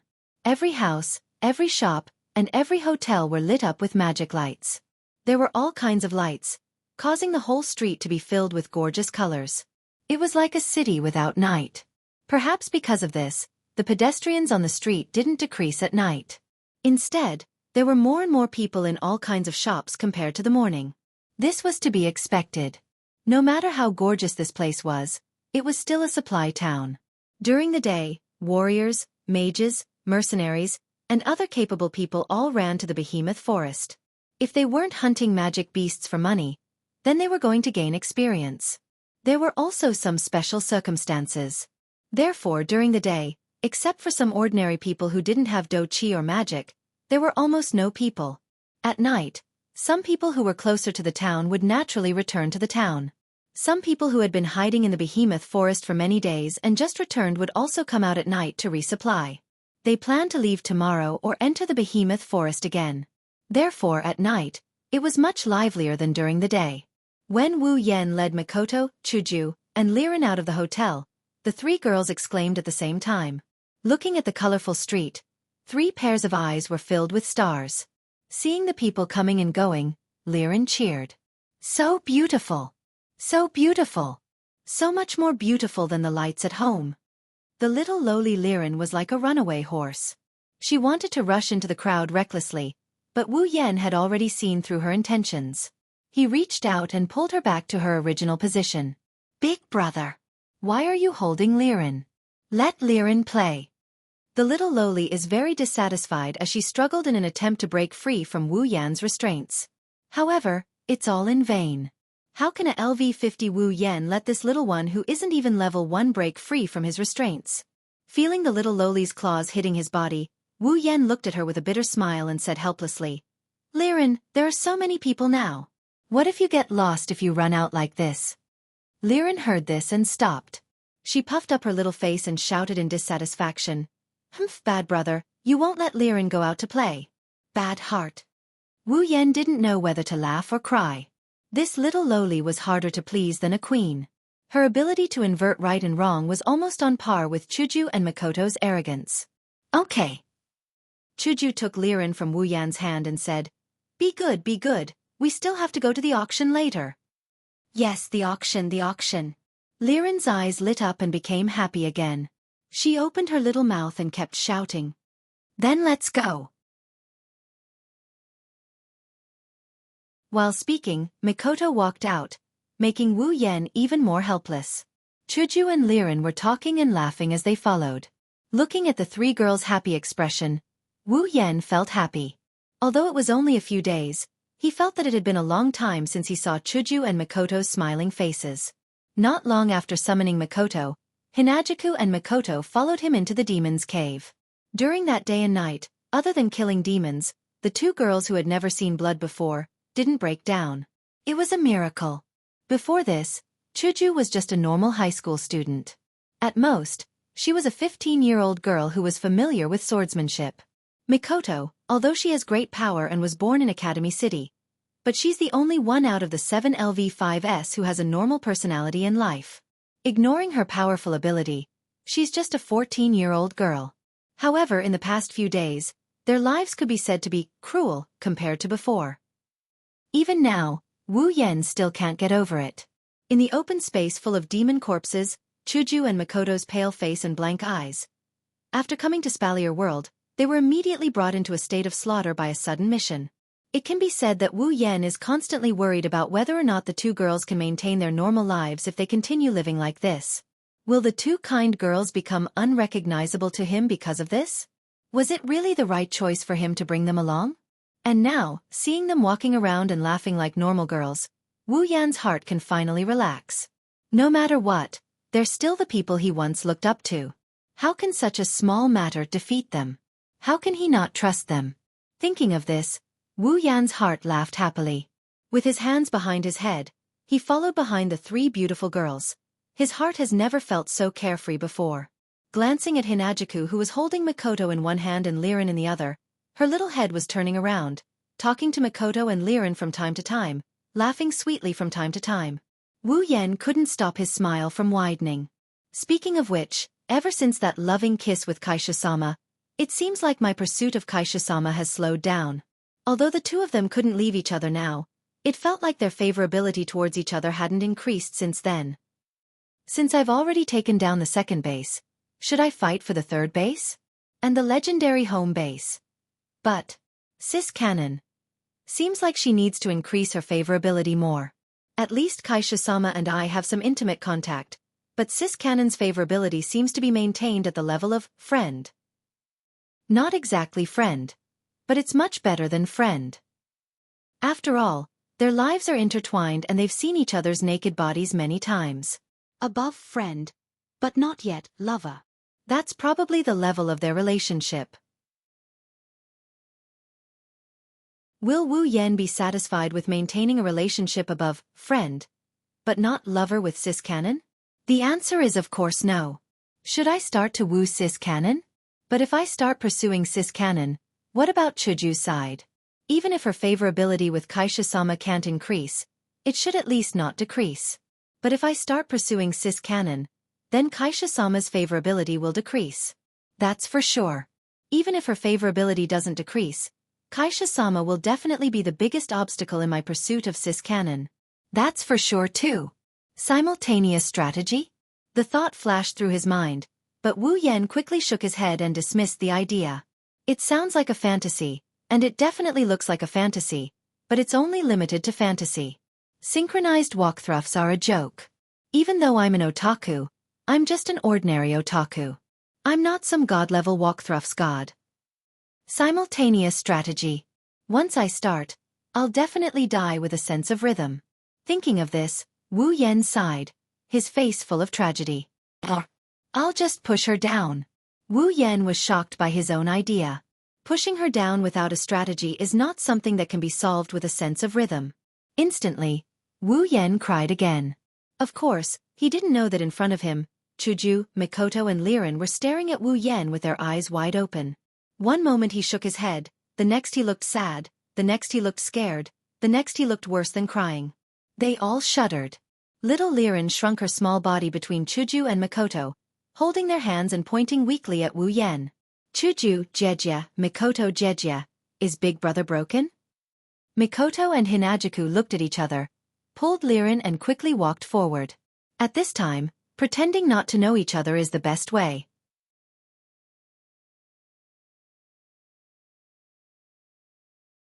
Chapter 61. Walking on the street, Hinajuku tightly held onto Liren's hand to prevent her from running around. Her eyes were fixed on the various stalls and shops on the street. She didn't hide her feelings at all and smiled sweetly. Mikoto was also looking at the stalls. However, she was staring at one of them. When she passed by it, she stopped and didn't walk away. Wu Yan followed her gaze curiously. When he saw what Mikoto was staring at, Wu Yan couldn't help but laugh. It was a gauntlet that looked very much like a frog's gauntlet. More accurately, it looked very much like a Gouda. Seeing Mikoto's eyes turning into cat eyes, Wu Yan couldn't hold it in anymore and laughed out loud. Even though Sis Cannon's expression was very cute on the screen and even in reality, it was too weird. Wu Yan didn't understand how a human's expression could be made to such an extent. Hence, Wu Yan couldn't help but laugh in his heart. Hearing Wu Yan's laughter, Sis Cannon came back to her senses. She turned her head and saw Wu Yan looking at her with a smile. She blushed and the redness spread to her ears. She quickly put on a look of disdain and looked at the Gouda gauntlet. She said with a fake smile, In this world, there are people who make such a childish thing. It's too. Mikoto said something so fake that it's as if she's going to die of fakeness while looking at Gouda's gauntlet. Wu Yan got scared. He's scared that she's going to turn her head and head straight to her ears. Yes, this thing is too childish. How could our Mikoto-sama like such a childish thing? Wu Yan grinned at Mikoto. His tone is indescribably weird. Wu Yan's strange tone made Mikoto's face even redder. Wu Yan knew that if he continued to tease her like this, Mikoto would most likely fly into a rage out of humiliation. Hence he quickly said, All right, let's catch up with Chuju and the rest. They're about to be left behind. And so, Wu Yan grabbed Mikoto's hand and quickly walked forward. Wait. Mikoto stopped in the middle of her sentence. She looked at the stall with a face full of reluctance. Tears were hanging from the corner of her eyes. But with her arrogant personality, she couldn't bring herself to say something like, I want. So she could only let Wu Yan bring her away with tears flowing down her cheeks. It wasn't until the stall was out of sight that Mikoto retracted her gaze. Only then did she notice that her hand was being held by Wu Yan. The temperature on her face rose rapidly, and her forehead was flashing with electric currents. She hurriedly struggled. You. What are you doing? Nothing. Wu Yan smiled and let go of her. Looking at Mikoto's blushing beautiful face, before she could say anything, Wu Yan raised something in front of her. When she saw the thing floating in front of her eyes, Mikoto was stunned. She stared at it blankly. Then, her eyes quickly changed back to cat eyes. It was a necklace, a crystal necklace. The entire body emitted the arc of light that a crystal should have. Under the illumination of the multicolored magic lamp, the crystal surface shone with a beautiful crystal light. It was extremely beautiful. Although the crystal necklace was beautiful, but a necklace like this would at most get a word of praise from Mikoto. It would be far from enough to make her dazed and unable to reflect anything. But, with the appearance of the crystal on the necklace, it was a completely different story. What really caught Mikoto's attention was the shape of the crystal on the necklace. It was clearly a piece of crystal in the shape of a coda. A beautiful crystal necklace in the shape of a coda. Sis Cannon's young maiden heart instantly sank. She was completely pulled into a crystal hell filled with coda, unable to extricate herself. Mikoto's cat face was blank. What kind of scene was this? Anyway, Wu Yan couldn't help but laugh loudly again. The sound of his laughter woke up the intoxicated Mikoto. Seeing Wu Yan laughing until his stomach hurt, Mikoto wanted to find a hole to hide in. She just said that it was a childish thing, but in the end, she was attracted by a childish thing. There was nothing more embarrassing than this. Listening to Wu Yan's laughter, Mikoto was even prepared to be mocked by Wu Yan. Not hearing Mikoto's voice, Wu Yan had laughed enough. He patted his cheeks to stop laughing and walked in front of Mikoto. Seeing Wu Yan walk in front of her, Mikoto angrily closed her eyes. Just as she was about to shout, "I am childish, I like Coda, laugh if you want," Wu Yan interrupted her with a sentence. "This is for you." Wu Yan once again raised the crystal Coda necklace in his hand and dangled it in front of Mikoto's face. With a slightly curved smile, he said softly. Mikoto instantly opened her eyes. It was still the crystal Coda necklace, still the same smiling face, but this time, the meaning was completely different. The pedestrians on the street were still walking to and fro, as if they didn't see Wu Yan and Mikoto in the middle of the street. They walked past Wu Yan and Mikoto, one person after another. Coupled with the beautiful magic lamp, at this time, they were unavoidably a foil, forming a beautiful scene. The crystal Coda necklace dangled in front of Mikoto's eyes. Mikoto looked at it absent-mindedly, but this time, her eyes didn't turn into cat eyes. Give it to me." Mikoto's tone had a slight trace of disbelief. "Yes." Wu Yan moved the crystal Coda necklace away from Mikoto's face, ignoring her gaze that followed the movement of the crystal Coda necklace. He pulled Mikoto's hand and placed it in her hand. I specially made this for you." Yes, the moment he summoned Mikoto, Wu Yan silently planned to give this necklace to Mikoto.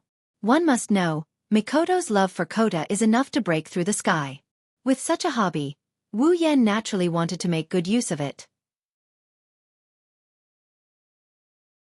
Even though Wu Yan didn't know how to carve crystals and make necklaces, but in the system's item list, there are many strange things. There are also crystal necklaces that can transform with just a thought, and this kind of crystal necklace only has the most basic transformation ability, only 100 item points, cheap and affordable. So, it's possible to say that he made it himself. Didn't I say? This kind of childish thing. I don't like it. Mikoto stuttered. Even though she said she didn't like it, her hand was already tightly gripping the crystal Coda necklace. Really? Wu Yan looked at her amusedly, stretched his hand in front of her face and said, "Then, give it back to me." "No." Mikoto reflexively shouted, both hands tightly gripping the Coda necklace, looking at Wu Yan with vigilance. "Didn't you say you don't like it?" This arrogant girl is really annoying and funny at the same time, but Wu Yan likes it, can't help it. Mikoto's face reddened again, she turned her head away, not looking at Wu Yan. Who gives something and wants it back? Since you worked so hard to make it, I'll reluctantly accept it. If you like it, just say it, why do you have to beat around the bush?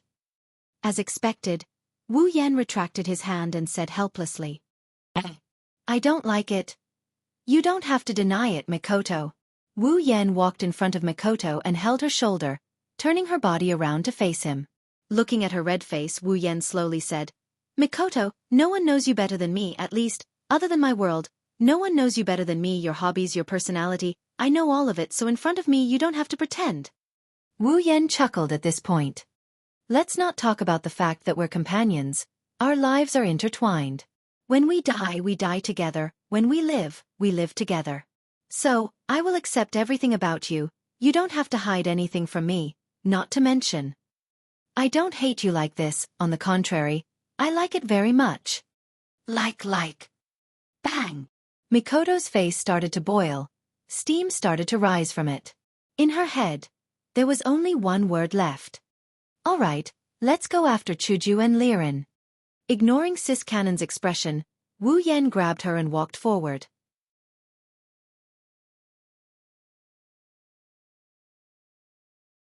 Chapter 62. So big. Chuju's mouth is wide open as she stared at the building in front of her in a daze. About the size of a football field, the white and glossy walls are covered with magic lamps. Each lamp emits a different color, but when they hit the white walls, they emit a dazzling luster, making the whole building emit a stage-like atmosphere. Of course, if it's just big, our Kaisha-sama wouldn't be so surprised. It's not like Chuju hasn't seen buildings bigger than this. Big and beautiful is the reason why Kaisha-sama is surprised. By the side, little Liren's tiny mouth was slightly agape, as though she was awed by the structure before her. However, from her glowing eyes, one could faintly discern that she was more excited than surprised. So much so that when Wu Yan pulled Mikoto behind them, they didn't notice. Compared to the two women's stunned expression, Wu Yan only faintly glanced at the auction hall and withdrew his gaze, appearing very calm. Compared to beautiful buildings, This bro likes beautiful girls more. Come back to your senses. Looking at Hinajiku and Liren who were still standing in the same position, Wu Yan was speechless. He reached out and pinched their cheeks, pulling their hearts back to reality. Don't pinch my cheeks. Although Wu Yan's rather intimate action made Chuju's cheeks blush a little, the Tsundere Kaisha-sama still tried her best to put on a fierce look. She glared at Wu Yan and rubbed her cheeks. What a beautiful place. Oni-san, are we going to that place? Little Liren ran to Wu Yan's side, jumping in front of him, trying to get Wu Yan who was staring at Chuju to notice her. Attracted by Chuju's cute face rubbing, Wu Yan finally noticed the swaying blonde hair in front of him. His gaze moved down to little lowly Liren's angry little face. Hurriedly putting on an expression like nothing happened, Wu Yan because he didn't hear what little lowly Liren said clearly. It's almost time for the auction, let's go in. Hearing that they are going in, little Liren stopped wearing the oil bottle and cheerfully smiled and cheered. Immediately, Wu Yan pulled little Liren's little hand and walked towards the auction hall. Touching her long pink hair, Hinajiku smiled and was about to follow him. But immediately, she paused her movements. Chuju looked at Mikoto with a strange expression. Too suspicious, Mikoto's expression. It's too suspicious. Her eyes were blurred, her cheeks were flushed, and her expression was dreamy, but there was also a trace of daze. At first, Hinajiku thought that Mikoto was also stunned by the stage-like auction, but now that she took a closer look, Hinajiku didn't think so. That love-struck look, if it was really directed at the auction hall, then she's not Mikoto. This look, it's like a girl in love. Too suspicious. Suddenly, a bad premonition flashed in her heart, making Chuju feel a little strange. Seeing that Wu Yan and little Liren are about to enter the auction hall, Chuju had to put down the strange feeling in her heart, walked in front of Mikoto and played the Latin American zither. Mikoto! Ah! The shout startled Mikoto and she took 2 steps back. Mikoto saw Chuju's even more strange expression. A trace of pink floated across her face. Mikoto quickly moved her hands behind her back, as if there's something she can't see. Wow, what's wrong? Mikoto chuckled and asked Chuju, her voice indescribably weak. Something's wrong. Kaisha-sama's sensitive young girl heart told her that there's definitely something wrong with this Mikoto. Thus, Kaisha-sama directly walked in front of Mikoto, tightened her face, and said mischievously, Mikoto, you're very suspicious. Perhaps the teasing in Chuju's voice was too high, causing Mikoto's red face to become unnatural. She quickly pulled away from Chuju and said, What's there to be suspicious about? Nothing. Little did she know that this kind of tone would only make people more suspicious. Thus Mikoto saw Chuju's "who are you trying to fool" expression. Her eyes started to look around in panic, proving the girl's panic. Mikoto looked left and right, hoping to find something to change the topic. It wasn't until she saw Wu Yan and Liren walking towards the auction hall that Mikoto's eyes lit up. She smiled at Chuju and said, Hey, they're almost gone, let's hurry up and follow them. Chuju stared at Mikoto for a while, causing Mikoto's hairs to stand on end. She panicked and looked away, not daring to meet her gaze. Mikoto's appearance made Chuju grumble in dissatisfaction. She reluctantly put down her curiosity and nodded. Mikoto laughed dryly and followed Wu Yan. Mikoto, on the other hand, wore a necklace on her neck at a speed invisible to the naked eye. Then, she stuffed it into her clothes again at a speed invisible to the naked eye. She touched her chest and felt the necklace's existence. Only then did she walk with her small feet in satisfaction, and enter the auction hall with Wu Yan and the others. After Wu Yan showed the guard his VIP card, a waitress came out from the side and respectfully led Wu Yan's group into the auction hall. After the door, it wasn't the spacious hall Wu Yan imagined. Instead, it was a spiral staircase made of jade. Under the waitress' guidance, Wu Yan's group walked up the stairs and looked at their surroundings with interest, occasionally clicking their tongues in wonder. After walking for who knows how long, another door appeared in front of them. The waitress pushed it open and led Wu Yan's group inside. At the same time the waitress pushed the door open, a burst of lively noise came from inside and entered the ears of Wu Yan's group. Wu Yan, Chuju, Mikoto, and Liren reflexively stopped in their tracks and walked in. When Wu Yan and Ko walked in, the first thing they saw was the jade stone railing. The railing is circular in shape and it encircles the floor below their feet into a huge circular corridor.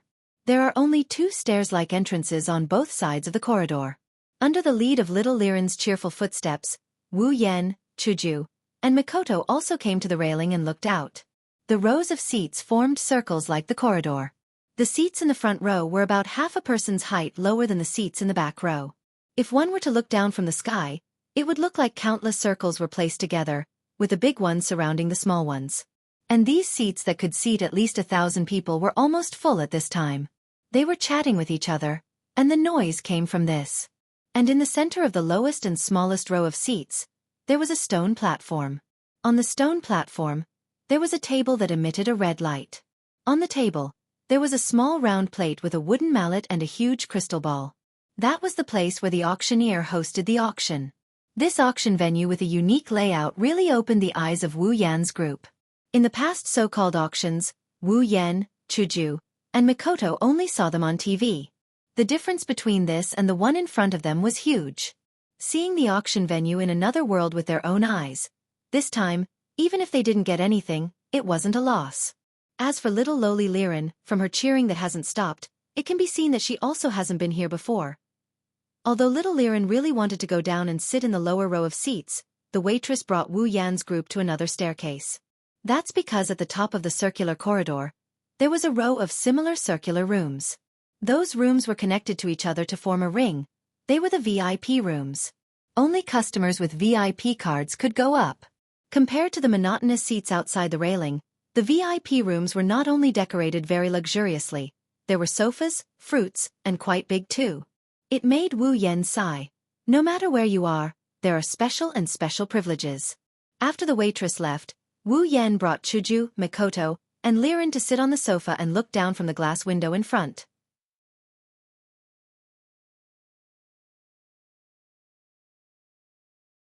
Chapter 63. Looking down from the glass window of the VIP room, Wu Yan suddenly felt an inexplicable sense of superiority, as if he was standing at the top of the world and looking down on all the other mountains.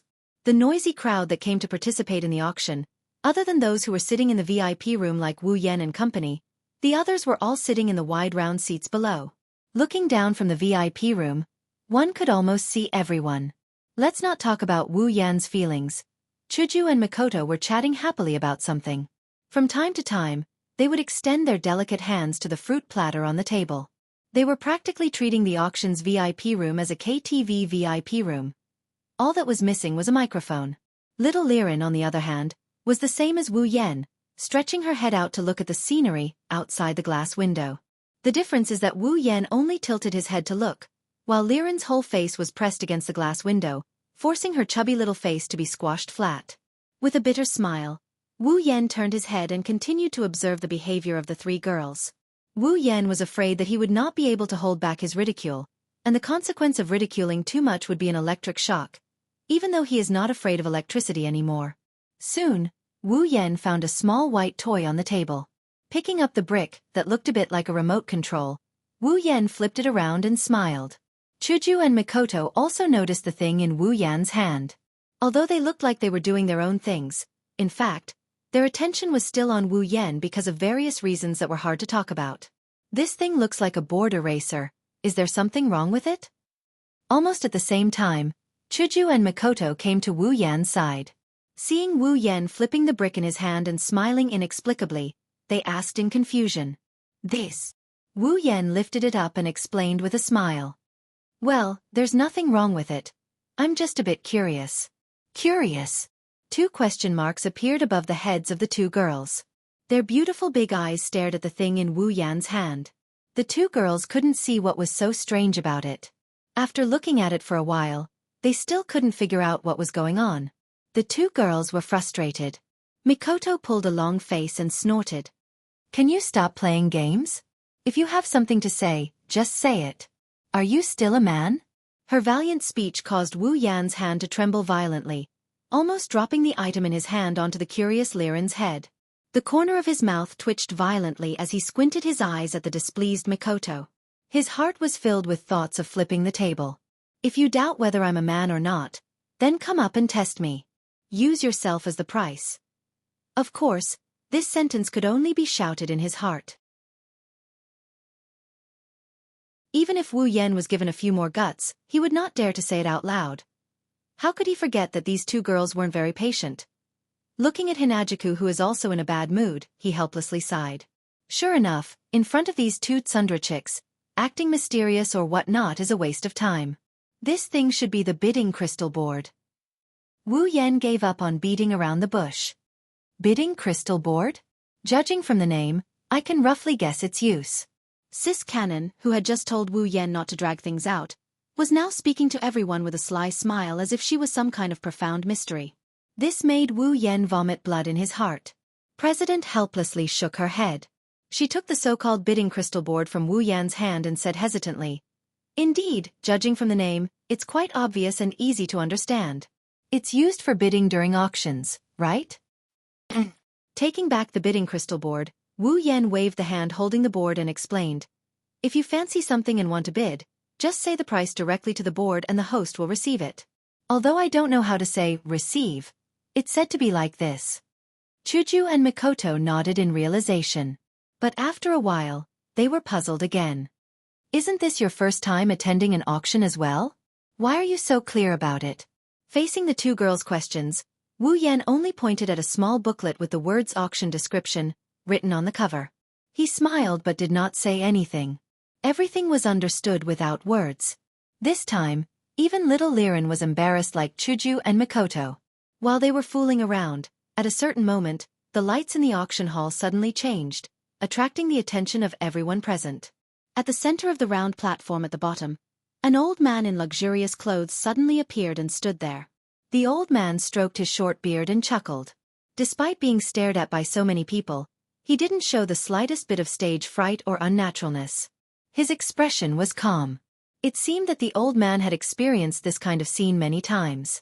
Looking around at the large crowd in the auction hall, the old man's smile widened. A hoarse but not unpleasant voice came from the corner of his mouth. He seemed to be speaking very softly, but everyone in the auction hall could hear him. Of course.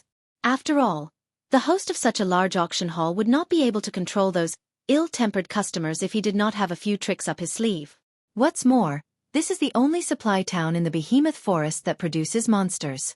And this auction hall is the only auction hall in this supply town. Naturally, it's not that simple.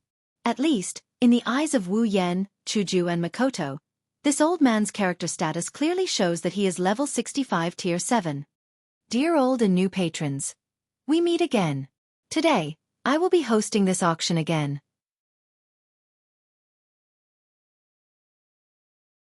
Let me tell you in advance, today there will be a lot of good stuff. And the final item will definitely not be simple. Everyone, please look forward to it. Looking at the excited crowd, the old man's eyes flashed with an indescribable light. The corner of his mouth twitched slightly. All right, let's not waste everyone's time. Let's go straight to the first item. The old man picked up the wooden mallet on the round table. Following his movement, the crystal ball on the round table also emitted a dazzling light. The light formed a projection on top of the crystal ball, and an apple-like object appeared on the projection. The old customers were already used to this scene. But for the first time, they were a little surprised at this scene. Faint exclamations could be heard. Just like in the VIP room of Wu Yan and the others, little Liren also happened to let out such a sound. The first item it is. Violent red fruit. Those who know it should know its effect. That's right, its effect is to greatly increase the strength of the consumer for a short period of time. The first time you eat it, it can increase the amount of do qi or mana. This is a very rare medicine. In times of crisis, it can even save your life. The old man heavily knocked the wooden mallet on the table twice, and the noisy atmosphere in the auction hall quieted down. He said with familiarity, "The starting price is 1,000 gold coins. There is no upper limit. Start bidding." At the same time his voice fell, the scene that Wu Yan imagined did not appear. Instead, the auction hall was still incomparably quiet. There were only some small discussions and the small voices of people bidding on the crystal plates. On the crystal ball projection, below the projection of the violent red fruit, a row of numbers appeared. According to the manual, the numbers in front represented the serial number of the crystal plate in hand, and the numbers behind represented the number of bids. For example, the serial number of the crystal plate in Wu Yan's hand was 007. a serial number that made Wu Yan's heart full of ridicule. As time passed, the items and numbers on the crystal ball projection were constantly updated. The old man's wooden mallet also fell frequently. One by one, the items were taken away by people. Among them, there were not only medicines like the violent red fruit, but also weapons, armor, potions, high-level magical beast body materials, gems, ores, and other strange things. One item after another almost dazzled the eyes of Wu Yan and the others. There were even some items that even Wu Yan, who had the system, had the impulse to bid for.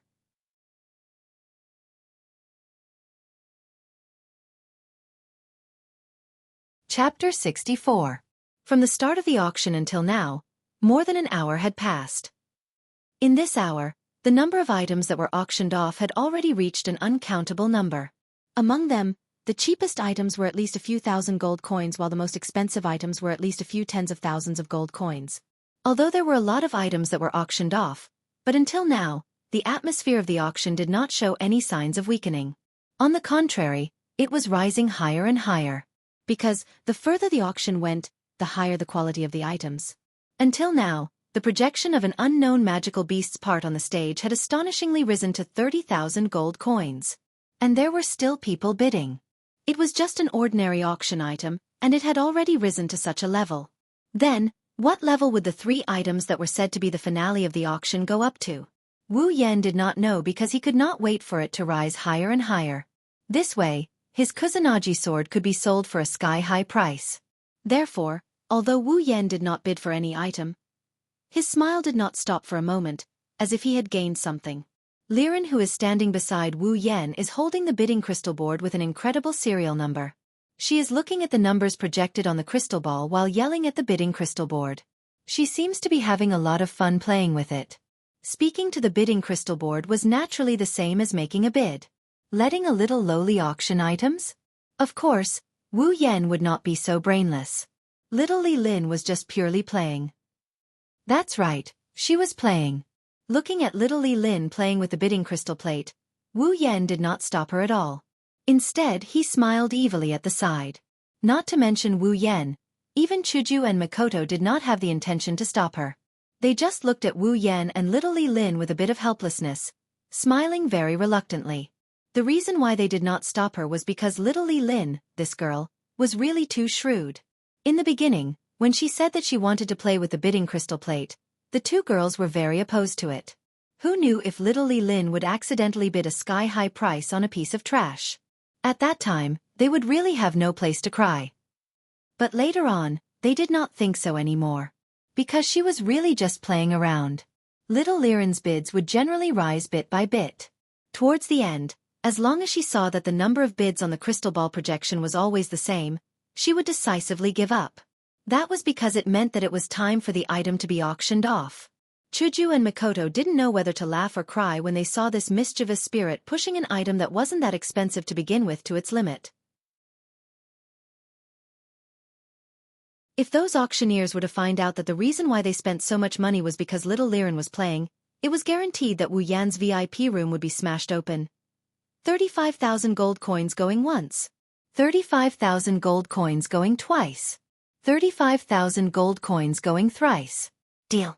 Congratulations to the guest with number 199 for successfully bidding for the Green Wind Eagle Claw. The sound of the mallet being struck rang out again, which meant that the auction was successful. The item projected on the crystal ball also disappeared.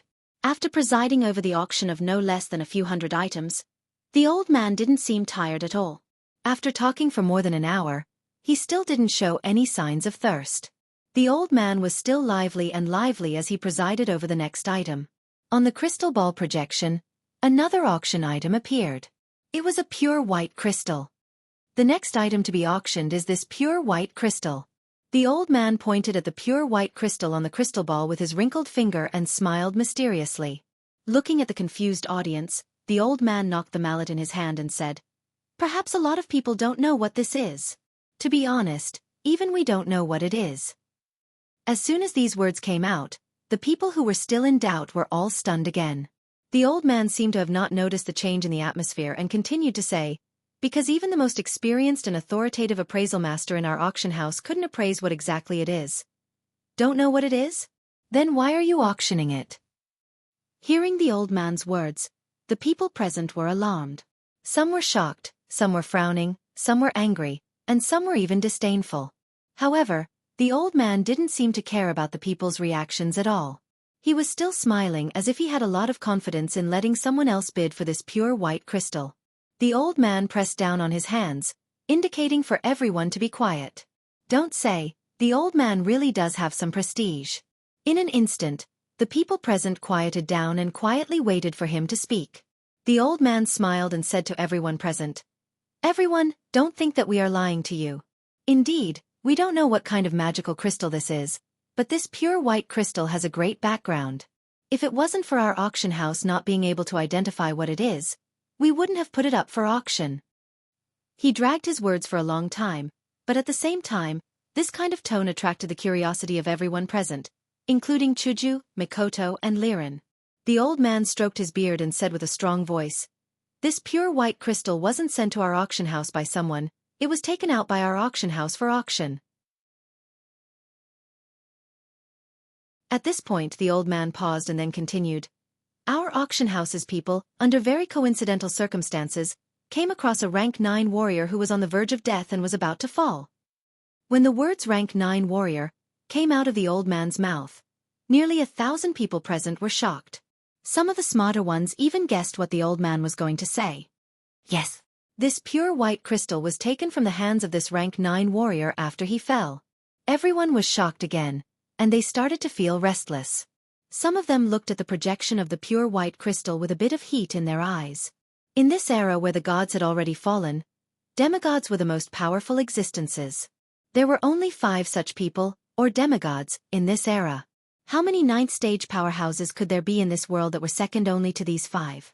No one knows. But everyone here knows one thing. Something related to a rank 9 powerhouse. Can it be simple? The answer is of course no. What's more, from the old man's mouth, this pure white crystal was something that this rank 9 powerhouse was still protecting after his death. This proves that it's not simple.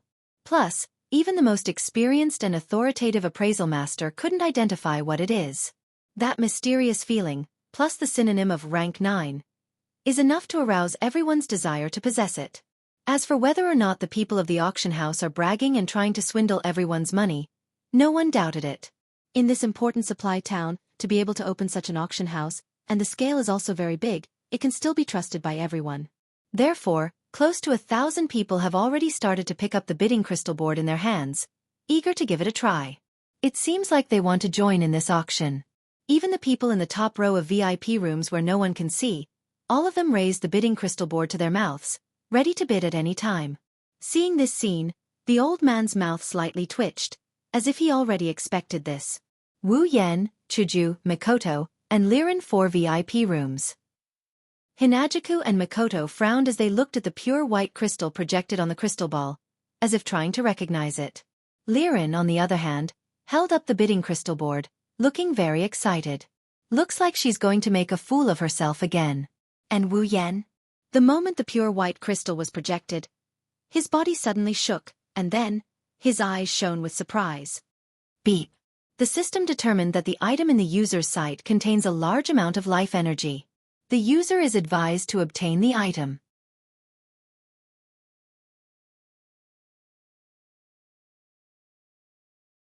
Chapter 65. Beep. The system has determined that the item within the user's line of sight contains a large amount of life force. User is advised to obtain the item.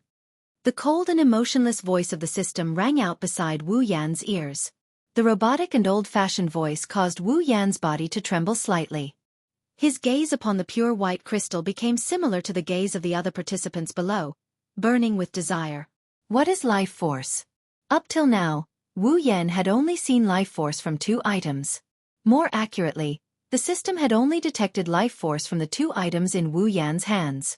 One of them was the mysterious crystal that he had obtained from the Whirlwind Butler instance dungeon after going through untold hardships to complete the quest. The reason why it contained life force was very simple. Yi Cheng's mother had said before that there was a powerful monster sealed within it. Due to the life force sealed within it, the system had notified him that it contained life force. The other one was the demonic beast egg that Wu Yan had looted back in the behemoth forest when he was raiding the lair of the demonic beasts. That was easy to understand. Since it was a demonic beast egg, there was a life force inside. Thus, it was normal for it to contain life force. What is life force? Wu Yan did not know. What use does it have? Wu Yan was even more clueless about that. However, Wu Yan knew that this item, in the hands of the system, could be used for one purpose. That was to exchange it for summoning points. That was right. Summoning points. Summoning points for summoning chicks. Wu Yan had never forgotten that the system had mentioned that any unit that contained life force, as long as it did not possess intellect, could be turned over to the system in exchange for summoning points. That was the reason why Wu Yan had spent so much time in the behemoth forest raiding Wolf's lair, Dog's lair, not letting go of any lair, all for the sake of finding 1 or 2 demonic beast eggs in exchange for summoning points. If it wasn't for the fact that the life unit sealed in the mysterious crystal was an intelligent monster, Wu Yan might have directly handed it over to the system in exchange for summoning points. For example, although trees and flowers were also living units, they did not have intelligence.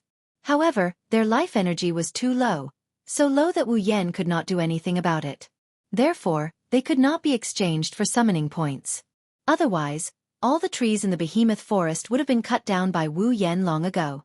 Apart from the magical beast egg and the mysterious crystal, Wu Yan had never seen any other units with life energy. And now, the appearance of this pure white crystal in front of him actually caused the system to react, saying that it contained life energy. How could this not make Wu Yan happy? Even for the mysterious crystal that sealed the intelligent monster, the system did not use the word large to describe it. One could imagine that if the pure white crystal only had pure life energy and did not have life, then, if he used it to exchange for summoning points, that would definitely be a lot of money. In Wu Yan's heart, if he did not bid for it, he would definitely be struck by lightning. Fiercely swallowing a mouthful of saliva, Wu Yan quickly said to Liren beside him, "Little girl, give me the bidding crystal." Wu Yan's words stunned Chuju, Mikoto, and Liren. They looked at Wu Yan, who seemed to be hesitating. They could hear the anxiety in Wu Yan's voice. Is there a problem? Why are you so anxious? Is there something wrong with the crystal? Chuju tilted her head, looking at Wu Yan with a puzzled expression. No matter what appeared before, Wu Yan clearly still had a calm appearance, never as anxious as now. Little Liren very obediently handed the bidding crystal in her hand to Wu Yan. Wu Yan took the bidding crystal. His eyes were still looking at the crystal ball projection that was already starting to jump. He diverted some of his attention to say to Chuju and the others, that crystal, the system determined that it contains a large amount of life energy." Life energy! Chuju and Mikoto looked at each other in surprise. Only little Liren was there, muttering, "What is the system? What is life energy?" and so on. After being summoned by Wu Yan, the system stuffed some necessary knowledge into the two girls' heads. For example, the basic information of the summoner, the conditions of the summoning and the fusion of life after the summoning. Naturally, there was also the matter of summoning points and the exchange of summoning points. After listening to Wu Yan's explanation, the two girls instantly understood why Wu Yan was so anxious. Can that crystal be exchanged for summoning points? Mikoto walked to the glass window, looking through the glass, looking at the pure white crystal on the crystal ball projection, and asked doubtfully, "I'm not sure."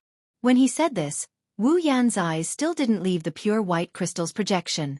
While counting the price, he still said with ease, "If that crystal is the same as the mysterious crystal, sealing or possessing some kind of existence, then of course it can't be exchanged for summoning points." "That's true." Mikoto nodded in understanding. She turned back to look at Chuju, who raised her head from deep thought. They looked at each other, their eyes filled with the same thought. That's displeasure. The two girls were also surprised. Why are they displeased?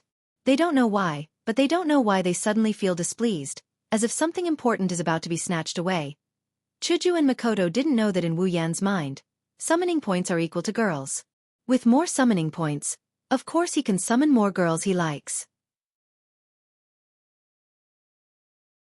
If Wu Yan knew about this, he'd definitely sweat enough to form a waterfall. How to say this? This girl's sixth sense is just like the legends, it's enough to break through the sky. Because of the old man's explanation, at least 70% of the auction participants were interested in the pure white crystal and participated in the auction. The other 30%, it's not that they don't want it, it's that they can't afford it. They're embarrassed because they don't have enough money. Of course, this group of people who don't have enough money and can't afford it, as the price on the projection increased, the number of people also increased. In just a short while, this group of people went from the initial 30% to 40%, 50%, 60%, 70%. And it's still increasing. Wu Yan obviously isn't included in this group of people. He still hasn't spent a single cent of his 200,000 gold coins. Until a certain moment, only the people in the VIP room are left to participate in the auction. Those who can enter the VIP room are all people with good wealth, at least much better than those below. If it wasn't for Wu Yan's 200,000 gold coins, even if he wanted to auction off the common armaments, that shrewd man wouldn't give him a VIP card. The people who participated in the auction were only the people in the VIP rooms. Of course, no one would know about this matter, because the bids were all made using the bidding crystal plates. Everyone would only know which serial number was participating in the auction, and would not know who was participating in it. This is also a good part of the auction house. At least, they don't have to worry about treasuring a jade ring. In the blink of an eye, the number on the projection has reached 50,000 gold coins. And this number was constantly being refreshed. Looking at the number on the projection, the old man's face is about to turn into a chrysanthemum. Only when the bid reached 70,000 gold coins did the refresh speed start to slow down. Seeing this situation, the old man immediately picked up the wooden mallet. 70,000 gold coins. Is there anyone else who wants to increase the price? You have to know, this is something that a rank 9 warrior risked his life to protect. It's definitely not ordinary. 80,000 gold coins. Guest number 007 has bid 80,000 gold coins. This is too expensive. When Wu Yan bid, Chuju is secretly speechless. 80,000 gold coins? How much is it if converted to yen? Those are gold coins made of gold. Wu Yan doesn't care. No matter how important the gold coins are they more important than girls? Seeing the number become 85,000, he immediately shouted, 90,000. At this point, the number of people bidding has gradually decreased. After all, even if it's an item of a rank 9 warrior, it's useless if you don't know what use it has. Even the appraisal master of the auction house can't appraise it, let alone them. So, the enthusiasm gradually died down.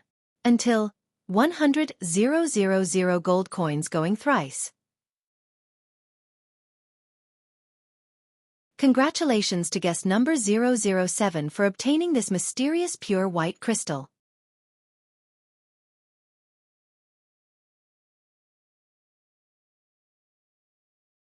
Chapter 66. With the third strike of the mallet, Wu Yan's heart, which was beating a little faster, finally calmed down. Although half of the 200,000 gold coins he earned today disappeared in the blink of an eye, Wu Yan didn't feel that it was a pity at all. As long as that pure white crystal could be exchanged for summoning points, then, as long as it could be exchanged for 1,000 summoning points, it would be worth it. However, Wu Yan didn't believe that with the system's judgment and the word large, that pure white crystal could only be exchanged for 1,000 summoning points. Although he didn't know how large this large amount was, Wu Yan prayed silently in his heart, hoping that it would be a little more. That way, he would be able to summon her.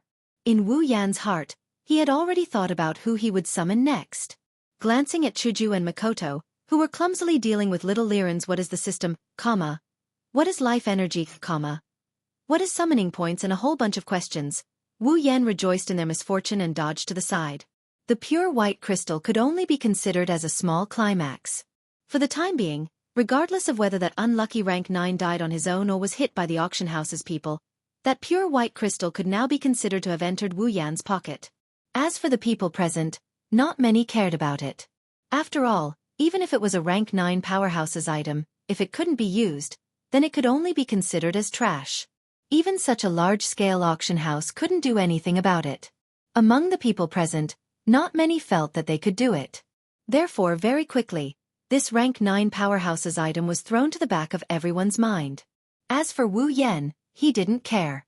Even if that pure white crystal had some function, it couldn't be compared to summoning points.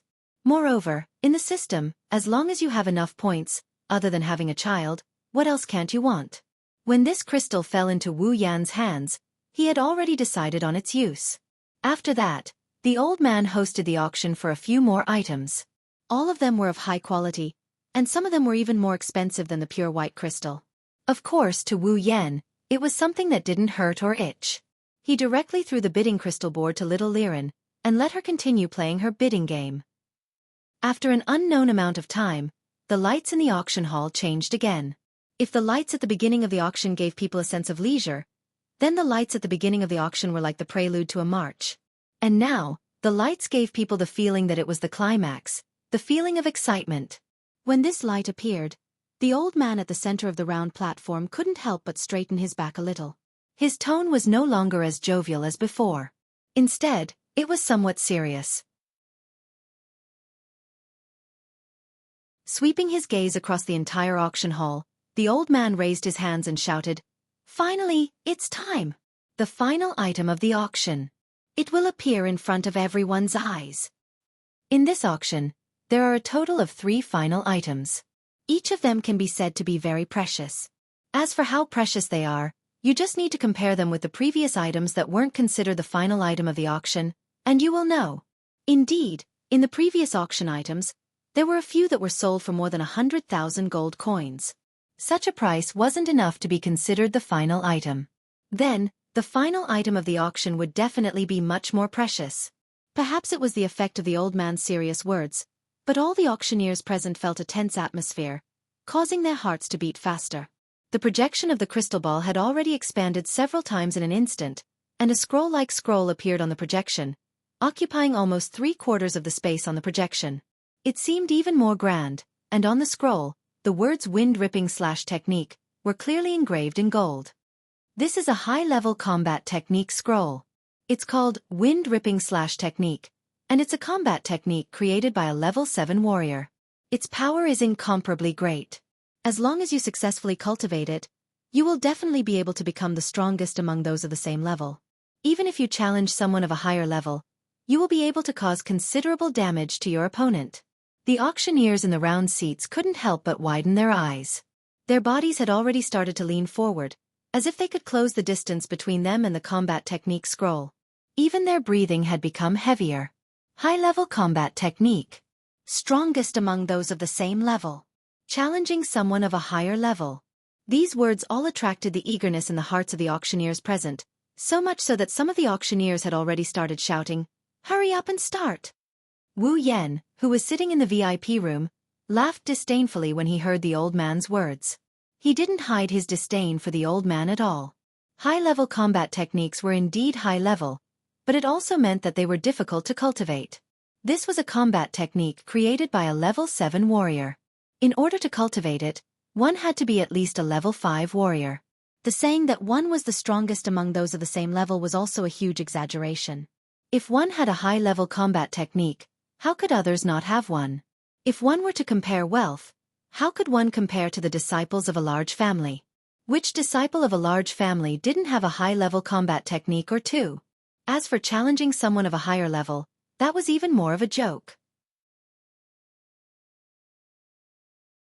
It was just a combat technique created by a level 7 warrior.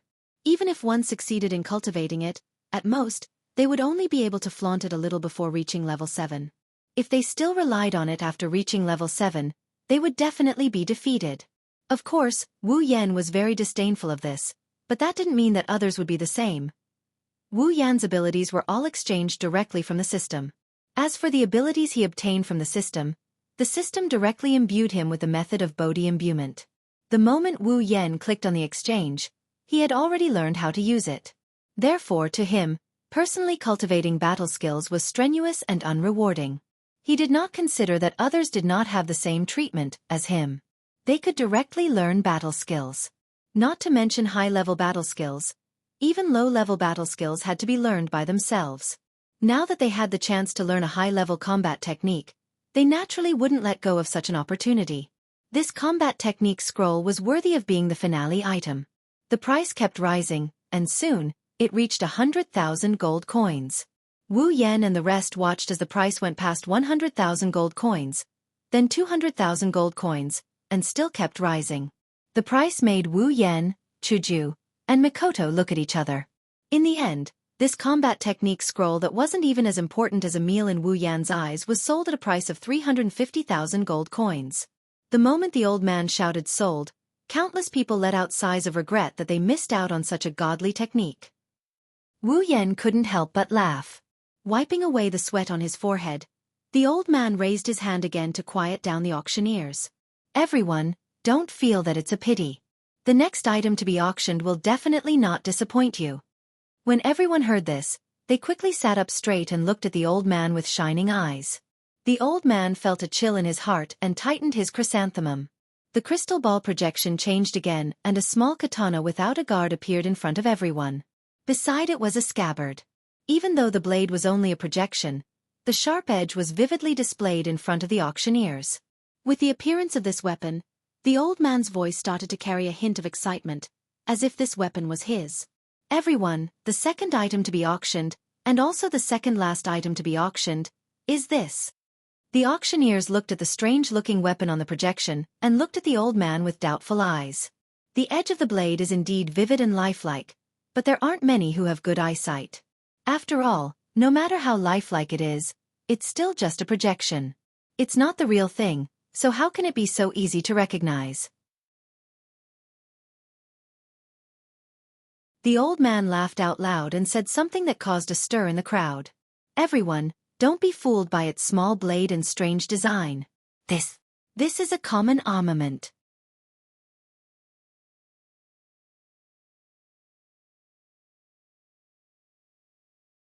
Chapter 67. As soon as the words mass armament came out, the people who were regretting that they didn't get a high-level battle skill were excited again.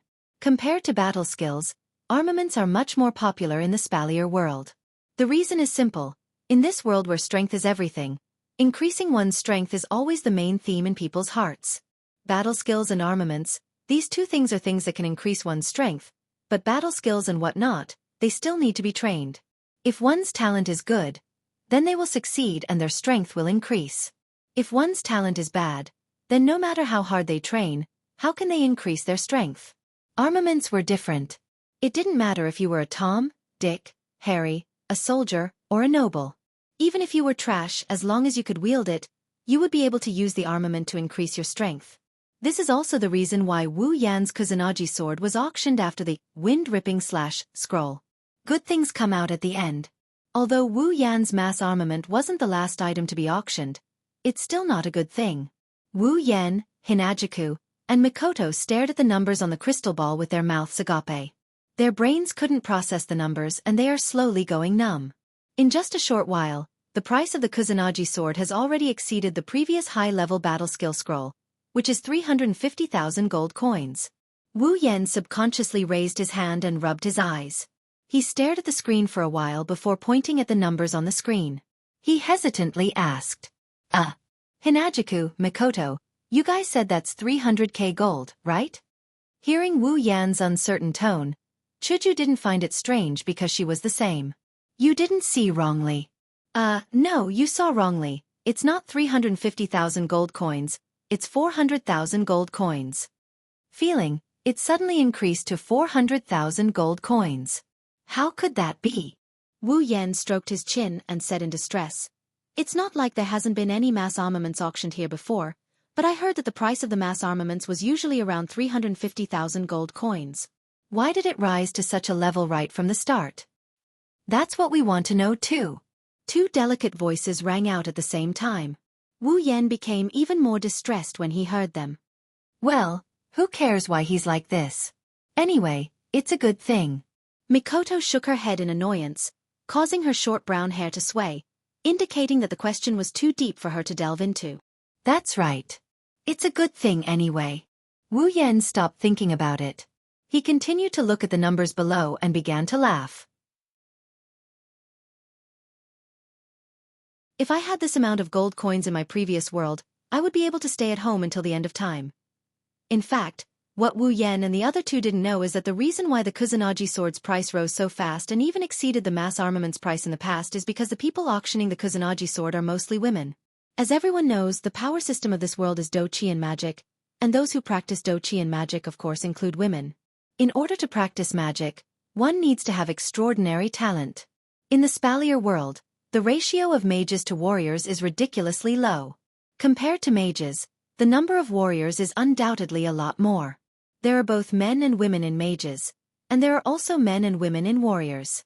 After all, even if warriors aren't suitable for girls to practice magic, no one can guarantee that a girl's talent will be good. That's why there are fewer warriors than mages, but that's only when compared to mages. There are still quite a number of female warriors. This is where the problem comes in. In the Spalier world, the weapons used by warriors are guns, swords, and the like. These weapons are all relatively thick and bold. Let's talk about swords. This isn't Wu Yan's previous world. In the Spalier world, most of the swords are those wide knight swords. This kind of weapon is comparable to a woman's figure. Although it doesn't have much effect in the hands of a woman who practices Do Chi, and it's very cute, it still doesn't fit the delicate taste of a woman. Of course, not everyone thinks so, only a portion of them. The Kusanagi sword is different. Its small body looks very light and light. Although it doesn't have any gems or gold embedded on it, compared to those wide knight swords, this kind of weapon is undoubtedly more suitable for a woman to use. It also fits the taste of a woman more. Therefore, almost all of the female warriors present are captivated by the Kusanagi sword. That's why the price of the Kusanagi sword skyrocketed. If Wu Yan knew about this, he wouldn't be troubled by the price of the Kusanagi sword anymore. This is because he deeply understands one thing. Don't try to guess the thoughts of a woman, it's useless even if you do. He doesn't know what kind of mood he has after watching this auction. In the end, the Kusanagi sword was sold for 500,000 gold coins. Phew! Exhaling softly, Wu Yan muttered softly. I'm rich. This cheesy remark made Chuju and Makoto roll their eyes at him. Only Liren was smiling foolishly. The old man happily knocked his gavel and announced the successful sale of the Kusanagi sword. Wu Yan doesn't know if it's because he's excited or not, but he feels like he's very happy with the gavel. Alright everyone, today's auction is about to come to an end. Let's take a look at the last item. The bidding crystal board is tightly gripped in everyone's hands. Their eyes are glued to the crystal ball projection, waiting for the final moment to arrive. Before this, there were two other auction items. One was an advanced combat skill, and the other was a common armament. Since this third auction item was placed behind these two items, what did it mean? This meant that the last auction item was at least more valuable than the previous two auction items. When he mentioned the last auction item, no one noticed that an indescribable strange light flashed in the old man's eyes. Even his tone had changed a little. No one noticed this, not even Wu Yan, who is still immersed in the sea of gold coins in the VIP room. The old man waved his hand and the projection on the stage changed. This time, it's a map. A map. The thousands of auctioneers present couldn't help but blurt out the word at the same time. Along with them, there's a deep sense of doubt, including Wu Yan and the others. Frowning, Wu Yan looked at the map projection on the stage and narrowed his eyes. His intuition tells him that this is unusual. The final item of the auction was actually a map? A map that's more valuable than a high-tier combat skill or a common armament. Could it be a treasure map? Impossible. If it's a treasure map, the auction house would have already dug it up with their own hoes and pickaxes. Why would they put it up for auction? Well, even if the auction house didn't have the ability to bring it back to the light of day for some reason, it's normal to put it up for auction. However, Wu Yan definitely doesn't think so. Let alone him. If anyone here thinks so, they should apply for the Brain Disorder Fund. Who would project the entire map and reveal the contents of a treasure map when it's put up for auction? The entire map is now clearly projected. During this period of time, those with good memories should have already memorized it. Isn't it obvious that they want everyone to know the contents of the map? Who would waste money on an auction like this? They could just memorize it directly. Are the auction house's people retarded? That's impossible. If the auction house's people were retarded, the auction house would have been swallowed up by others a long time ago.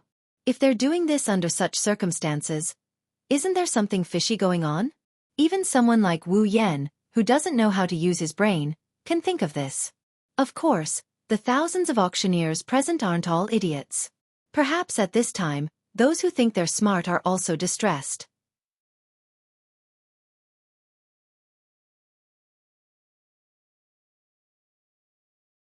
Chapter 68. Perhaps everyone is a little confused. Why is the last item being auctioned a map, and why is it being announced? The old man smiled when he saw most of the people nodding. He ignored the small group of people who were frowning and said, "Listen to my explanation and you will understand." The old man touched the crystal ball on the platform gently. The crystal ball emitted a burst of light and the map projection expanded several times, as if afraid that people couldn't see it clearly. The old man walked out of the round platform and took a few steps forward. He stood in front of the round platform and said to everyone, "First of all, let me make it clear. Although this map is the last item to be auctioned, we did not put it up for auction." The auctioneers, who had quieted down, started to whisper to each other after hearing the old man's words. Only a small group of smart people frowned even more. The old man smiled and shook his head. He didn't stop them from whispering this time. Instead, he said, "Everyone, don't find it strange. Let me introduce the use of this map to everyone." His hands were behind his back. His wrinkled face became as calm as an ancient well. A faint aura emerged from his body. It was the aura of a powerhouse. It was at this moment that those who knew the truth recalled that this old man was a rank 7 warrior. The old man's voice began to ring softly in everyone's ears, as if he was right next to them. He said, "Perhaps some of you have already guessed what this map is for. That's right, this map is a treasure map." Without waiting for the crowd to react, the old man said in a deep voice, "Everyone must be wondering why our auction house is sharing a treasure map with everyone. Actually, we have no other choice." Only the old man's voice could be heard in the auction hall. Everyone present didn't even dare to breathe loudly. They just listened quietly to the old man speak. Because this stage 7 powerhouse standing in front of everyone, at this moment, actually said something like, "I had no choice." Even a fool would think that things weren't that simple. The old man sighed and continued to explain, "When we were auctioning off a mysterious pure white crystal, I believe everyone still remembers its origin." Hearing the old man mention the crystal that contained a large amount of life force, Wu Yan and the rest in the VIP room couldn't help but straighten up. Other than Liren, Wu Yan, Chuju, and Mikoto were all attentive. It was taken from a fallen stage 9 powerhouse by one of our auction house's people. This is something that everyone already knows. But the old man's tone changed and he said seriously, "What I want to tell everyone is that it's not just the pure white crystal. Even this treasure map was obtained from the body of this 9th stage powerhouse by our auction house." Something taken from a level 9 powerhouse again? The old man's words didn't enlighten the crowd at all. Instead, they were even more confused. This is also the reason why our auction house announced this treasure map to the public. At this point, the old man's eyes flashed with a trace of gloominess and annoyance. But very quickly, he hid it in the bottom of his heart. It's not that we didn't follow the map to find the location of the treasure. But none of the people we sent out came back. The moment the old man finished speaking, gasps of surprise rang out. Everyone present was shocked. Looking at the shocked crowd and some of the auctioneers' eyes flashing with suspicion, the old man smiled bitterly. "Everyone, don't doubt it. This is the truth. I believe that as long as your family background is strong, you can find out about this matter. So, I have no need to lie to everyone." The old man paused for a moment before continuing. "After this incident, our auction house sent out a few people to search. But without exception, none of them came back. So, we have a guess. Perhaps, that level 9 powerhouse went to search for this treasure location. Then, in this treasure location, he encountered something similar to these people who didn't come back. That's why he was heavily injured. After escaping, he immediately fell." Suddenly, the sound of people swallowing their saliva rang out in the auction house. Heavens! A level 9 powerhouse. That was a level 9 powerhouse, the strongest powerhouse in the Spalier world. He fell because of this treasure map. At this thought, the crowd looked at the treasure map on the projection with a complicated expression. Some were greedy, some were fearful, some were in awe. Their emotions were fluctuating, and their expressions were uncertain. The old man took in everyone's expressions. When he felt that they had calmed down a little, he continued. "So to be honest, this treasure map is a little too much for our auction house alone." Saying that it was a little too much was polite. If it was really as the old man said, and a level 9 powerhouse fell inside, then this treasure map would be terrifying. The old man suddenly laughed. His laughter lightened the heavy atmosphere in the auction house. He said, "So this is what we plan to do. In 3 days, our auction house will gather people again and prepare to continue fighting for this treasure map. But, just our auction house alone is a little too much to handle.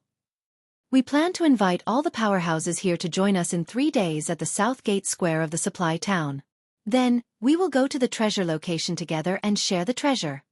Everyone finally realized that the old man was planning to gather all the powerhouses from the outside world to search for the treasure together. The old man waved his hand and bowed to everyone. "Everyone can spread the news and let more powerhouses come with us.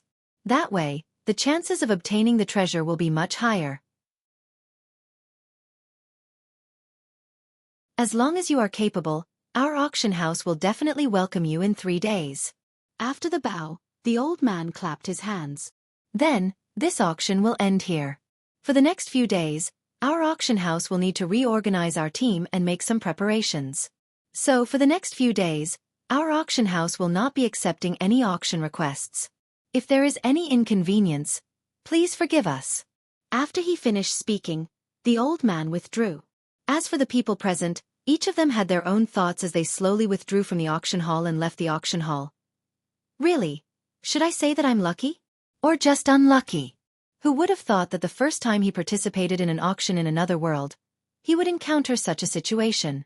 Should he complain about his own luck? Patting his cheeks, Wu Yan's shoulders slumped. He felt a little weak. "Yan, something's off."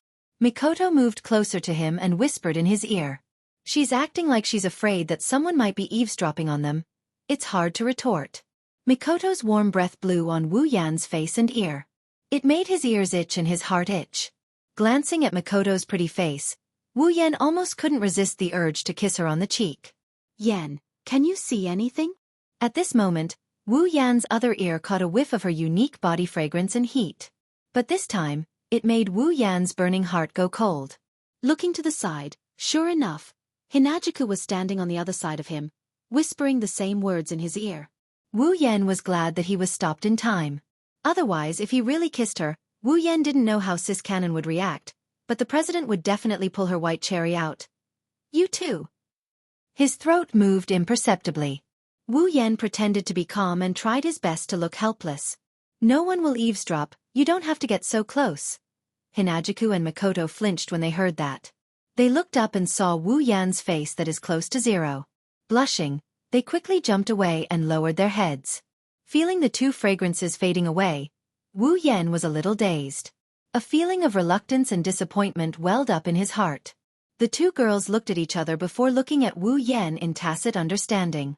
They quickly averted their gazes, and when they saw Liren's puzzled look, they laughed dryly.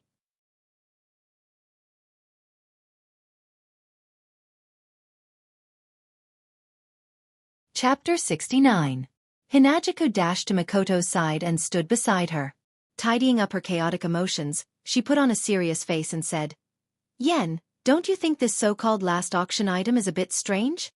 Wu Yen nodded and he started pacing around the VIP room. As he paced around, he asked the two girls, "How is it possible that I didn't find it strange? Anyone with the slightest bit of intelligence would have noticed it." Mikoto sighed and shook her head. "So, we're considered lucky, aren't we? Or just unlucky?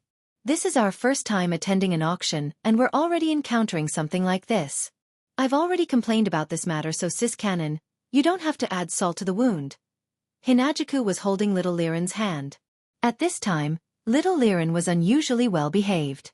Although she couldn't understand what was going on with her little brain, she knew that her brothers and sisters were discussing something important, so they couldn't be disturbed. Chuju stroked Liren's blonde hair and said, "I have a feeling that things aren't as simple as that old grandpa said." That old grandpa was referring to the stage 7 old man who hosted the auction. There's definitely more to it than meets the eye. After all, there are too many suspicious points. Mikoto clenched her fists. This kind of action is not suitable for a girl, but when done by Mikoto, it felt very natural. Wu Yen couldn't help but ridicule her. Sure enough, railgun is the epitome of violence. Suspicious points? Chuju turned to look at Mikoto. Her pair of eyes that could speak flashed, expressing her curiosity. Mikoto nodded seriously and stretched out her jade-like hand and made a three-finger gesture. Her meaning was obvious. 3 points of suspicion, huh? Wu Yan lowered his head and he started thinking about it. Seeing everyone's gaze on her, Mikoto lifted her head and puffed out her chest. Although this action didn't stand out in any way. After all, Sis Cannon was flat-chested.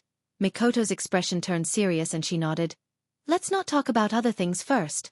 Let's talk about why the auction house announced the treasure map? Hinajuku blinked her eyes and said, "Didn't that grandpa say it already? To invite other strong fighters. Is there a need?" Mikoto rudely interrupted Hinajuku's words, but the words that came out of her mouth couldn't be refuted. Wu Yan nodded and pondered. Indeed, there's no need. If they really wanted to invite other strong fighters to go with them, they could have kept the treasure map for themselves. As long as they announced their purpose in the auction house, there would definitely be people who would go. Why would they announce the treasure map? Hinajuku seemed to have understood what Wu Yan said. Tapping her cheeks, Hinajuku continued. Sounds like it's really superfluous. Exposing the treasure map to the public, aren't the people at the auction house afraid that someone will beat them to it? That's the first suspicious point. Mikoto reminded and raised 2 fingers again. The second point of suspicion is that a 9th-stage powerhouse couldn't even enter a treasure trove even after risking his life. Aren't they afraid of provoking some uncontrollable powerhouse by announcing such a treasure trove? Chuju understood and said, right, a treasure that a rank 9 fighter couldn't enter even after risking his life would definitely attract a lot of strong fighters, at least rank 7. No, rank 8 is also possible. Or even, if it's a rank 9, it shouldn't be possible. Chuju was interrupted again. This time it wasn't Mikoto but Wu Yan. It's just a rumor from an auction house. I don't know if it's true or not. Why would a rank 9 fighter appear just because of a rumor? Mikoto agreed and said, Yan is right. At least before anyone goes in to test the waters, a rank 9 fighter shouldn't appear. Then a rank 8 fighter might appear too. After being interrupted twice in a row, Hinajuku was a little annoyed. Wouldn't this make her look stupid? But then again, Chuju's words are very likely, very likely. Wu Yan pondered for a while and said with a frown, it's very likely to attract a rank 8 fighter. The people in this auction house aren't idiots. They should know about this. If a rank 8 fighter comes, even if they get the treasure, they will keep it for themselves. At that time, the people in the auction house can't do anything about it, right? There's no way they don't understand this logic. Why would they expose the treasure map? Hinajuku looked at Wu Yan, who is deep in thought, and then she looked at Mikoto, who is equally confused. Hinajuku suggested. Maybe they have some kind of trump card that can deter a tier 8, or maybe the auction house itself has a tier 8. Wu Yan and Mikoto's eyes lit up. Wu Yan clapped his hands and said, yeah, why didn't I think of that? If the auctioneer is a rank 7 fighter, then this auction house must have someone stronger than him. That's only a possibility. Mikoto wasn't as certain as Wu Yan, but her frown loosened a little. Wu Yan and Chuju nodded. Chuju said, then Mikoto, what's the third point? Wu Yan also looked at Mikoto, but Mikoto's eyes were evasive. This made Wu Yan puzzled. Is there something you can't say, Mikoto? Mikoto. Looking at the hesitant Mikoto, Wu Yan looked at her in confusion. Mikoto's eyes drifted for a while before looking at Wu Yan and Chuju. She said seriously, the third point. I haven't thought of it yet. Wu Yan and Chuju's heads tilted and they fell to the ground together. They couldn't get up anymore. Little Liren was shocked. She quickly helped Chuju up while Mikoto helped Wu Yan up. The two rolled their eyes at Mikoto at the same time. Wu Yan seriously suspected that Sis Cannon's period came and she's going to throw a tantrum at them for no reason. Mikoto smiled sheepishly and put her palms together like she knows she's wrong. At this moment, someone knocked on the door. Wu Yan and the rest quickly put on a serious face. Wu Yan took a deep breath and said, come in. The door was pushed open. It was the shrewd man who gave Wu Yan the VIP card and helped Wu Yan with the auction. The shrewd man bowed as soon as he entered. Sir, I'm here to inform you that the gold coins from the auction of the armament have been transferred to your gold card. Sir, you can check if it's correct. Wu Yan took out his gold card. Indeed, The number had changed. The original 200,000 had become 575,000 gold coins. 100,000 gold coins for the pure white crystal. The Kusanagi sword was sold for 500,000 gold coins. As mentioned before, there would be a 5% handling fee, which was 25,000 gold coins. That meant that Wu Yan received 475,000 gold coins. Together with the original 100,000, it was 575,000 gold coins. The number is correct. Sorry to trouble you. This is what I should do, the shrewd man said with a smile. He then took out a box and passed it to Wu Yan. Sir, this is the item you bid for. I've brought it over for you. Wu Yan blanked out for a bit before happily nodding his head and taking it over. After the shrewd man left, Wu Yan couldn't wait to open the box. The pure white crystal was quietly lying there like an ordinary stone. There was nothing special about it. This is the crystal that contains life energy? Chuju, Mikoto, and little Liren ran to Wu Yan's side and looked into the box. They stared at the pure white crystal as if they would see flowers if they looked any longer. Placing the box on the table, Wu Yan picked up the pure white crystal. At the same time, the system's unique voice sounded.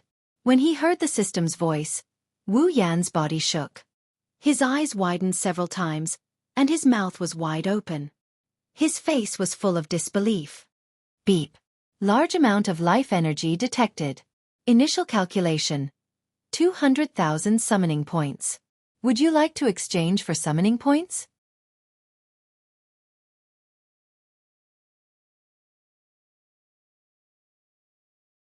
Chapter 70. Beep. Detecting a large amount of life energy. Initial calculation. 200,000 summoning points. Do you wish to exchange for summoning points? This was already the third time the system notification rang in Wu Yan's ears. Normally Wu Yan would be emotionless, but at this moment, it was no different from the sound of nature. However, this sound of nature kept ringing in Wu Yan's ears without the slightest bit of impatience. Even Wu Yan's soul couldn't be pulled back. Maintaining the state of bumping into a ghost, Wu Yan's eyes almost rolled back. Obviously, this huge meat pie had smashed Wu Yan into a muddle-headed state. He couldn't react at all. 200,000 summoning points, what kind of concept is that? Let's not talk about pretty girls first. Although to Wu Yan, that's the most important thing. Mikoto's summoning points were 70,000. The Mikoto summoned with 70,000 summoning points was at level 68. And now she's at level 69. Peak of the 7th rank, almost reaching the 8th rank. Then, if he used all 200,000 summoning points to summon a girl, then the girl he could summon would be heaven-defying. Although Wu Yan had already decided on the next person he could summon in his heart, and she didn't need 200,000 summoning points, but it was still more than Mikoto. That means she's stronger than Mikoto. Stronger than Mikoto, she's definitely at the 8th rank. Originally, Wu Yan was still planning to go to the Mercenary Union to get some missions. After all, the missions given by the Mercenary Union and the missions given by the system were synchronized. Plus, he wanted to dig out a monster's nest and earn summoning points to summon this girl. But now, he didn't need to earn those points himself. The summoning points came just like that. 200,000 summoning points. To summon the girl he wanted to summon, that's definitely more than enough. 100,000 gold coins. Just 100,000 gold coins in exchange for such a large amount of summoning points. At this moment, Wu Yan couldn't wait to auction off the rest of his gold coins. As long as there's a second piece, Wu Yan wouldn't hesitate to use all of his gold coins to exchange for it. After a while, Wu Yan woke up from his mental state. A strong sense of joy swept through Wu Yan's heart. Ignoring Chuju and the other two girls who were looking at him strangely, Wu Yan slowly began to dance. A dance that Chuju and the other two girls had never seen before. Wu performed an extremely ugly dance that Wu Yan and the other two girls had never seen before. Hinajuku, Mikoto, and Liren looked at each other and then they looked at Wu Yan who's doing yataki steps. Is this guy's brain damaged? Chuju started to seriously doubt herself. Was it really the right choice for her to abandon her parents, sister, and friends to be with this retarded guy? Mikoto covered her eyes. Yes, she couldn't bear to watch anymore. So embarrassing. Luckily there's no one else here. If this guy didn't get his ability directly because of me, I would think that he's probably damaged his brain while developing his ability. Hee hee. Liren giggled as she watched Wu Yan's retarded dance. She didn't seem to feel anything wrong, if you ignore the large drops of sweat that slid down her forehead. As for Wu Yan, he finally noticed Chuju and Makoto's disdain. His ugly dance froze. Under the gaze of the 3 pairs of beautiful eyes, he slowly stopped. Ahem. After a fake cough, Wu Yan's face became serious as if nothing happened. He smiled brightly and said, "Yes, there was a reason just now. I believe you guys can understand me." "No. We can't understand your behavior at all." Chuju and Makoto didn't even think and said this sentence. What a joke. If we said we understand, then wouldn't it mean that our intelligence is on the same level as this retarded guy? Wu Yan couldn't refute this. He could only stammer, "Yes. I'm too happy. I believe if you guys were me you'd do the same." "No. We would never do the same thing as you, Oni-chan." This time, even Liren followed Chuju and Makoto and said something slightly different. Wu Yan's face became embarrassed. Even with his face that couldn't be pierced by a mythical armament, he felt a little ashamed. Haha. Seeing Wu Yan's embarrassed expression, the 3 girls couldn't help but laugh. Wu Yan could only laugh along. Wu Yan knew that at this moment, the corner of his mouth was no longer something he could control. "Okay, I won't laugh at you." Until Wu Yan was about to run away, Chuju took the lead to stop laughing. She said seriously, although her eyes couldn't hide the smile. "Well, Yan, let's talk about business." Mikoto patted her stomach that was a little painful from laughing. She smiled at Wu Yan. She can't compare to Chuju, but she still couldn't help but want to laugh. Business. Wu Yan, who was thinking about whether to exchange for a sound-blocking ability, was stunned by Mikoto's question. He was a little confused. "What business?" Wu Yan asked in a small voice. "Don't tell me your brain is really damaged?" Chuju looked at him with disdain and sighed helplessly. Wu Yan laughed dryly. His mind turned quickly, and then he said with uncertainty, "Is it about the treasure map?" Chuju stared at Wu Yan. Her silent gaze made Wu Yan's hair stand on end. As for Mikoto, she started laughing again. Sighing again, Chuju said in a bad mood, "Yan, I really think your brain is damaged. I already said it's business. You still don't understand?" Wu Yan scratched his face and said awkwardly, I think this treasure map." "Of course it's not about the treasure map." Plop. Wu Yan fell down in front of Chuju and the other 2 girls. Hearing the 3 girls laughing again, Wu Yan almost knelt down in front of the president. "It seems like the president is really treating me like an idiot." Slowly getting up from the ground, Wu Yan glanced at the president, who was laughing coquettishly. "I didn't think that Chuju would treat me like this." "That, unknowingly," Chuju said with a smile. She didn't seem embarrassed at all. "All right, then I would like to ask Kaisha-sama to enlighten me." "What's the matter?" Wu Yan raised his hand helplessly, feeling defeated. To think that I, a dignified otaku with countless shocking deeds, was shocked twice by 2 girls in one day. Moreover, it's the president and Sis Cannon. This is really humiliating. Of course, it's because of your actions just now.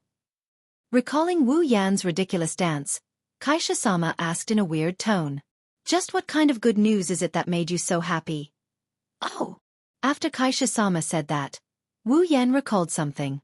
He quickly raised the white crystal, and when he heard the repeated notification, Wu Yan confirmed that this is the real deal. Licking his lips excitedly, Wu Yan laughed and said, "That's because you don't know the surprise this crystal brought to me." "All right, this crystal." Mikoto touched the crystal and looked at Wu Yan. "Seeing how happy you were just now, this crystal should be able to be exchanged for a lot of summoning points, right?" "Haha, you won't be able to guess. It's not just a lot." Wu Yan raised the pure white crystal and laughed. "This is a full 200,000 summoning points." 200,000. Chuju and Mikoto finally understood why Wu Yan was so happy. 200,000 summoning points. If they were in his shoes, they would also be overjoyed. Although they wouldn't do the same thing as Wu Yan. Nodding his chin, Wu Yan quickly handed the pure white crystal to the system. Ding. Obtained 200,000 summoning points. After exchanging the pure white crystal for summoning points, Wu Yan finally felt relieved. Clapping his hands in satisfaction, Wu Yan said to Chuju and Makoto, "The auction is over, let's go back to the hotel." Chuju and Makoto nodded. Wu Yan brought the three girls out of the VIP room.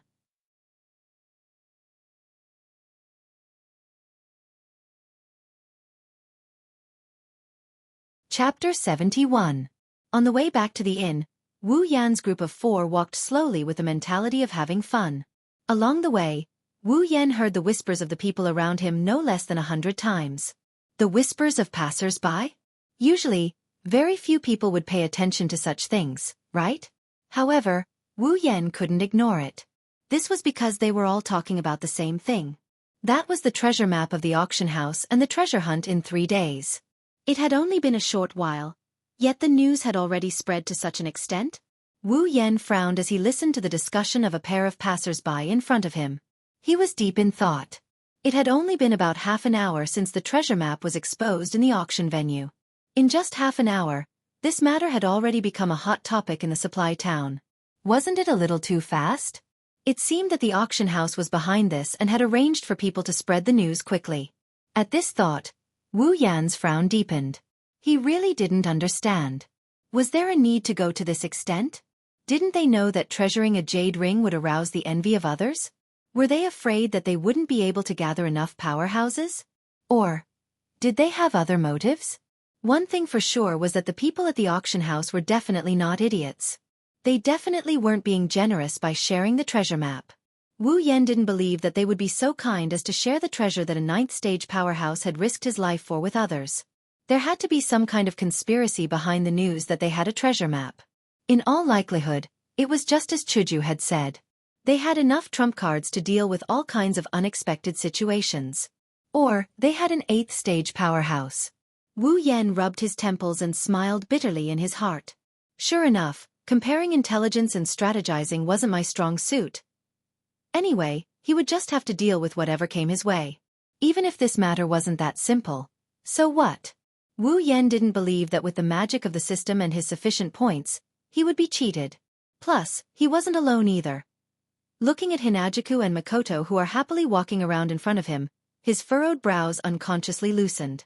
Smiling, Wu Yan shook his head and tossed these annoying thoughts to the back of his mind. Then, he quickly caught up with her. Yes, he was definitely not alone. In a large hotel in the supply town. This hotel was famous in the supply town. In terms of scale, it was the largest in the supply town. In terms of decorations, it was also the most luxurious. In terms of service, it was the most considerate in the whole supply town. At the same time, it was also the most expensive hotel in the supply town.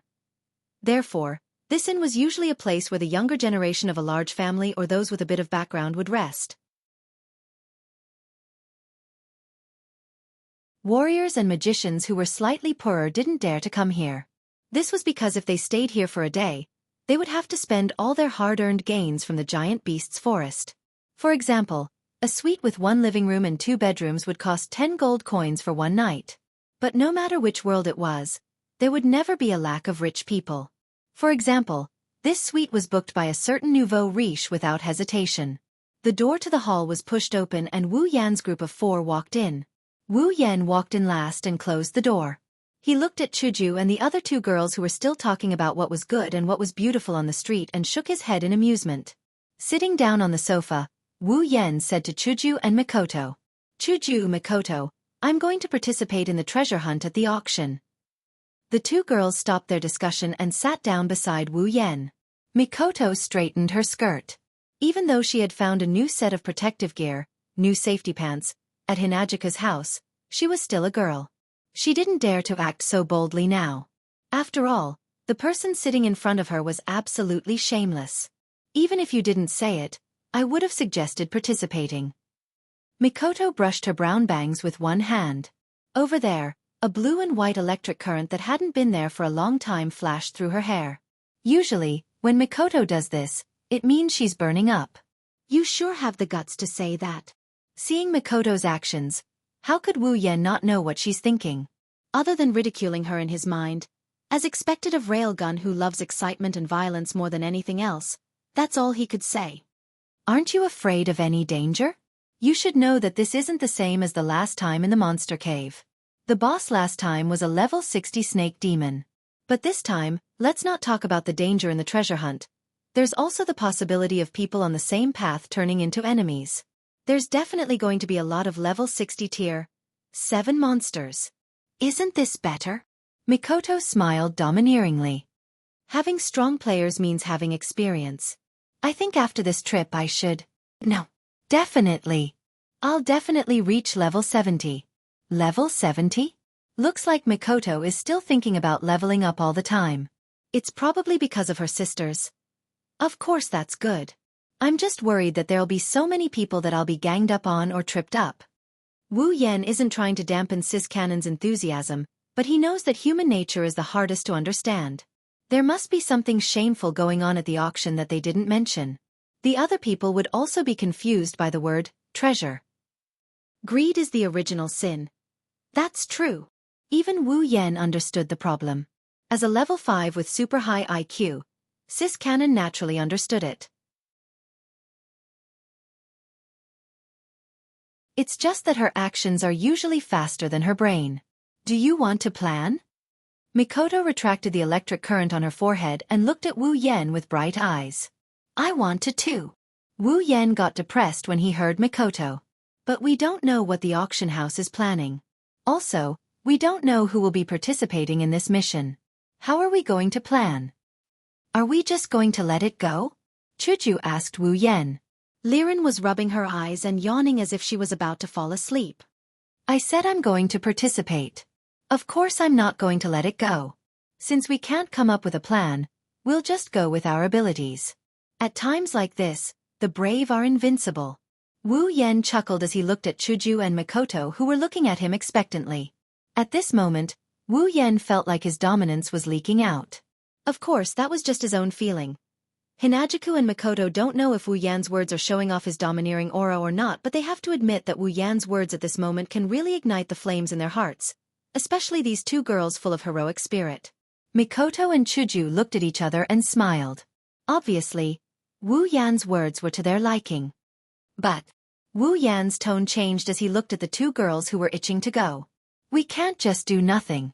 Although we don't know what the situation will be like, according to our previous analysis, a Tier 8 combatant will come out. Chuju and Mikoto frowned. Chuju said, That's true. The strongest among us is Mikoto, a peak Tier 7. But if she goes up against a Tier 8 combatant, it'll be very dangerous. Don't worry, it's not like we don't have any trump cards. Mikoto touched the potion bottle in her bosom.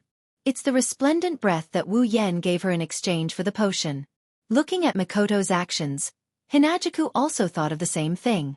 She touched the same bottle on her body, and the confidence in her heart instantly increased. Of course I know we have something we can rely on. But this isn't enough.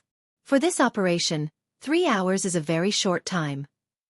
Wu Yan rubbed his chin and waved his hand. Then, should we exchange for a few more bottles of resplendent breath? Chuju didn't care about anything and directly asked. Liren had already fallen asleep. No. Since they have a Tier 8, let's find a Tier 8 one of our own. Wu Yan grinned with a glint in his eyes. Find a Tier 8 combatant? The two girls were puzzled. Yes. Wu Yan smiled. Summoning points. If we don't use them now, when will we?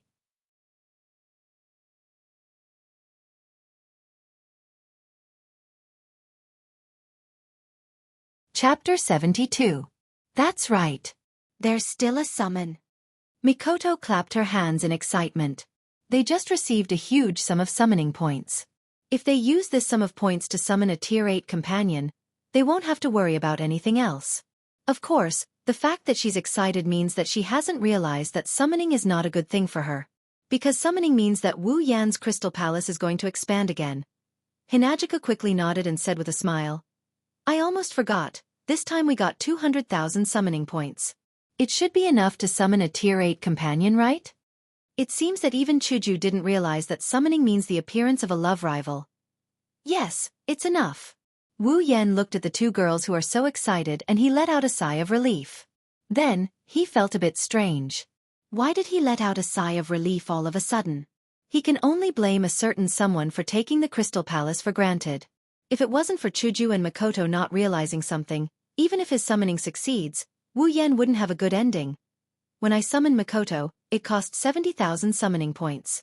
At that time, Makoto was already at the peak of Tier 7, which is around level 68.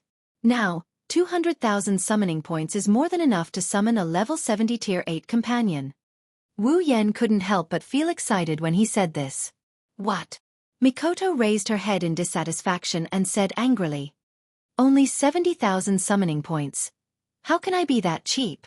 The system must have made a mistake somewhere to let you get such a big bargain. Wu Yan is speechless when he heard Makoto. 70k summoning points is considered cheap? That's almost all of my assets back then, Wani-sama. Also, 70,000 summoning points is cheap? Then how can the president with 5,000 summoning points endure? As expected, Wu Yan could faintly see the corner of the president's mouth twitching. Her back also darkened a bit. Wu Yan shrunk his head. It would be better if he didn't turn black. In order to prevent the scene from becoming too bloody, Wu Yan could only say, Makoto, 70,000 isn't cheap. You should know that I spent almost all of my summoning points to summon you. This time, if it wasn't for my good luck that I encountered a crystal that contained life energy, let alone 200,000 summoning points, I don't even know if I could gather 70,000 summoning points. After hearing Wu Yan's explanation, Makoto put away the oil bottle in her mouth and waved her hand. It's fine, I didn't mind. No, even if you beat me to death, I will not believe that what I saw just now was an illusion. Chuju panted lightly and said absent-mindedly, Yen, 70,000 gold coins can summon a Makoto that is close to the 8th tier. If it's 200,000 gold coins, can we summon a 9th tier? Even Kaisha-sama was shocked by her own words. When Wu Yan heard this, he couldn't help but be taken aback. He smiled embarrassedly and said, This I also don't know. Don't know. Maybe it's because of the accumulated displeasure in her heart, or maybe it's because Wu Yan's irresponsible answer was too unreliable, but Kaisha-sama raised her voice when she said this. Wu Yan moved his butt back like a coward and avoided her gaze. Because I already decided on who to summon, I didn't consider if 200,000 points is enough to summon a 9th tier. Then why don't you ask the system? Chuju couldn't help but roll her eyes at him. This guy, he was considered reliable in the demon cave. Why is he so unreliable now? I don't think there's a need for that. Wu Yan meekly protested. Since we already decided on who to summon, Tier 8 is more than enough to deal with the situation, there's no need to change it. Wu Yan is digging his own grave by saying this, but he had no choice but to say it out loud. If he really did ask the system and if it's really feasible, he would have to summon a Tier 9. But, he had already decided to summon this character. Although the summoning of this character didn't cost as much as 200,000 summoning points, and it was definitely much weaker than a character that could be summoned with 200,000 summoning points. However, compared to this character, strength and whatnot were nothing. However, as mentioned before, Wu Yan's words were seeking death.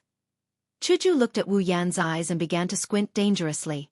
Chuju stared at Wu Yan and said suspiciously, I say, I'm just asking the system, why are you so against it? Also, even if a Tier 8 was enough, wouldn't a Tier 9 be enough to sweep through the entire battlefield? At that time, we'll be even more unscrupulous? Why are you so against it? As she spoke, Chuju stretched out a hand and put it on Wu Yan's shoulder. Chuju revealed a very beautiful smile and said sweetly, Or is there something else in your heart that you can't let others know about? When Chuju put her hand on Wu Yan's shoulder, Wu Yan's body trembled in fear. When the president revealed a smile, he was even more frightened. To him, this unusually attractive and beautiful smile was like the smile of a devil. He couldn't help but look away, appearing very guilty.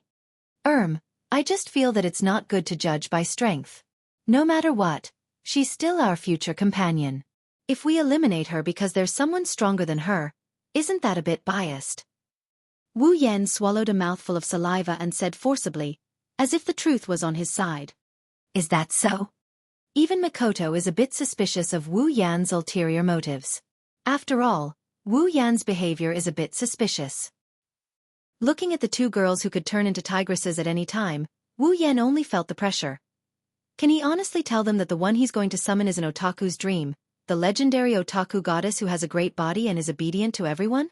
She's usually incomparably soft, but when faced with an enemy, she'll transform into a strong queen. Her natural temperament is off the charts. He can push her whenever he wants and she'll softly call him master. If he really said that, the two girls in front of him won't just turn into tigresses, they'll turn into Azuras. I feel like you have ulterior motives. Chuju and Mikoto fiercely glared at Wu Yan. But they really can't find any flaws in Wu Yan's words. Although his tone is weak, it's obvious that there's something fishy going on. Well, don't say that. No matter what, she's still a companion that will be together day and night in the future. Although she hasn't been summoned yet, it's too rude of you to say that. Wu Yan said to the two girls with a straight face. As for how much of his expression is real, it's up to him to decide. That's true. When the two girls heard Wu Yan's words, they felt like they were being rude. However, they also felt that something was off. Especially when Wu Yan said that they would get along with each other day and night, they felt like they missed something. Seeing that the two girls were fooled by him, Wu Yan quickly said, "Okay, I'm going to start the summoning. Do you want to go to sleep first or stay and watch?" What do you mean stay and watch? Can't you use a more normal way of saying, stay and watch? This method of changing the topic is called clever. The two girls were once again fooled. After a couple of dry laughs, seeing that the two girls didn't want to pursue the matter, Wu Yan let out a sigh of relief. To prevent any unexpected accidents from happening, Wu Yan didn't even greet her. He pulled up the system list and opened the summon list. Scrolling through the list, he found his target. Ikaros. Heavenly object character. Claims to be the angel of entertainment, but is actually the angel of war A, the strongest weapon in war. Title: Sky Queen. Summoning points: 100,000. That's right. It's Ikaros. An otaku's dream. A goddess that can be soft and hard, can be touched and looked at, can be pushed and raised. Ikaros. At this moment, Wu Yan was panting heavily. In less than 0.01 seconds, he clicked on the summoning.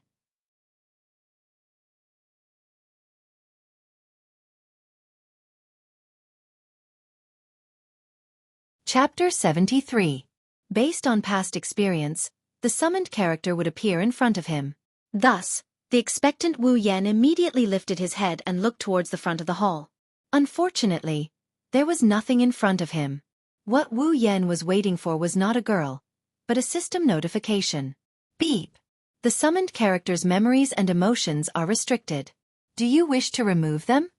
Wu Yan couldn't help but be taken aback by the system's prompt. The system also said that the characters Wu Yan summons are all born a day before the start of the storyline. If Wu Yan remembered correctly, Ikaros' memories and emotions were sealed at the start of the original storyline. Otherwise, she wouldn't have introduced herself as the entertainment-type universal angel in her opening speech. A large part of the reason was that her memory had been sealed. And now, Wu Yan wants to summon Ikaros from a day before the start of the original storyline.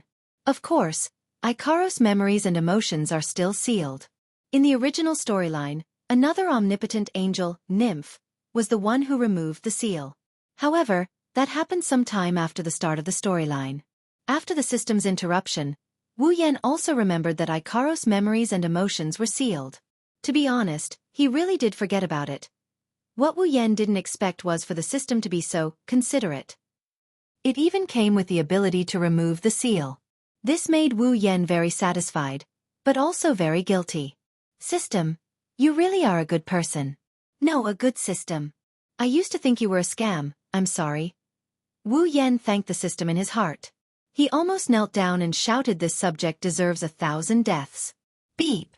Removing the seal on summoned character Ikaros, additional summoning points required, 6,000 points.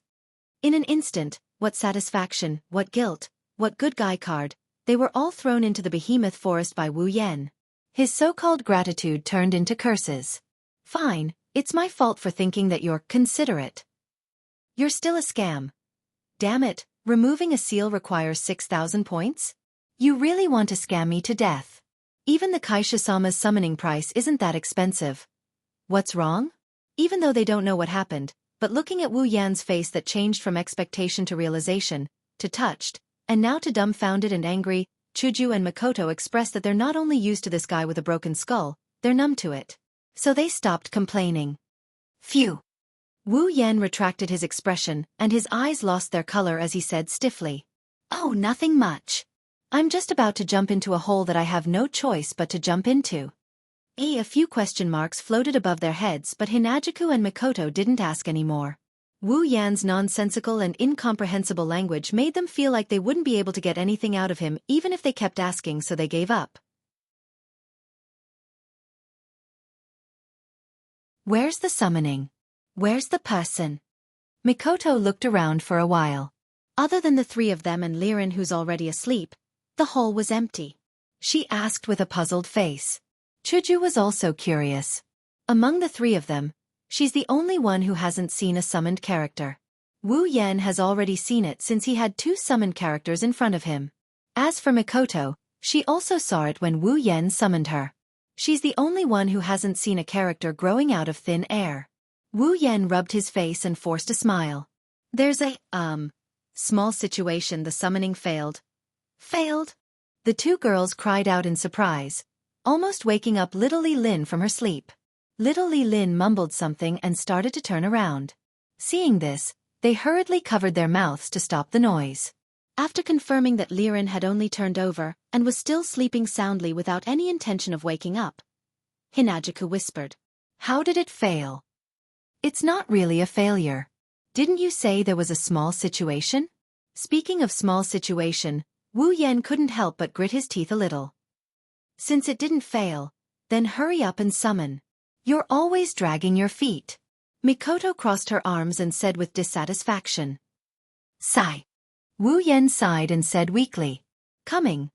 Looking at his character status, the summoning points bar showed 126,000. Wu Yan sighed again. So the system calculated the number of points he had.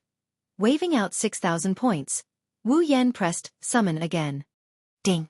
Summoned character Ikaros's seal has been unsealed. Beep.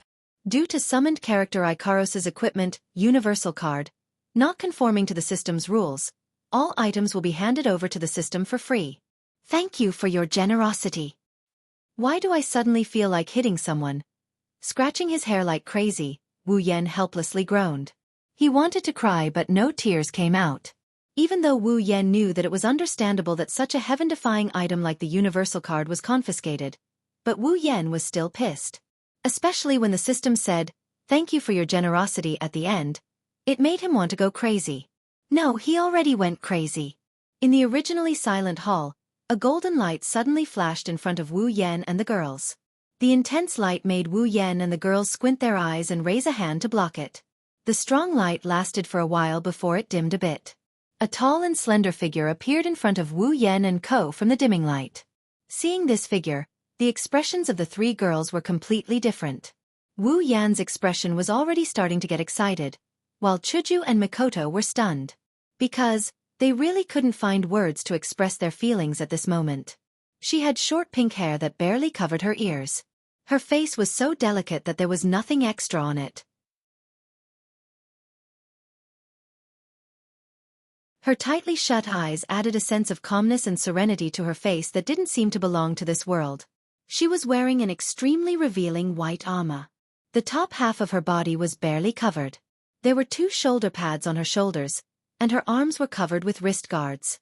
The lower half of her body was covered with a battle skirt. Her white and shiny silver legs did not have a trace of excess fat, allowing the girl's tall and slender figure to be fully displayed.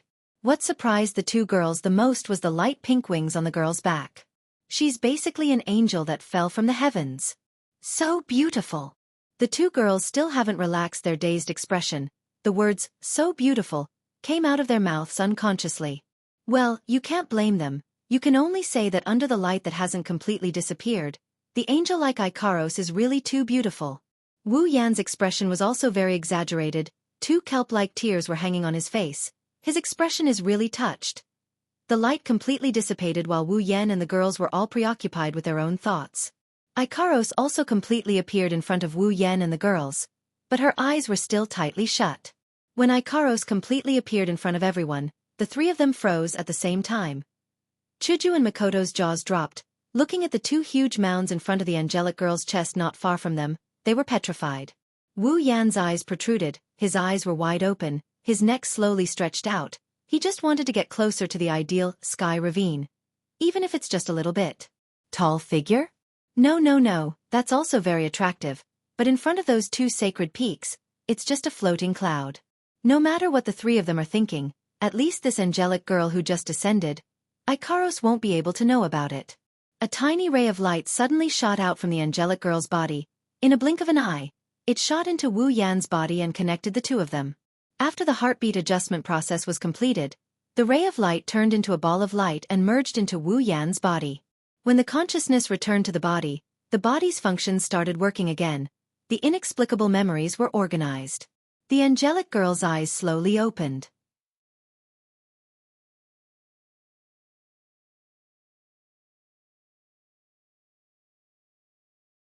Chapter 74. Like a newborn animal, the angelic girl's eyelids fluttered. She tried very hard to open her eyes at a very slow speed. Indigo-colored eyes appeared under her eyelids, but they were calm like an ancient well.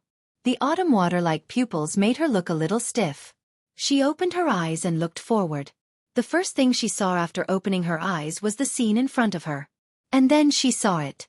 She saw Wu Yan's excited and expectant expression. She saw Liren sleeping soundly with a smile on her face. She saw Chuju and Makoto's dazed expression. She didn't know what hit them. She looked at them for a moment before fixing her eyes on Wu Yan. The wings on her back spread open in an instant, and a few feathers flew out with a movement of the wings. They fell gently above her, once again forming an extremely beautiful scene. Ikaros flapped her wings twice. Her feet started to leave the ground. She floated in the air and flew in front of Wu Yan, giving the other three a shock.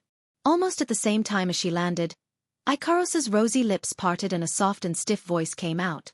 Engraving. Begin. Following Ikaros's words, her eyes flashed with a glint of formula. Then nothing happened. Wu Yan. Chuju. Mikoto. Ikaros. The hall fell into silence. Wu Yan's trio thought Ikaros was going to do something. But after looking around for a while, nothing happened. They turned back to Ikaros and didn't say anything. After a short moment of silence, under the gaze of Wu Yan's trio, Ikaros, who had been expressionless since her appearance, her expression didn't change. But now, her eyes started to show signs of panic. Raising her hand to touch her neck, Ikaros felt her skin. In her memory, the collar that she had been wearing around her neck since she gained consciousness had disappeared. Ikaros touched her smooth neck. Her expression didn't change, but the panic in her eyes grew. Engraved. Necklace. Gone. Gone. Ikaros muttered. There was a rare trace of emotion in her voice. After sorting out the information that suddenly appeared in her mind, Ikaros knew that she was no longer in the same world as she was before.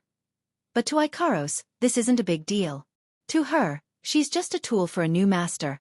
Obeying her new master's orders, that's all. As for where she was, she didn't need to care at all. In her settings, as long as she saw the person who summoned her, put on the collar, inscribed it on the master, and gave her everything to the master. Then, she would listen to all the master's orders. All of this is a matter of course. But right now, she can't help but panic. The collar is gone, the engraving can't be done, she can't have a master anymore. All of this happened so suddenly in her not-so-developed emotional system, she didn't know what to do.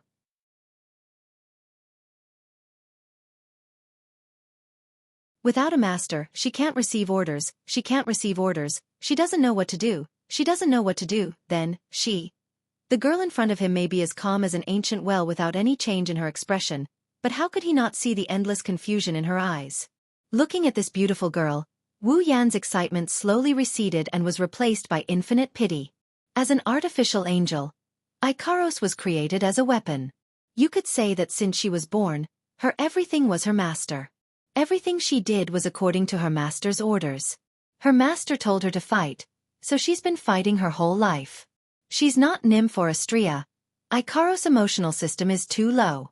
But that doesn't mean she doesn't have feelings. On the contrary, in Ikaros' mind, once she expresses her feelings, they're the purest and truest. Too bad she doesn't have the ability to make judgments on her own. In other words, she can't make judgments for herself. The disappearance of the collar made her, who had always relied on the program settings to move, at this moment, she didn't know what to do, so she started to feel lost. She was like a helpless little girl. Under Hinajuku and Makoto's unreadable expressions, Wu Yen grinned and reached out his hand to hold Ikaros's head. Ikaros, who is still in a daze, felt the sudden warmth on her head. She lifted her head and looked at Wu Yen, who is still smiling. Gently caressing Ikaros' beautiful pink hair, looking into her watery eyes, Wu Yan's voice sounded so gentle. Ikaros. Moving his hand to her neck, little by little, Wu Yen smiled. Hey, Ikaros. Do you know why your collar disappeared? Shaking her head, Ikaros stared at Wu Yen without moving. That's because our lives are already intertwined, and we can't be separated anymore. This relationship is thousands of times more important than the relationship established by that stupid necklace. That's why the system removed it, because there's no need for it to exist since our lives are intertwined. Retracting his hand, he rubbed Ikaros's head again and he grinned. Everything that is yours is already mine. So, there's no need to be confused. Ikaros stared blankly at Wu Yen, her eyes gradually brightened up. She didn't know when, but the confusion in her eyes disappeared without a trace. Ikaros's eyes became calm again. Looking at Wu Yen, Ikaros said. Yes. Retracting her wings into a pair of small palm-sized wings, Ikaros looked at Wu Yen and spoke softly. I'm Strategic Angel A, Ikaros, nice to meet you. My master. Tilting his head, Wu Yen smiled and waved. Ikaros, I'm Wu Yen, please take care of me from now on. Yes, master. The two cat ears beside her ears swayed slightly, Ikaros said blankly. Wu Yen nodded. Just as he was about to say something, two slender hands patted his shoulder at the same time. Wu Yen turned around in confusion. The scene in front of him almost made him pee his pants. Behind him, Kaisha-sama and Sis Cannon were standing there, each with an outstretched hand on his shoulder. Chuju and Mikoto's lips twitched as they looked at him. Their yellow-green and brown eyes emitted a dangerous signal. Wu Yen couldn't stay calm anymore. Aren't you going to explain yourself? Kaisha-sama clenched her other hand, ready to summon Shiro Sakura at any time. Wu Yen shrunk his shoulders, but he was restrained by the two girls. He could only laugh dryly. Explain what? Explain what? Mikoto's hand on Wu Yan's shoulder was about to pinch hard. She forced a smile. Don't tell me you don't want to explain, she... Pointing at Ikaros, Mikoto shouted. Why did she call you master? There's a reason. It's an irresistible reason. Wu Yan's heart was thumping hard, forcing an ugly smile.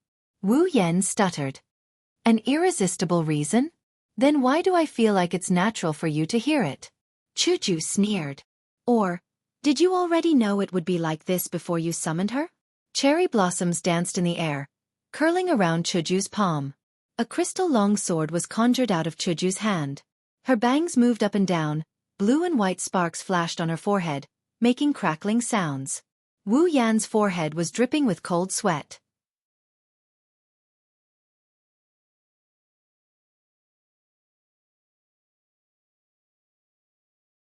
Chapter 75. Yen. Chuju hugged Wu Yen, looking at him with watery eyes. Then she closed her eyes and moved her lips closer. Wu Yen swallowed a mouthful of saliva and slowly moved his mouth closer. Yen. At this time, another pair of hands wrapped around Wu Yan's waist. Wu Yen hurriedly opened his eyes to see Mikoto's moist eyes. She licked her lips and copied Chuju, pouting her cherry lips. Her meaning was obvious. Wu Yen hugged left and right, blissful beyond belief. Looking at Chuju, then at Mikoto, he didn't know which one to kiss first. Instantly, he fell into a peach blossom dilemma. Master. Another voice, soft and gentle, rang in Wu Yan's ears. At the same time, a pair of wonderful softness pressed against Wu Yan's back, causing Wu Yan's heart to skip a beat. Turning his head, what entered his eyes was Ikaros' naturally dazed face. She was hugging Wu Yan's waist from behind, so if Wu Yan slightly lowered his head, he would be able to see a pair of plump Saintis peaks. Looking at Ikaros's expression, Wu Yan's breathing started to become rough. Yen, just when Wu Yen was about to push Ikaros down, two deep demonic voices that seemed to come from the depths of hell made Wu Yan's thoughts disappear without a trace.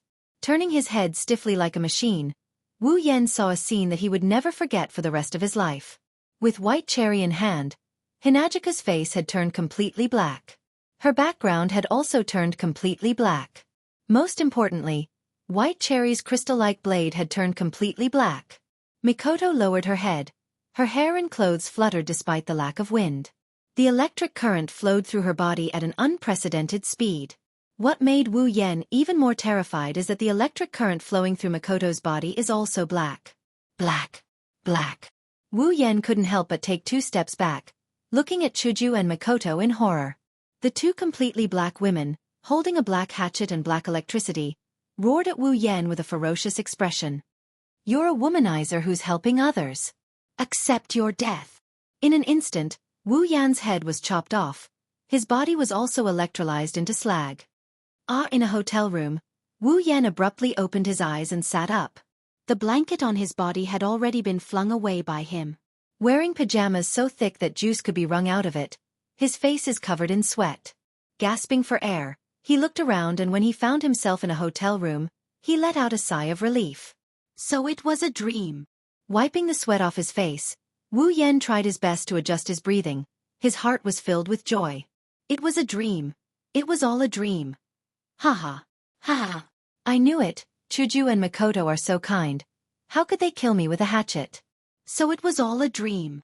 Wu Yan sat on the bed and comforted himself, but the more he spoke, the more guilty he felt.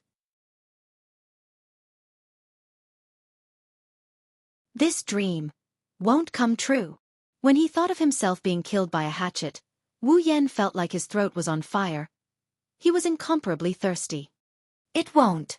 It's just a dream. That's right. It's just a dream. Laughing dryly, Wu Yan shook his head violently. He kept repeating this sentence in an attempt to hypnotize himself. Master. Wow. A hatchet appeared. A voice made Wu Yan scream in fear. He pulled the blanket over his head and shivered. Hoo, I won't do it again. Don't hatchet me, please. The weak voice echoed in the blanket. Wu Yan's body trembled more and more. Don't hatchet me. I'm not your master, so please don't hatchet. The begging voice suddenly stopped. Wu Yan was stunned. He finally realized what he heard. HM? Master. Sticking his head out of the blanket like a turtle, Wu Yan fearfully looked towards the source of the voice. Then he froze again. Ikaros. Looking at Ikaros lying on the bed, Wu Yan called out in surprise. Yes, master. Ikaros lifted her body, her full chest jiggling up and down because of her movement. Wu Yan's eyes widened, his thirst increased. Do you have any orders? Master. Ikaros didn't realize how seductive her actions were. She just stared blankly at Wu Yan and said. Evil thoughts surged in his mind. Wu Yan looked at the alluring Ikaros. Hearing her words, Wu Yan's blood rushed towards a certain direction. Morning is usually the time when men are the most excited. Wu Yan is also a man. But at this time, an incomparably beautiful girl with a great body who will listen to him absolutely said. Do you have any orders? How could Wu Yan not have evil thoughts? Feeling a certain part of his body hard to the point of discomfort, Wu Yan looked at Ikaros with shining eyes and was about to give his orders when the dream from earlier suddenly flashed through Wu Yan's mind. Like a tiger shaking off lice, all evil thoughts disappeared in a blink of an eye. His lower body also softened. The excessive request he was about to say was swallowed back down by Wu Yan, almost choking him to death. Cough, cough, cough, cough. Even though he didn't choke to death, his chest was still blocked, causing Wu Yan to cough non-stop until he almost coughed to death. Master. Looking at Wu Yan's desperate coughing, Ikaros's ears twitched and her head tilted.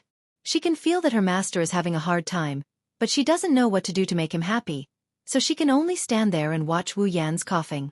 Even though Ikaros's expression is still blank, Wu Yan can guess what she's thinking and quickly waved his hand. It's fine, it's just a cough, it's not a big deal. Yes, master. Since Wu Yan said so, Ikaros can only obey. Patting his chest, Wu Yan took a deep breath and looked up at Ikaros, asking weakly. Ikaros, what's the matter? Tilting her head again, Ikaros opened her bright indigo eyes and stared at Wu Yan without blinking, as if thinking about how to answer.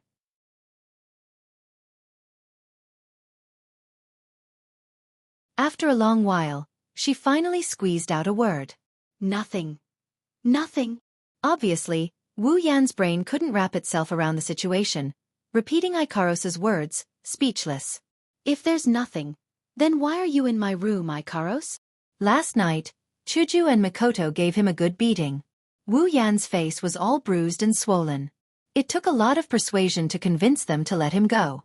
After that, Chuju and Mikoto gave Wu Yan a beating, which made Ikaros think that they wanted to hurt Wu Yan. She almost pulled out Apollo and shot at them. In a hurry, he explained everything again to convince Ikaros that Chuju and Mikoto were playing around with good intentions. Wu Yan almost died from exhaustion. After some deep conversation, Hinajuku and Mikoto also realized Ikaros's naivety.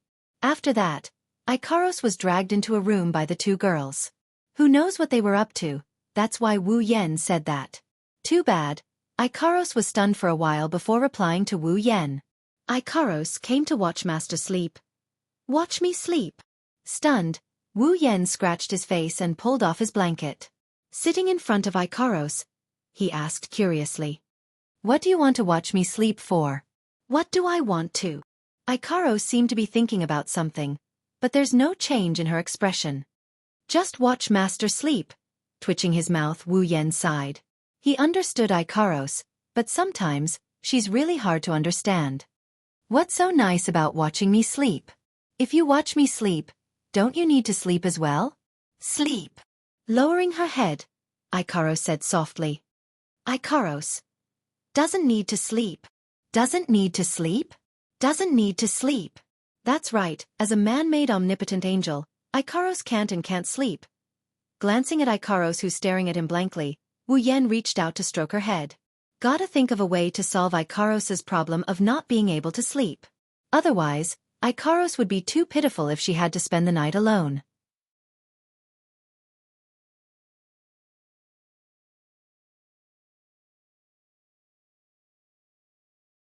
Chapter 76. In the other room, Chuju and Mikoto woke up as well. They woke up little Liren and she started to wash up and get dressed while yawning. Most girls have to dress up after waking up. After all, they like to look pretty. However, this standard can't be applied to Kaisha-sama and Railgun. Although they are also girls, their personalities are more masculine. The two girls just tidied up their hair and clothes and ended what would be a long personal time for other girls. When they walked out of the room and came to the living room, the scene in front of them made them stunned. Yo, you're awake. Wu Yan was sitting there. When he saw the three girls come out, he called them over. At the same time, his hands didn't stop moving and he quickly stuffed the food on the table into his mouth. You. Chuju and Mikoto exclaimed exaggeratedly. They pointed at Wu Yan with trembling fingers. Their faces looked like they've seen a ghost. This made Wu Yan's heart twitch a few times. I say, what's with that look like you've seen a ghost? The corner of his mouth twitched. Wu Yan was about to flip the table. You're really Yan? Not someone else in disguise? Chuju's words made Wu Yan lose his composure. I say, what are you guys suspecting? Are you that surprised to see me? Wu Yan felt like he wanted to bite someone. He's really pissed off. Anyone who went through a scene like that would feel a little weird. While they were talking, Chuju and Mikoto pulled little Liren who was curiously looking at Ikaros to sit beside Wu Yan. Chuju glanced at the breakfast on the table and said, "Of course we're surprised." Mikoto also snorted and said, "You know, you're a lazy person. If it's not past 10 o'clock, you'll never wake up." Wu Yan raised his eyebrows and retorted, "How could that be? When I was the housekeeper of Chuju's house, I woke up early every day." Hearing Wu Yan's words, Chuju immediately curled her lips in disdain and said snappily, "You still dare to say that? During that period of time, I was the one who lifted your quilt and woke you up. If I didn't wake you up, I think you even forgot to go to class." Suddenly, Wu Yan was speechless. Snickering, Chuju picked up a piece of bread from the table and took a bite. She frowned, and Mikoto did the same. Where did this bread come from? After the second bite, Chuju and Mikoto put down the bread in their hands at the same time and said with dissatisfaction, "It seems like the taste of this bread is not to their liking." What happened? Wu Yan picked up the third piece of bread and took big bites. He said strangely, "It's from the hotel. Isn't it delicious? I think it's not bad. Didn't you make it, Yen? Oh, please. Wu Yen couldn't help but roll his eyes and said, "This is a hotel. There's service here. Why do you have to make it yourself?" Hearing this, the two girls became depressed again. Hinajiku even whispered, "But, you've always been the one doing it. I'm not a professional chef." Wu Yen raised his hand and said loudly, "It seems like these two ladies are treating him as their personal chef." "Sai, what should we do now?" Chuju pointed at the bread on the table and said in distress, "After eating Wu Yan's dishes, ordinary dishes don't taste good anymore." Indeed, Kaisha-sama was raised by Wu Yen for a month. Don't forget, Wu Yen has the cooking master ability. During that month, Chuju ate Wu Yan's dishes every day. Her appetite has long been spoiled. Now, the food made by the hotel is a bit hard to eat. Even Mikoto is the same. Only little Liren, who hasn't eaten Wu Yan's food, is eating with relish. Knowing this, Wu Yen can't help but ridicule in his heart. The breakfast made by the famous noble hotel in the supply town is called ordinary by you. This makes the hotel owner who paid a high price to hire a famous chef feel bad. However, Wu Yen is a bit pleased with himself. "Now you know you can't leave this, brother. It's all your fault, Yen. You made the food so good that now we can't eat other people's food." Mikoto gritted her teeth and glared at Wu Yen. Swallowing the last bite of the bread, Wu Yen could only helplessly say, "Just make do with it, aren't you hungry?" To be honest, Kaisha-sama and Sis Kanon are a bit hungry. At that moment, they could only unwillingly pick up the bread on the table and eat it with wrinkled faces. At this moment, beside Chuju, little Liren, who has been curiously looking at Ikaros since she came out of the room, finally spoke. As she chewed on the bread, she looked at the motionless Ikaros behind Wu Yen and asked in her baby voice, "Who is this beautiful big sister?" Wu Yen, Chuju and Mikoto flinched. Only then did they remember little Liren hasn't seen Ikaros before. "Oh right. Ikaros." Chuju and Mikoto turned to look at Ikaros, feeling a bit embarrassed. Because they had completely ignored Ikaros just now. Ikaros can only blame herself for standing obediently behind Wu Yen and not saying anything. Of course, it's not to say that Ikaros' presence is low. On the contrary, even if Ikaros doesn't speak, it's hard not to notice her. After all, Ikaros is too pretty. If Ikaros is a ripe peach, then Chuju and Mikoto are green apples. After all, Chuju and Mikoto are 14 and 15 respectively. Their bodies haven't fully matured yet. Even if they have good looks, compared to Ikaros, there's still a small gap. Of course, that's only for now. Once these two tsundere half-lowly grow up, it'll be hard to say. And this is after Wu Yen told Ikaros to wear a normal girl's clothes to cover up her wings.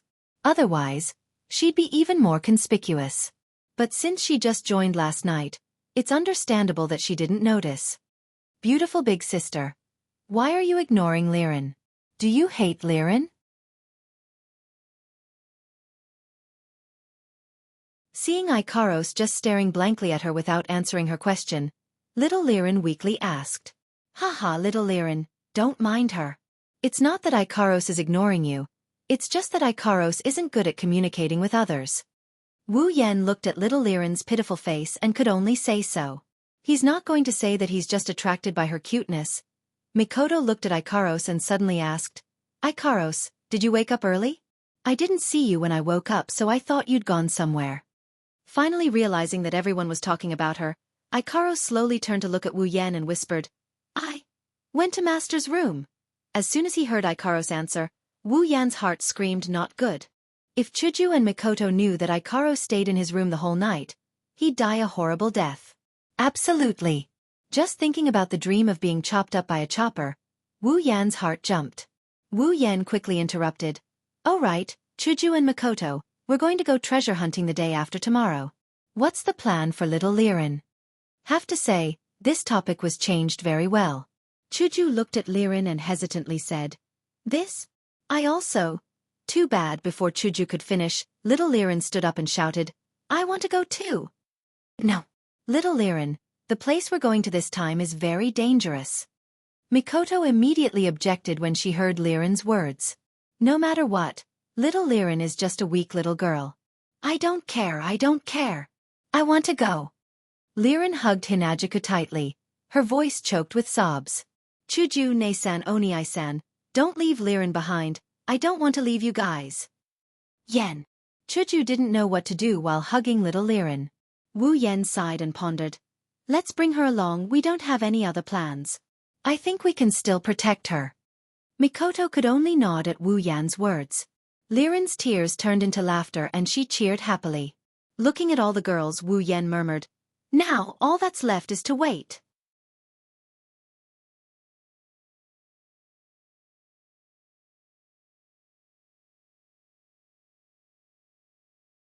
Chapter 77. 3 days passed in a blink of an eye. Supply Town's Southern Plaza. This is the largest plaza in the southern part of the town. If you continue walking forward, you'll reach the southern exit of the town. Even though this plaza is big, it's not the way to the behemoth forest. Also, it's not the main entrance. That's why there aren't many people here. But today, this place is packed with people. It's literally a sea of people. Wu Yan, Chuju, Mikoto, Ikaros, and little Liren are standing at an inconspicuous corner of the plaza. Looking at the huge crowd in front of them, they're speechless. There's at least 10,000 people here. Looks like the news from the auction house spread like wildfire these days. It's not like there's nothing to gain. Wu Yan looked at the endless stream of people. Looking at the small groups, large groups, and even mercenary groups, he couldn't help but frown. Because if they found the so-called treasure, everyone here might. No, it was certain that they would all become their enemies. Wu Yan doesn't believe that anyone here would be kind enough to share the treasure they found. Looks like a lot of families and mercenary groups sent people here to get involved in this mess. Mikoto's eyes flashed with an inexplicable light as she looked around the plaza. Of course, Mikoto isn't counting the number of people here. She's not that bored. Right now, Mikoto is using the system to detect everyone's strength. Even though Chuju is carrying little Liren, she's doing the same thing. The light in her eyes didn't stop moving. Chuju's face is tense as she said with a dignified face. Strong. So many. Wu Yan's group hasn't been in this spallier world for long. Even Wu Yan who came here first only stayed for a few months. He's not familiar with this place. Those clans, mercenary groups, he doesn't know any of their names. Even if he could use the system's perception to detect the names of the people here, he wouldn't bother trying to memorize them. After all, there are tens of thousands of people here, however, probing his strength was absolutely necessary. Because they might become enemies. Those below the 5th stage were almost innumerable, and the number of 5th stage experts was quite large. However, these people were not enough to pose a threat to Wu Yan's group. Wu Yan's group did not care about them. What really made Wu Yan concerned were those who could pose a threat to them. Almost 100 stage 6 people. Chuju looked at Wu Yan and said, Rank 7, 15 of them. Mikoto pursed her lips and turned to Wu Yan. No one at the 8th level has appeared yet. Wu Yan frowned and glanced at the crowd. Mikoto squinted her eyes and resisted the urge to release electricity. Her lips curled up and she said, so many strong fighters, seriously? You're excited, right? Wu Yan rolled his eyes at Mikoto and said in an exasperated tone.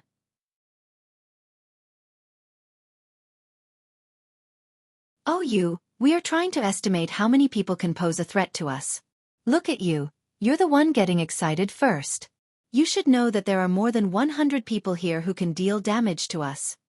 You said there are more than 100 people here, but there's not a single one who can pose a threat to me. Mikoto touched her bangs and smiled. Although there are 15 people above level 60, the highest level here is still me. I'm level 69. They're not a threat to you, but they're a threat to us. Wu Yan shrugged and waved his hand. I'm only level 50. There are more than 100 people here who can deal with me. Not to mention, Mikoto, you're the highest level here. You're not afraid of a one-on-one fight, but what about a group fight? Alright, I'm just saying. Do you think I don't know? Really, why are you being so serious? Mikoto's original hot-bloodedness was crushed by Wu Yan's words. She felt that this guy in front of her was really annoying. Alright, we still have Ikaros here, don't worry. Chuju interrupted the two's conversation and said snappily, if they're worried about this with their level of strength, then wouldn't I be trembling in fear? That's true, we still have Ikaros here. Wu Yan turned to look at the expressionless Ikaros who was staring blankly at him. Wu Yan felt relieved. If Mikoto had to worry about being ganged up on since there are more than a dozen people here who are at the same level as her, then Ikaros has no such worries. Wu Yan can say with certainty that even if everyone here came at her together, they wouldn't be a match for Ikaros. Group battles and whatnot are completely useless against Ikaros, who is a strategic all-purpose angel with a bunch of lethal weapons on her. Ikaros is an existence that can destroy an entire civilization. Not to mention, they're not to be trifled with either. Character, Wu Yan abilities, sword mastery, cooking mastery, complete memory, chaotic return to horizon dance, Electromaster, LV4. Equipment, Shauna of the Holy Temple, C rank, dragon armor, C rank, summons. Misaka Mikoto, Gue Chuju, Ikaros equipment points, 21,000 item points. 81000000 ability points, 101000 summoning points, 120000 level, 50. Character, Misaka Mikoto ability, Electromaster, LVL5, strength, C endurance, C agility, B spirit, A equipment, none level, 69. Character, Gue Chuju ability, none strength, C endurance, D agility, C spirit, C equipment, White Cherry, D rank, level, 35. Character, Ikaros ability, Sky Queen mode strength, A endurance, B agility, B spirit, A equipment, Artemis permanent homing missile, C rank, Aegis absolute defense circle, C rank, Apollon Apollo, C rank, Uranus system, B rank, level, 77. Wu Yan silently put away the status list. He glanced at the Tier 7 leaders at the front of the group and he grinned. Even though he's on the same level as Chuju, he's not considered one of the strongest here. There are more than 100 people who are higher level than him, and who knows how many are higher than Chuju. But on Wu Yan's side, there's Mikoto. At the very least, Mikoto is the strongest in the group of Tier 8. Of course, Wu Yan's biggest worry is Ikaros. Level 77. Tier 8. Even among Tier 8, she's definitely one of the best. In addition to that, there's a list of equipment that makes Wu Yan's heart tremble. Wu Yan believes that Ikaros is definitely the strongest in the group of Tier 8. Even if a Tier 9 comes, they won't have a good time. Because aside from the 3 C rank equipment, Ikaros still has a B rank equipment. Gold armament. That's something that only Tier 9 elites have the qualifications to use. That's something that even Wu Yan doesn't have. That's something that even a Tier 8 elite doesn't have. With an armament of this level, in this group of people without Tier 9 elites, who's going to be the strongest? Even if it's other equipment, it's still not to be underestimated. There's also a gap between C rank equipment. Just like a person of the same tier, a person of the same tier, a person of the same tier, a person of level 60 and a person of level 69, how big is the gap between them? It's the same for equipment. Even if they're both C rank, there's still a gap between rare armaments. For example, Wu Yan's 2 rare armaments, the Holy Temple Veil is probably in the middle tier, while the Spiritual Dragon Armor is in the upper tier.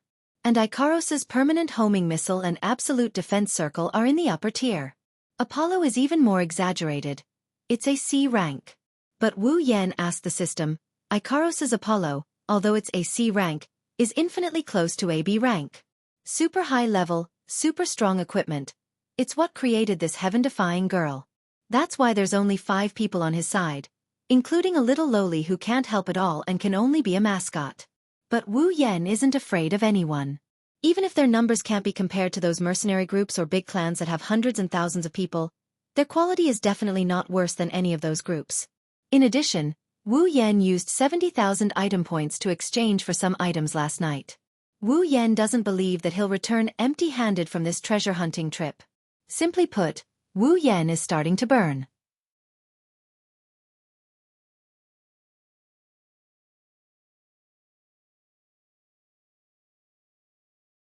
Chapter 78. Just as the people in the square were chatting away, the sound of a gust of wind suddenly entered everyone's ears. The whistling wind came down from the sky, blowing the whole square. Some of the lighter ones even had to grab onto their companions to avoid being blown away. A gust of wind is harmless, but for the women, they weren't so lucky. although the wind wasn't strong enough to blow them away, but it did blow their clothes into a mess. The female warriors were fine, after all, they're still women, but they're still warriors, so they'll at least wear 1 or 2 pieces of light armor. The rare female magi, on the other hand, had it bad. Most of the female magi wore light robes, and the gust of wind blew their clothes up, causing their skirts to flutter even more. It was a feast for the eyes of the male companions, and at the same time, the whole square was filled with gasps of surprise. The male crowd was cheering loudly in their hearts, feeling incomparable happiness. They felt that this trip wasn't in vain, and Wu Yan was also a part of this happiness. The 3 girls and 1 lowly beside him also had their skirts fluttering up. Chuju and Mikoto held their skirts tightly, not letting themselves be exposed. Even if they were exposed, Wu Yan wouldn't want to look, after all, they're wearing safety pants. The little lowly, Liren, on the other hand, is a bit interesting. She's wearing cute little panties, but Wu Yan only caught a glimpse of her before her skirt was covered up by the daisies that are also pressed into her skirt. The one that really made Wu Yan secretly happy is Ikaros. This natural all-rounder angel doesn't have any scruples at all. The wind blew her skirt up high, revealing her white little cutie. But she didn't know how to cover it up, she just stood there looking at Wu Yan, wondering what's so good about Wu Yan. Hinajiku and Mikoto are busy with their own business, so they didn't pay attention to Ikaros. Wu Yan moved his feet and blocked Ikaros so that no one can see her figure. Then he widened his eyes and stared at Ikaros's lower body. While Wu Yan was enjoying himself, Ikaros's eyes only flashed twice before returning her gaze to Wu Yan. She didn't move at all, just like a statue. Soon, the culprit that caused this gust of wind appeared in front of everyone's eyes. To be more precise, it appeared in the air above everyone. A strangely shaped ship slowly descended from the sky above the square. Standing at the bow of the ship was the old man who presided over the auction last time. A ship can fly. Chuju cried out in surprise. Luckily, the wind was very strong, so other than Wu Yan's group, no one else heard what Chuju said. Otherwise, it would have attracted a lot of attention. After all, this strange flying ship is one of the Spalier world's main means of transportation. There's not many people who haven't seen it before.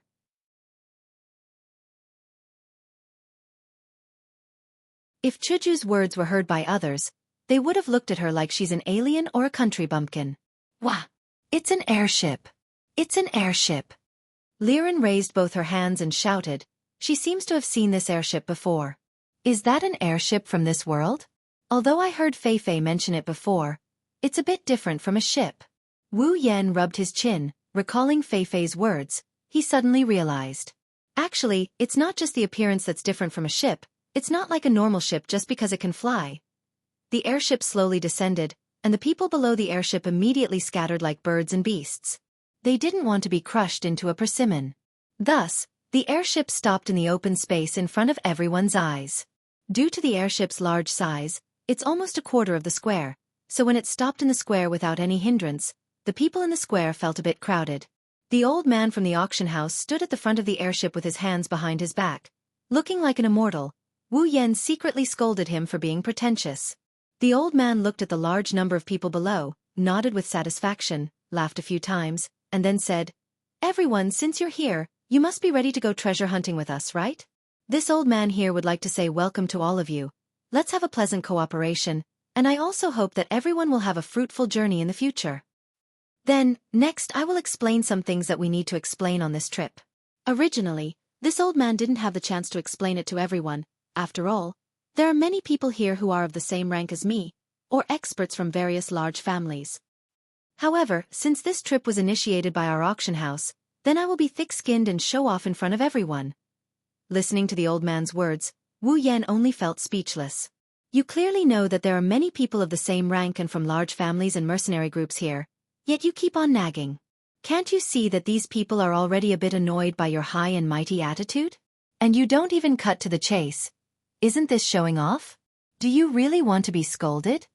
Perhaps he heard Wu Yan's ridicule. The old man coughed twice, cleared his throat, and shouted, "Everyone, this time, the treasure location we are heading to is the Small Ring Mountain Range." Small Ring Mountain Range? Wu Yan took out the map book on his body and began to flip through it. Seeing this, Chuju, Mikoto, and little Liren immediately surrounded Wu Yan and looked at the map in his hand. Soon, Wu Yan found this so-called small ring mountain range. It's just an unremarkable mountain range. The terrain isn't high and the area it occupies isn't much. It can be said that it's not famous at all, and has no special features.